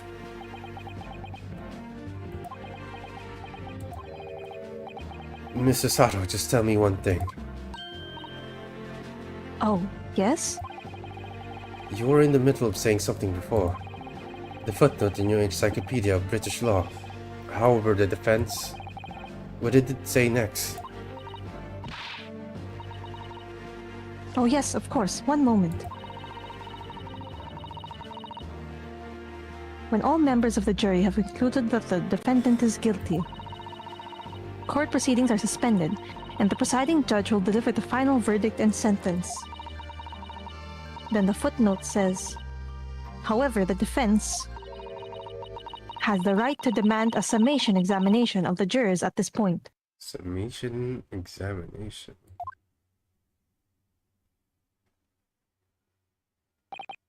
A summation examination. Objection! A summation examination. From which century has that tome you had done have there been resurrected? Ah. Judging from the bindings, I would say the book is at least 50 years old. Any modern text on British law wouldn't even give such an adequate procedure you mentioned. It's a relic, long forgotten, certainly no practice. No longer practice. So, you're out of luck. Oh. Yo, Erahime, let's go! I'll give Hey. you a shout out here. Oh yeah, I keep forgetting to shout out everyone who was here earlier. Oh my god. It's okay. I don't know who were there streamers? I know Beep Tappy is not a streamer. Neon, Rue, and Spiral were the 3 people we have yet to... Oh yeah. Next time we should shout out Spiral for sure, Yeah. because he's streaming actually. But how are you Yes, doing, yes. Hirohime? I hope you're enjoying the show. We're just voice acting this fine game right here. And I do enjoy voicing the vampire. It's okay. Hell yeah. Thank you so much. But yeah, I hope you enjoyed the show. Why is that dude sweating so much? Is he taking a shit? No, he's nervous as hell. How are you enjoying Ace Attorney so far? It's so good. It's so fun. Honestly, this is my highlight of my streaming career right now. Voicing these characters, right? Because I've always loved doing that. To be honest, my favorite streams to do are voice acting streams. So it's really fun to do, you know? Like just playing these visual novels for people and like doing the voices. It's so much fun, right? I mean, it's a little tough on the voice, you know, for the vocal cords, but hey man, it's what I enjoy. And yeah, I can't wait to do more of these kinds of games, but of course I want to finish this game, of course. Your voice acting streams are so nice. I'd like to lurk them. Yeah, thank you so much, Arrow. I'm so happy to hear that, you know. I hope I do my best though. And by the way, if you need anyone to do voices for you for your streams, I'm down, right? Just you know, DM me or whatever. I'll be happy to do so. Obviously, I will only voice the guys. I refuse to do any girl voice acting. I'm very sorry. But yeah, and also like little kids, I probably also can't do them. So, you know, you should understand. You should understand my disposition on that. Size, no cute anime girl. I know. I'm so sorry. I'm so sorry. You know, but do you know, do consider, you know, if you need. But of course, I guess I know it is kind of like, how do I say this? Because in certain cases, some VTubers don't try to like collab with like opposite sex. I know, because especially in the industry, like I know those people try not to do that, right? Because some fans are very like parasocial and don't like it when their Oshi is like for some reason has like a male guest or whatever. And I think it's kind of stupid. As long as they don't date, I don't think they have any. And even if that was the case, I don't think they should have any say in the matter anyway. But yeah, I do understand that you got a problem though, for sure.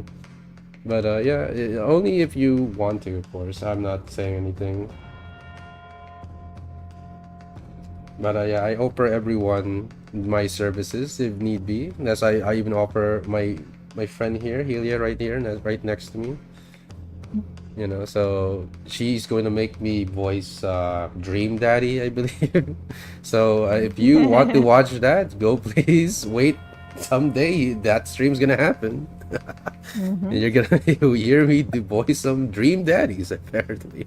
Yes, sir. Shit.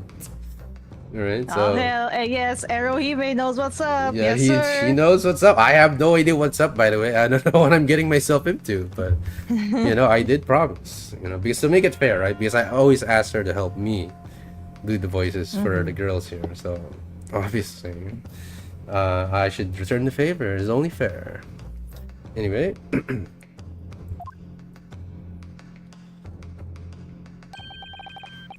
What even is it, Miss Osada? This so-called summation examination. Oh, one moment, and I'll read it up. I'll read about it.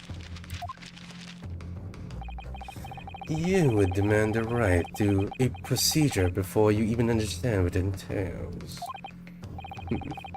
Typical Nipponese. All right, Mr. Naruhodo. I think I understand.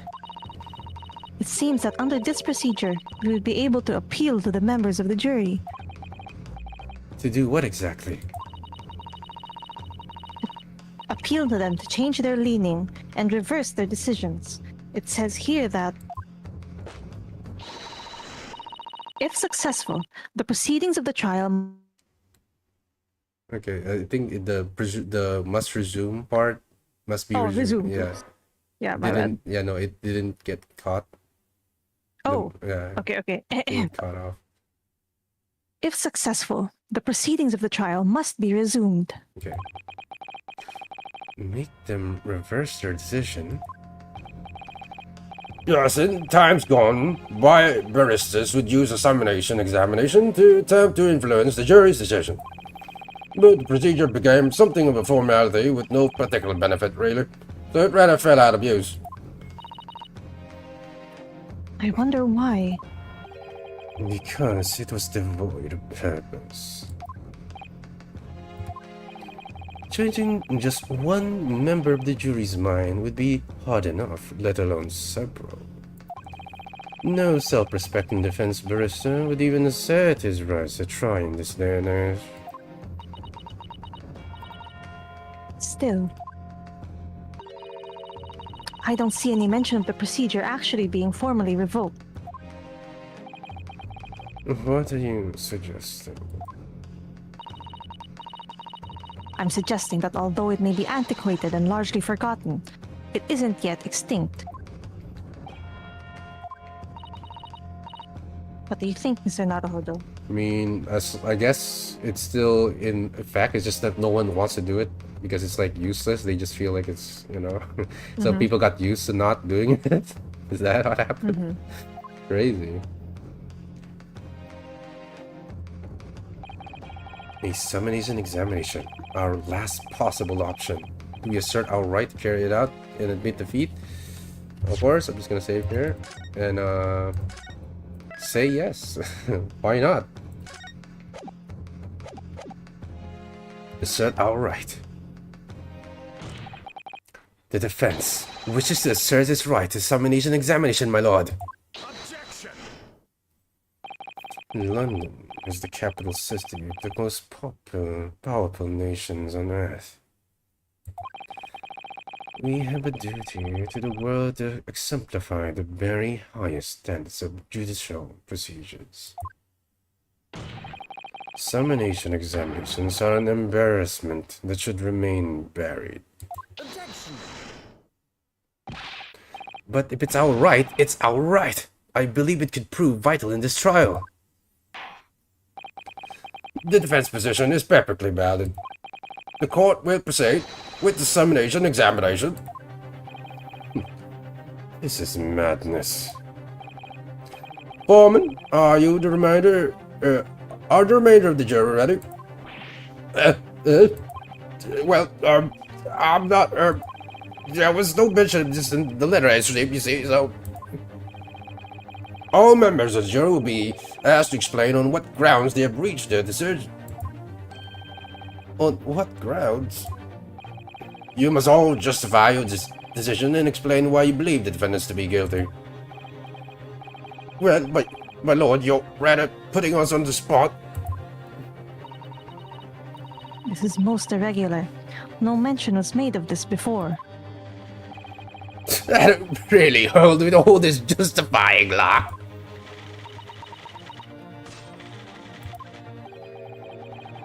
It seems to be I've thrown the jurors off. It seems none of them have experienced this before. Alright then, the summonation examination. A defense procedure no practicing lawyer has attended for years, is it? Well, just maybe. It might be the opportunity we've been looking for to turn this trial around. So be it then, ladies and gentlemen of the jury. The court hereby calls upon you to state the grounds on which you find the defendant Magnus McGilly guilty of this most serious crime. Kind of ridiculous. Imagine making a decision not having to justify it. Now you have to use your brains, not just your emotions, do ya? Yeah. The jury's contention. Oh shit! There was no one else inside the carriage at the time, so it had to be him. I trust the driver. He has an excellent memory, it seems. 4 passengers with fares totaling 20 pence. He stuck that chap next to him just like this. Brazen, I must say. Absolutely brazen.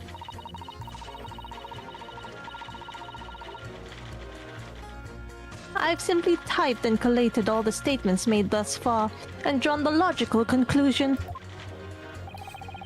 You can trust the guild. Fair price is our motto. We have raised prices above 4 pence for years. The scoundrel, stabbing that poor man to the floor. It beggars belief.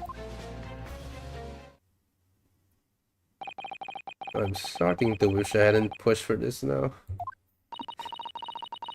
Some of the jurors don't seem to have wonderfully formed arguments, do they?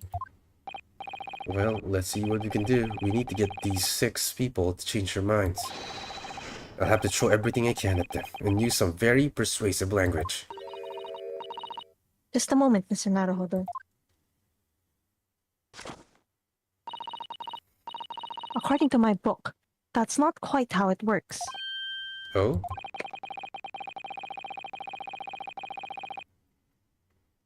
I thought I was going to have to thaw their icy minds with some heartwarming rhetoric about the defendant. Unfortunately,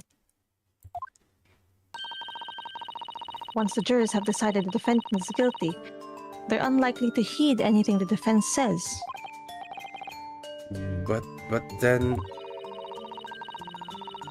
They've reached their conclusions by their own reasoning, you see. Your pleas will sound like excuses. In fact, it could recoil on you. The more you try to persuade them, the more entrenched they may become. Then what on earth am I supposed to do? Oh dear, I'm just citing what I've read about British law, Mr. Naruhodo. Right, I'm sorry. Do you have any idea how to make this work then? Well, from what I can understand, the key to this procedure is using the jurors' own words to make your arguments. What do you mean? Well, the 6 members of the jury are randomly selected members of the public. They may appear to present a unified front, but the truth is, they are complete strangers who just happen to find themselves here in the courtroom together. And that's the way to break them down, you mean? Yes, exactly. We must listen very carefully to what each member of the jury says. The green dude looks like queso. Dude. That's crazy. Is he gonna pull for like some gotcha or something? And see if we can identify any contradictory statements. If we can, we then contrast the statements and pit the corresponding jurors against each other. I see, so it's a contradiction in what the 2 or more jurors say that we're looking for. Anyway, then, this is similar to regular cross-examination. Oh, yes, I suppose you're right. Beepo back, yo Beepo. Hey, people! Find the contradictions in their statements and pit the jurors against one another to break them down. Is Noir a streamer? Noah, you're not a streamer, are you, Noah? I Are don't you? remember Noah being a streamer. If he is, I would Baby, need let me to check shout their him out. profile. I mean, look, But Noah, yeah, I must please sniff you out. not yet. Okay, well, no, Okay. when the next time we do, we'll be soon. Yo, let's go. Yo! I'll just follow you after Okay. this, but can you give a shout out to Spiral? So Okay. hopefully this works actually. Shout out. It's not how you spell. Shout out. Spiral Express. Yes, it works. Thank God. Dude, I need to somehow Okay. shout out Spiral Express. Okay. And the other one also doesn't work still. Yeah, yep, it's good. Well, I'm just gonna ask the Streamlabs like Discord about this shit. And it pisses me off. Anyway. Find predictions to their statements and pit the jurors against one another to break them down. Alright, I might be able to pull this off. No, that's not right. I have to pull this off.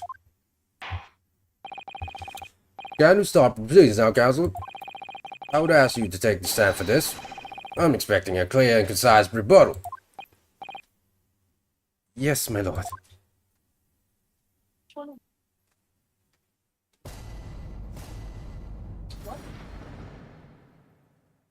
The defense rebuttal.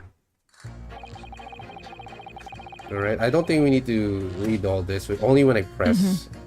Let's see if we can figure this shit out. Like the OST for this one.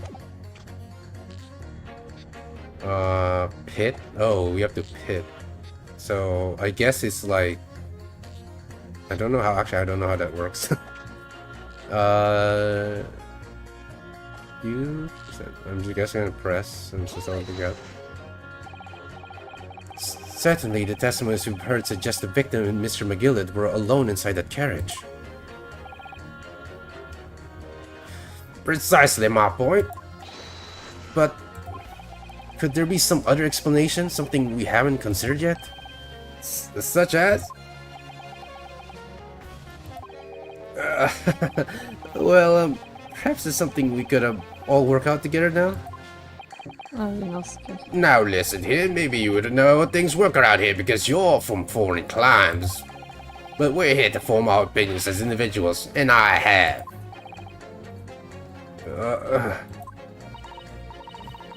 Oh dear, he doesn't appear to be in the mood to consider an alternative point of view, does he? No, I'm going to have to pit the jurors against another, like Susana said.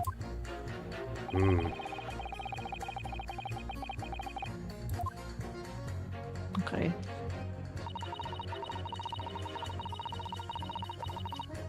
Okay, and then press this one. But does his ability to recall his takings that night really tell us how trustworthy the man is?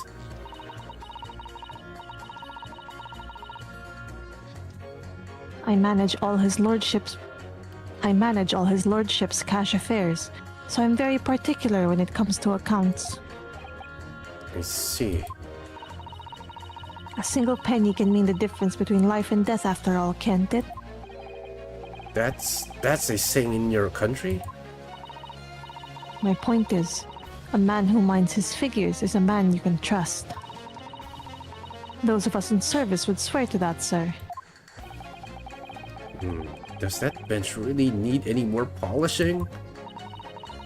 So if the good driver says that he saw Mr. McGilded in the act, I don't doubt him. The only task left to do today is disposing of the rubbish. Now wait a minute. One of the other jurors mentioned something about money, I think. Now would be a very good time to listen carefully to the jurors' statements again, Naruhodo. If you notice an inconsistency in what two different jurors are saying... I should expose it by pitting them against each other. Yes, let's see if I can do just that. Okay. Careful! You could just hurt somebody with that. You'll find what to talk. What of that sword hanging from your waist, No, that's just my battered soul. Well, anyway, I despise anyone with too much money. They're all the same, all stabbing some brickmaker or other behind the scenes, you mark my words. That seems very unlikely, doesn't it? Are you mad, man? We know that small short is a rotten Shylock. Well, yes, that seemed to be the case, but... Miss Naruhodo, please, be careful what you say. Oh my god. If he's been trying to squeeze money out of us less fortunate, then as far as I'm concerned... He's as guilty as sin. The man can hang. Come to think of it, didn't one of those other jurors have something to say about the defendant's underhand activities? If you've thought of something, Miss Naruhodo, don't let it go. Test your theory.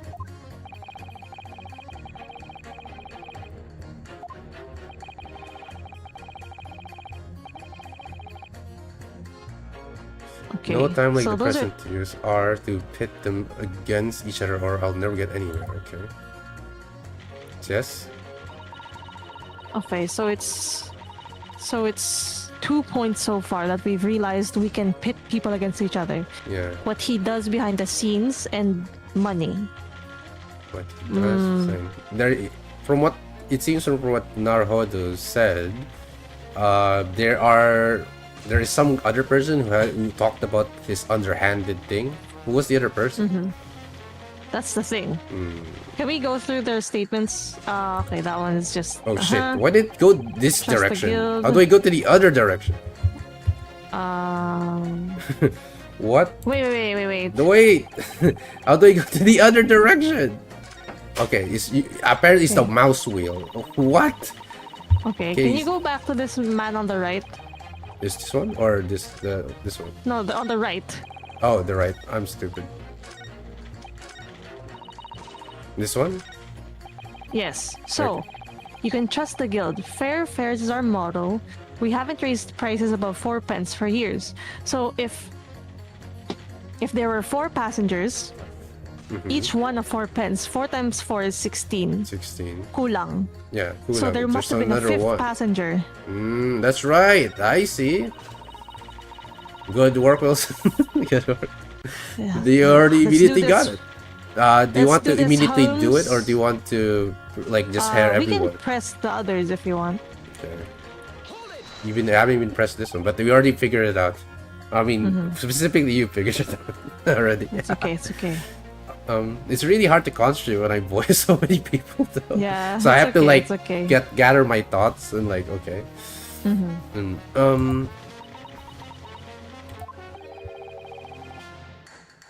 what have you been doing all this time? What have you been doing all this time? There. I should have thought it was obvious.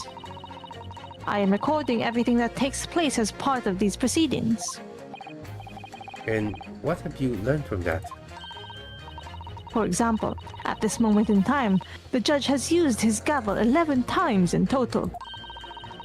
The prosecution has snorted derisively at your remarks 7 times in total. Okay.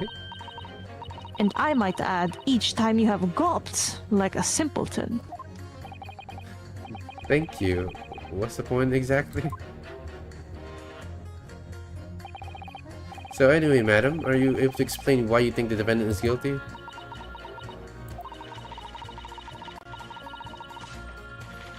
That is a conclusion I have drawn as a result of the copious notes I have typed. Clearly, but I'm asking you to explain why you've drawn the conclusion. Please don't distract me. It makes it extremely hard to concentrate on my note-keeping. This is going nowhere. This girl is just like, basta, Basta. essentially. Alright. Boom! That's how much it costs to take the omnibus. That's right. As the guildmaster decided to set a policy for all drivers across the city. One fare, no matter which bus you take or how far you're going. We have to compete with the rise of the motor car, you see. And us coachmen have to make a stand together. Motor cars, you say? Yes, and this murder on one of our buses is extremely damaging to our cars. It's beyond pale. It's beyond the pale. It'll lead to a decline in the passengers, you mark my words, and all the rascal's fault. He has to pay. It is a crime, or his buses is more. He's more worried about. Is he still drinking? I mean, yeah, he has that bottle. Anyway, every member of my guild is reliable and trustworthy. So if the driver says he saw him do it, the fellow in the dock is the guilty as said. The scoundrel. Stabbing that poor man on the floor. It beggars belief. I really think you should stop whipping that needle around. You heard what the good coachman said before, didn't you? That hideous man stabbed the poor fellow, just like this. Yes, that is what he said, you're right.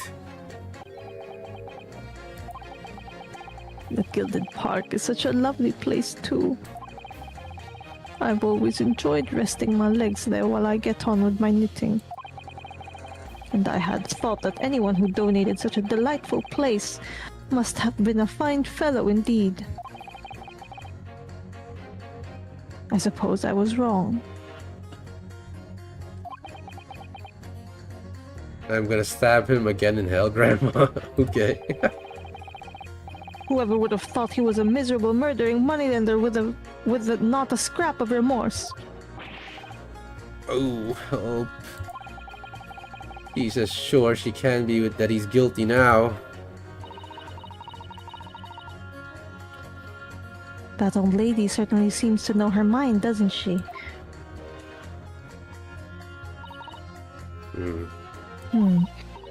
So, we just need to find 2 jurors with contradictory statements and pit them against each other.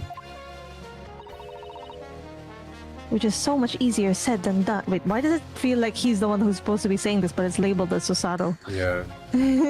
Anyway. Well, I mean, that's, I guess so. Is that that's because... Oh, okay. Is that perhaps what you were just thinking? That was the one thing too. It was like, it feels like it was him who was supposed to be saying this. Like, how did you know?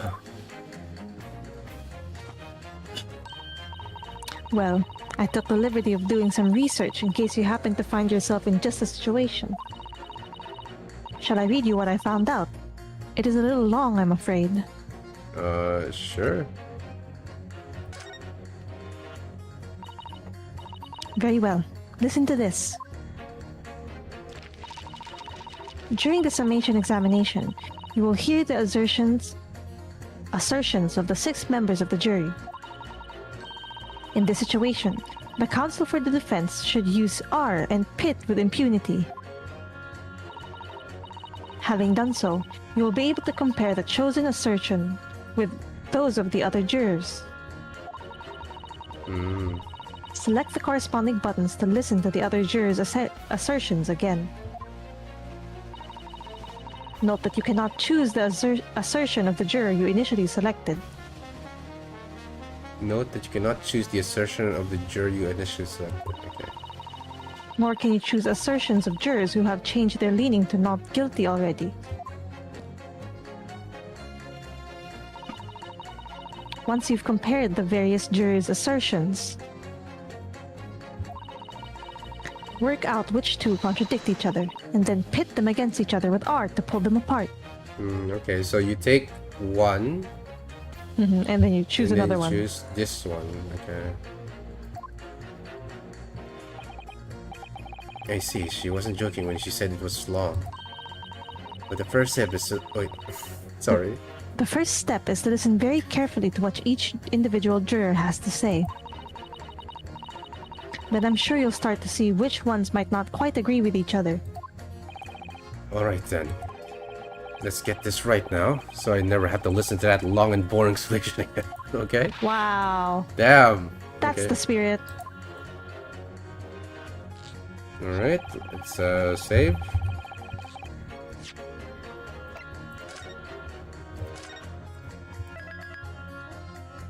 That's right, he did study for it. Okay, so we know that is the coach, what do you call it, this guy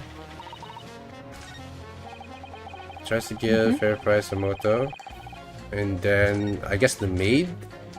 That's what I think. Because it's the one who says fares totaling 20 pence. Okay, so we will take. Is it her to his or his to her? I feel like it's gonna be the same. Okay, it's gonna be same. Okay, this one and pit. Those two statements clearly contradict each other. There you do. Explain yourself, counsel. Me? Oh dear, what have I said? I swear on Silver Blaze's maiden name, I haven't had the first idea what you're talking about. According to the group testimony we heard so far, there were 4 passengers on the omnibus on the night in the question. And according to the coachman, Mr. Beppo, he took 20 pence in fares. Sorry, I just have to say, that walking animation, that view is like, yo, a whole new world. Hell yeah, baby. Okay. Quite right. I have those precise details typed neatly here in front of me. And the jurors numbers 5 also told us the following. Wait, and the juror number 5 told us... I'm gonna say it again. And juror number 5 also told us the following. The fare for the omnibus is always 4 pence. That it is. A fair and convenient single price, just the way London's carriage should be operated. But that doesn't add up at all. In fact, it leaves a glaring discrepancy in the facts. Why, man? Why? 4 passengers paying for 4 pence each. If you do the multiplication... It would be 16 pence. Exactly. As I said, it doesn't add up. The figures are different. By 4 pence, in fact. Or precisely, 1 person's fare. 1 person's fare? Yes, in other words, the omnibus that night. It's distinctly possible that there's another passenger we've heard nothing about. Good gracious! This can't be right. The coachmen of the guilds are good and honest men, no one of all. Trustworthy is our watchlord. The figures your coachman claims most certainly do not add up. Your watchword, good sir, is a fallacy. I beg your pardon. Mr. Guildmaster, I think you ought to consider that if this trial were to end now, the news will surely spread all over London. The news to one of your coachmen tried to hide the fact that he lets nefarious characters ride his omnibus. Ugh. Alright then, how do I make it so the miserable trial doesn't end?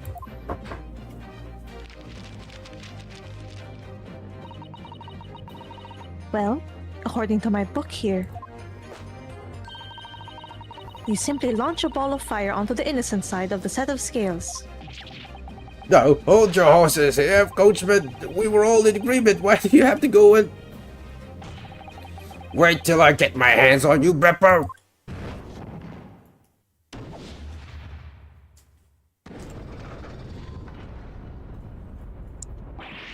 Ugh, this is all very irritating. Begging your pardon, sir. I'm going to do the same. Yippee!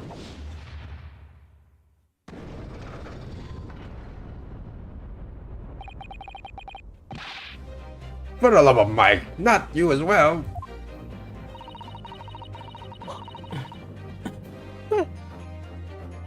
Okay. A penny can be the difference between a smile and a tear, after all. I certainly can't put my trust in someone who doesn't follow my exacting standards in financial matters. Oh, really? I, for one, think it's only proper that we hear from the witnesses again. Oh, well done, Mr. Naruhodo, you did it! If we can manage to change 2 more jurors' minds, we can force the trial to continue. 2 more. Actually, there is something else that's bothering me about a couple of their assertions. That's where you must strike next. So I need to pit 2 more jurors against each other and show there's another contradiction in their assertion. Dead. Exactly. You can do it. Oh. Well, scales of justice have shifted, but they still weigh heavy on the side of guilt. Johnson, you're on the floor again. Continue with your summation examination.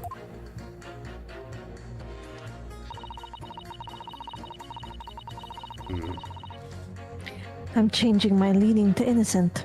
I would like to hear what the slipshod bookkeeper has to say for himself. Slipshod bookkeeper. I'm talking about the defendant. Oh.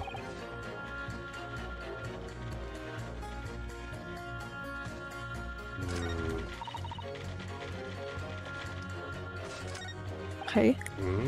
Beppo, this trial is to continue so I can get to the bottom of this corruption. Not guilty, I say.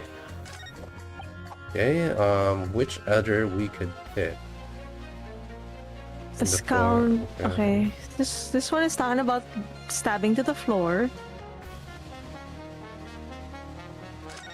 Okay, stabbing to the floor. This one doesn't give us anything.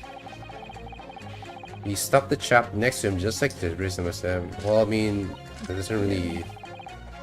There was no one else inside the carriage at the time, so it has to have been him. Okay, oh, this has to be it. But what would you pit it against? The one where there's another guy, right?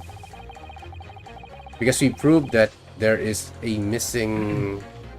There is like 4 pence missing that's missing from the thing, right? So... But you can't pit a juror who's already switched to not guilty. Yeah, that's the problem.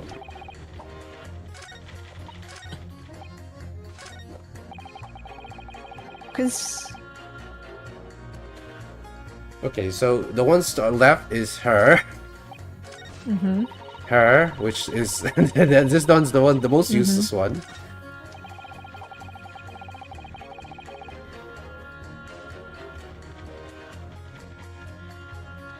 He stuck the chap next to him just like this. Absolutely crazy. Okay, for him it's like strike down. Okay, I mean, I guess that's a contradiction, but does not really help. But I guess that's the only thing we got. Yeah. Fuck it out. Let's try it though. Fit.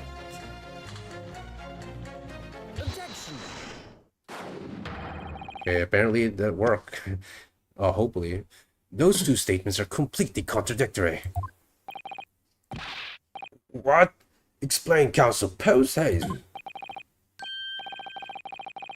Oh, dearie me. I was only knitting a jumper for my other half. What is all this clap? What does this contradictory even mean, as you? We've heard from more than one witness that they allegedly saw the actual moment when the defendant stabbed the victim. Now, out of the curiosity juror number 3, what can't you see that I'm... Wait, what? Can't you see that I'm busy here? How would you say the defendant stabbed the victim? What sort of motion was it? Ha! You want to test me, do you? It was like this! Stuck the fellow next to him without even getting up, just like the prim banker said. Yes, that was Mr. Fairplace, that's not quite true. Now then, juror number 6. Oh, is that me? Is it? What can I do for you, young man? How would you say the defendant stabbed the victim, madam? Oh, well, dear. As far as I understand it, it was like this. He stabbed the poor man after he collapsed on the floor. The coachman said so. Oh, the coachman said that. Okay. At this point, I don't even remember the coachman's statements. We're so far from that. Yeah, I know, right? I'm like, oh yeah, so that's the reason why it's so contradictory. Because someone said that was the case. Now, don't move. Take a look at those two jurors. He stuck the fellow next to him without even getting up. And he stabbed the poor man after he collapsed on the floor. Well, I never... They're stabbing is totally different directions. What? Bless my stitches. What a muddle. What this tells us is that there's a strong possibility one of the witnesses isn't telling the truth. Oh. But why? Why the dickens would they lie? I don't know that yet. But what I do know is that if the trial ends at this point, we may never find out. We may never know the real truth. Ladies and gentlemen of the jury, can you really let that happen in all good conscience? Lies, you say? Oh, dearie me.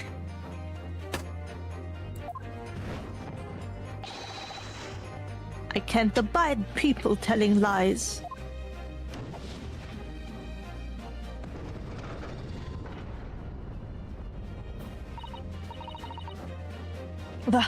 The scales. I don't believe it.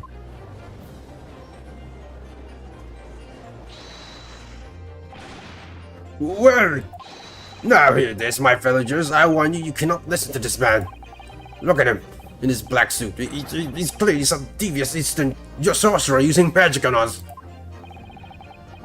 If I could use magic, do you really think I'd be putting myself through all of this? Answer me this, dark judge. Huh? Me? What exactly is the problem? What of it? Two witnesses have slightly different recollections of the events. What of it? Let's say the Shylock did the stabbing. He stabbed the victim as he was sat next to him on the omnibus. And this young dandy saw him do it.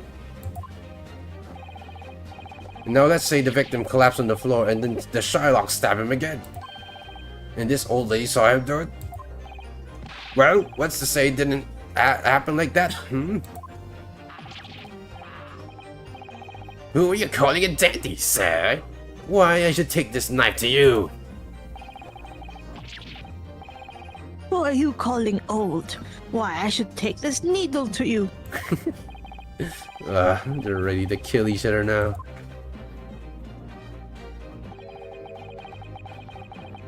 But could the foreman of the jury be right? Did the two witnesses see two different moments of the same crime?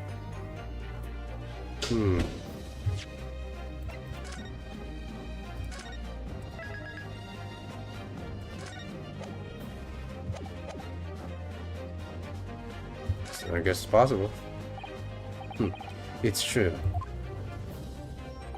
There's an outside chance of almost anything you can care to mention.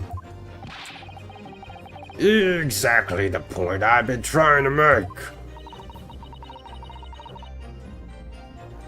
Before you go any further, Mr. Naruhodo, Oh, what is it, Mr. Sara? I think you should have a look through the court record. You see? You see, this evidence makes it quite clear. There isn't even an outside chance of what the juror is saying. How did I miss that?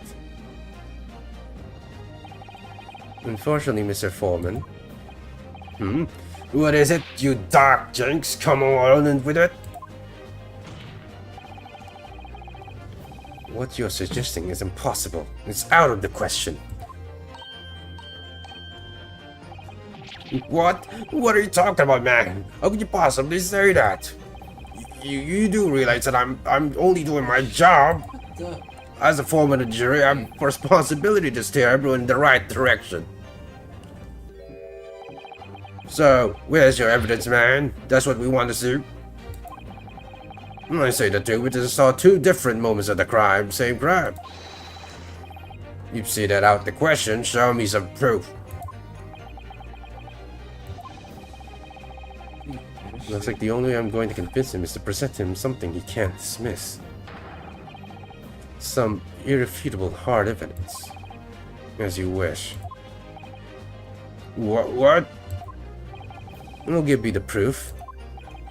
It's out of the question that the two witnesses saw two different moments of the same crime, as proven by. Well, as proven by, I'm gonna say. Yeah. Because I honestly don't know what they're talking about. Okay, let me just look out of the things here. Autopsy report. This report prepared by the Scotland Yard coroner. It gives the cause of death as internal hemorrhaging as a result of a single stab wound to the abdomen. Okay. Crime scene photograph. The photograph of the victim taken on the omnibus. The knife in his abdomen is clearly visible, but his face is partly obscured from the view by an old crooked hat. The defendant, the leather gloves the defendant was wearing the time of the incident. There is a bloodstain in the right glove. Okay, the right glove. Like this. Okay, that. The 8-seater omnibus that was the scene of the crime. There were passengers both inside the carriage and on the roof deck that night. Shot. Oh. A large knife that was found lodged in the victim's abdomen's quality. Okay, so this make it, okay. A catalog of people who had borrowed money from the defendant at a high rate, which includes the victim who owed 20 guineas. Let's examine. Bro. Whoa. Trauma, okay. Man, 54? Damn. Say the line. Mm-hmm.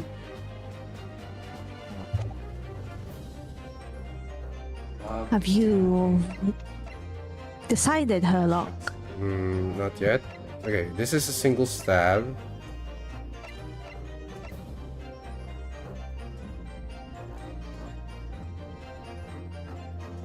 Hell, bro. Is it out of the question that two witnesses saw two different moments of the same crime as proven?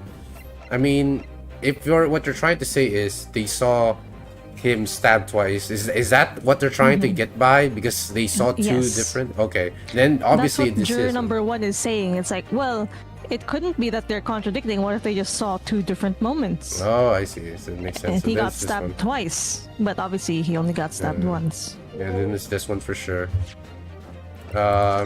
is because I was confused because I thought we were trying to prove that there is no way that it happened.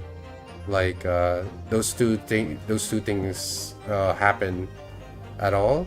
Yeah. But yeah. So yeah, because he only got stabbed once. Yeah, once. Yes.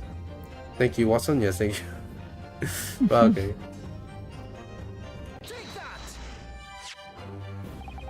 This is the victim's autopsy report. According to what's written here, Mr. Mason was stabbed in the abdomen. Only once.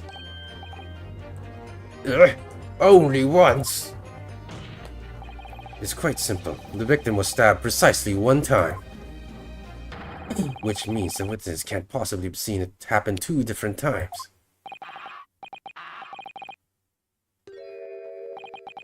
Alright.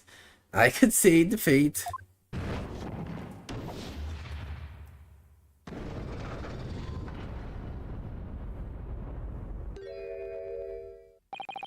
Wait, that means 4 jurors are now leaning to the not guilty.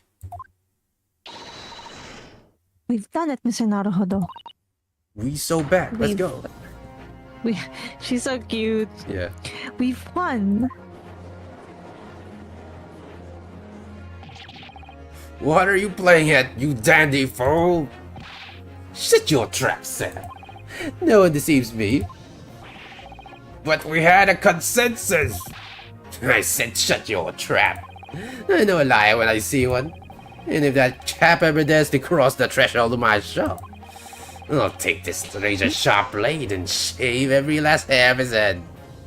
Why is he doing that? That's kind of weird, but also, do you want to know why he's insulted at being called a dandy? Do you know what a dandy means? I thought it was a good thing. Because one of the characters from Guilty Gear literally calls himself a dandy. So I was like, isn't that a good thing? It's like you're a professional gentleman. I thought that he keeps saying that this is like what dandyism is, and dandyism is like a noble thing. So I thought it's a good thing to be called a dandy, right? But, well, that is one of them. It's like kind of like a metrosexual, like a man who's very, like in modern terms, it's like someone who's very physically like puts a lot of importance on his physical appearance, his grooming, and all that jazz. However,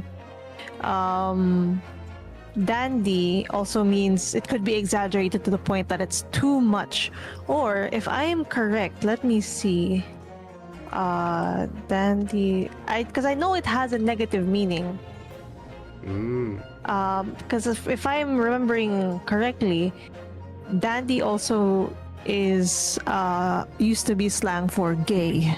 oh, okay. I'm not sure if I'm remembering correctly, but I thought that was. All right. Well, I don't think he looks. He's even doing anything gay-ish. He's really eccentric about the knives, I guess. Please tell me he's a barber. Well, in quite remarkable turns of events, the defendant's summation examination has flipped the balance of the scales of justice. The jurors now stand at 2 for guilty and 4 non-guilty. Accordingly, there is no longer a large enough majority among the jury for me to adjudicate.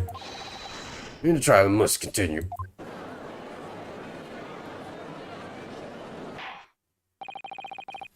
I hereby ask the defense, prosecution, and witnesses to return to their places. And I call upon all of you to continue to pursue the truth.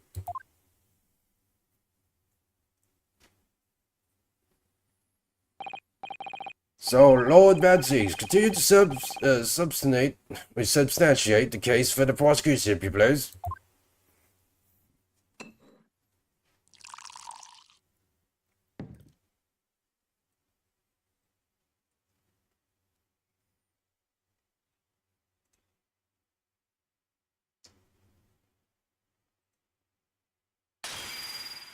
Okay. Oh. Having savored the rich aroma, the carmine contents of this Ano chalice. It may seem crass to crush it to dust. Pray forgive the discourtesy. Lord, bad sakes! It is cold in here, or it's just me.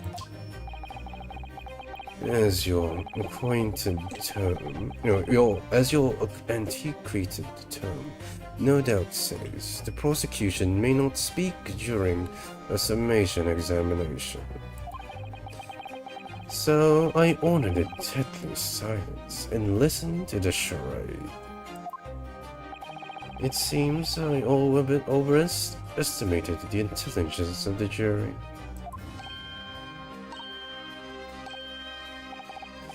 Well, no matter. There is nothing so hard to prove as a self-evident truth, it would seem.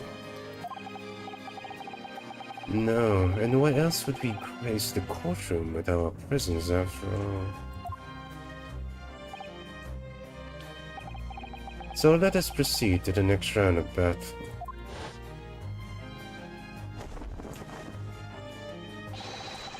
Bring forth the witnesses once more.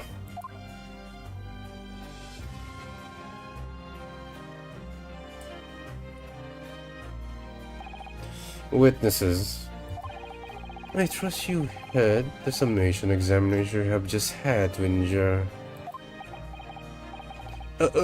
Yes, sir. That I did, sir. Of course I heard it. Oh, yes, sir. I heard it.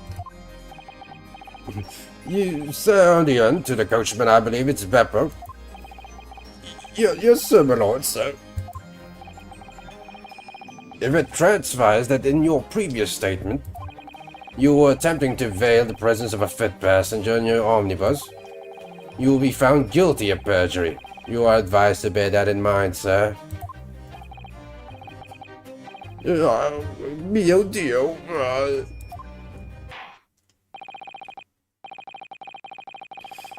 Now then, witnesses, I hereby call on you to testify before the court again.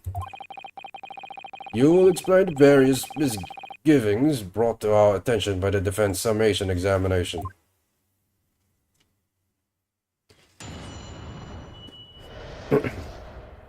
Various misgivings.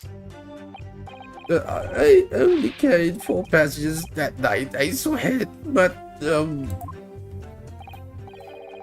well, I, for one, was told I had to pay 5 pence for the bus. He filled us on the fare, he did. And then I saw that blood-curdling sight as well. It's all too much. Hi, Dappy. I tell you, I saw Mick Gilded stabbing that man. Everything I said before stands. Oh, yes, he stabbed him. Yes, he did. I think so, yes.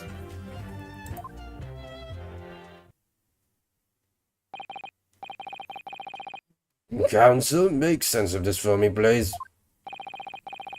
The phantom passenger conjured into existence by the phantom passenger conjured into existence by my land extant friend never existed. The confusion has arisen from the coachman's sly little consonant.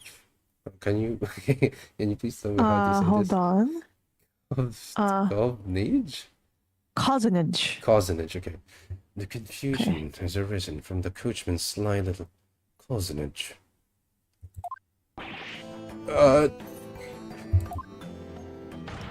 Beppo, explain yourself. I'm terribly sorry, sir. Sorry, guild bastard. The guildman's fare is 4 pence across the board. You know that. Am I to understand that you've been overcharging our passengers by a penny a pair? It's so cold. The last run of the day is always half empty. You have been a dishonest coachman. I'm sorry.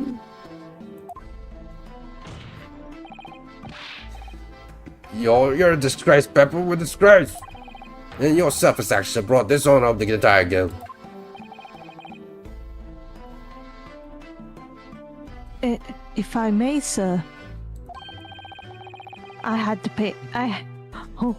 What? I had to pay 10 pence on the bus just last week.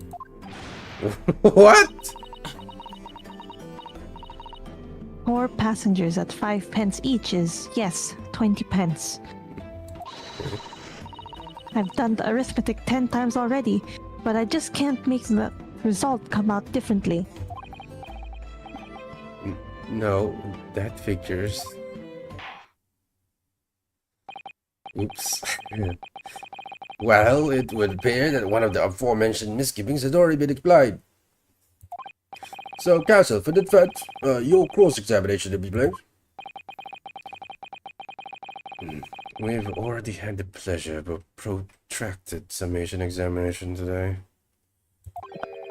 I see you intend to continue the Parliament of Games. Absolutely.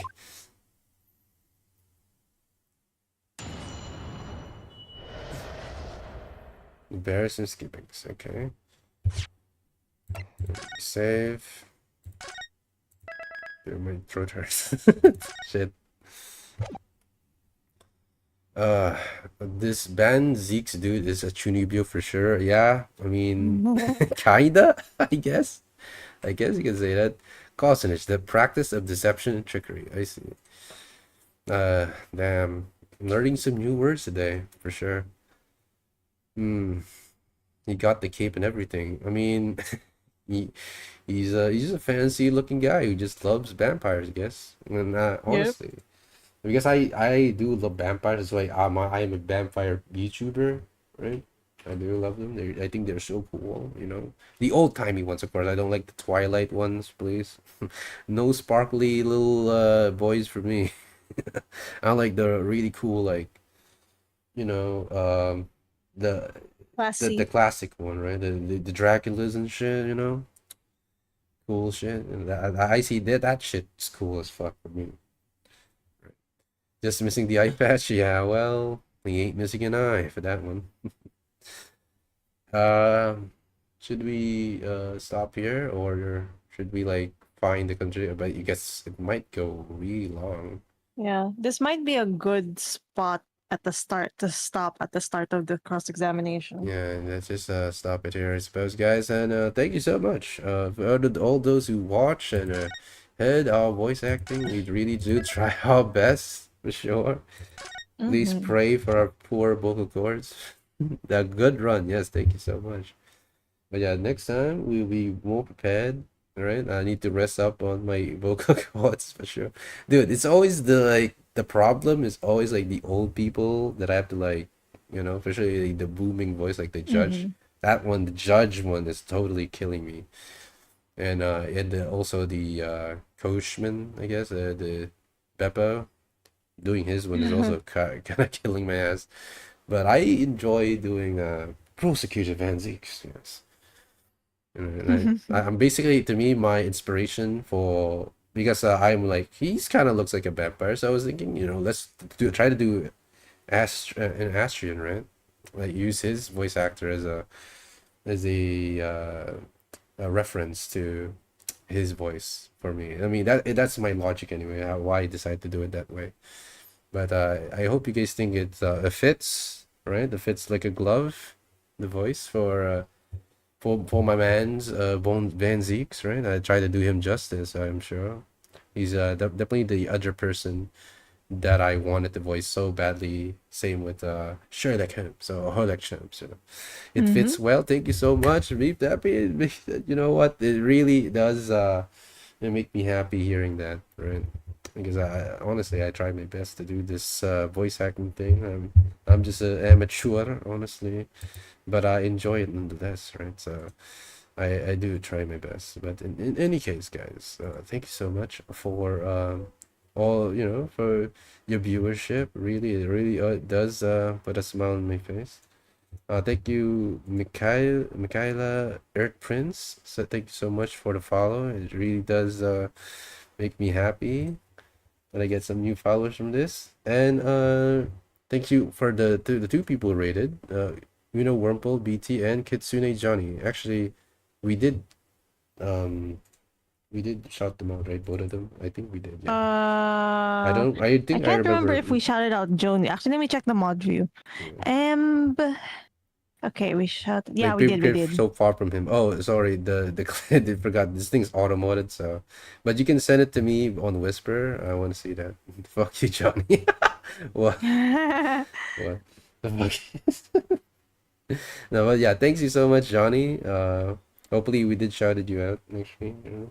We did. I checked the mod view. All right, thank you so much for that. By the way, Ilya, always a pleasure. Oh, is this one? Okay, let's play it actually.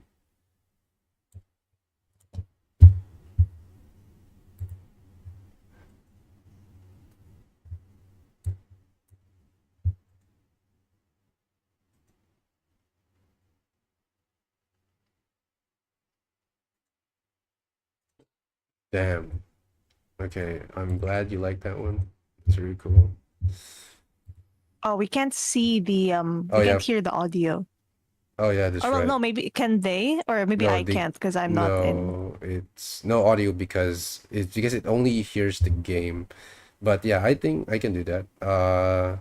Because the game's already stopped, so we can just mute this. Okay, you can unmute this and then mute the Discord, right? Discord, mute the Discord, double audio, and then play it again. Sperms.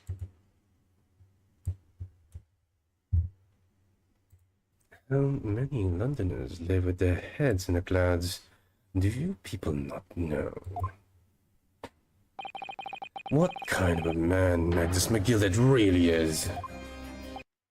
I hope you guys heard that. It's pretty cool, right, guys? Yeah, it should work. Yeah. But in any case, guys, thank you so much. Now I'm gonna have to figure someone to raid. Let's see. Check. Who do we have here? Absolute cinema. Absolute cinema. Thank you so much to hear that. Holy shit. I do love that. I've been trying to tell him, guys. I've been trying to tell him. Yeah, time to tell him, yes. Nice to have somebody else say it so that he believes it more. Thank you so much. Let's see. Who do we have here to give?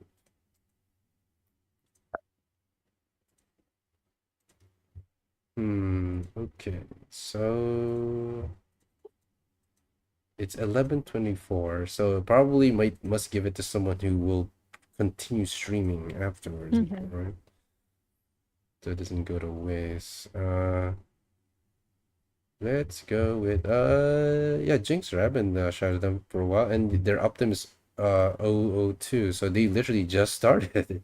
They're finally making an a reference sheet of their model. So that's a good thing. I want to see that for sure. Let's go ahead and give them a shout out. A raid for sure. Yeah. Thank you so much. Let's start the raid. Well, in any case, guys, thank you so much for everything. This is absolutely a wonderful time, to be honest, right? But this will continue another time, mostly next week, because I need to rest my poor vocal cords, right, before then. But definitely somewhere around one of the days next week I'll do it, right? Because I'm really excited with the story and everything, so hope you guys enjoy. Anyway, thank you so much for your time as well, Helia. Thank you again for helping me. Thank you. As always, right? And be sure to all have a good rest, guys, right? Have a good rest. I guess I sure will need to have work tomorrow. So, and anyways, I need to eat dinner now. Toodles, guys. Thank you all so much. See you guys next time.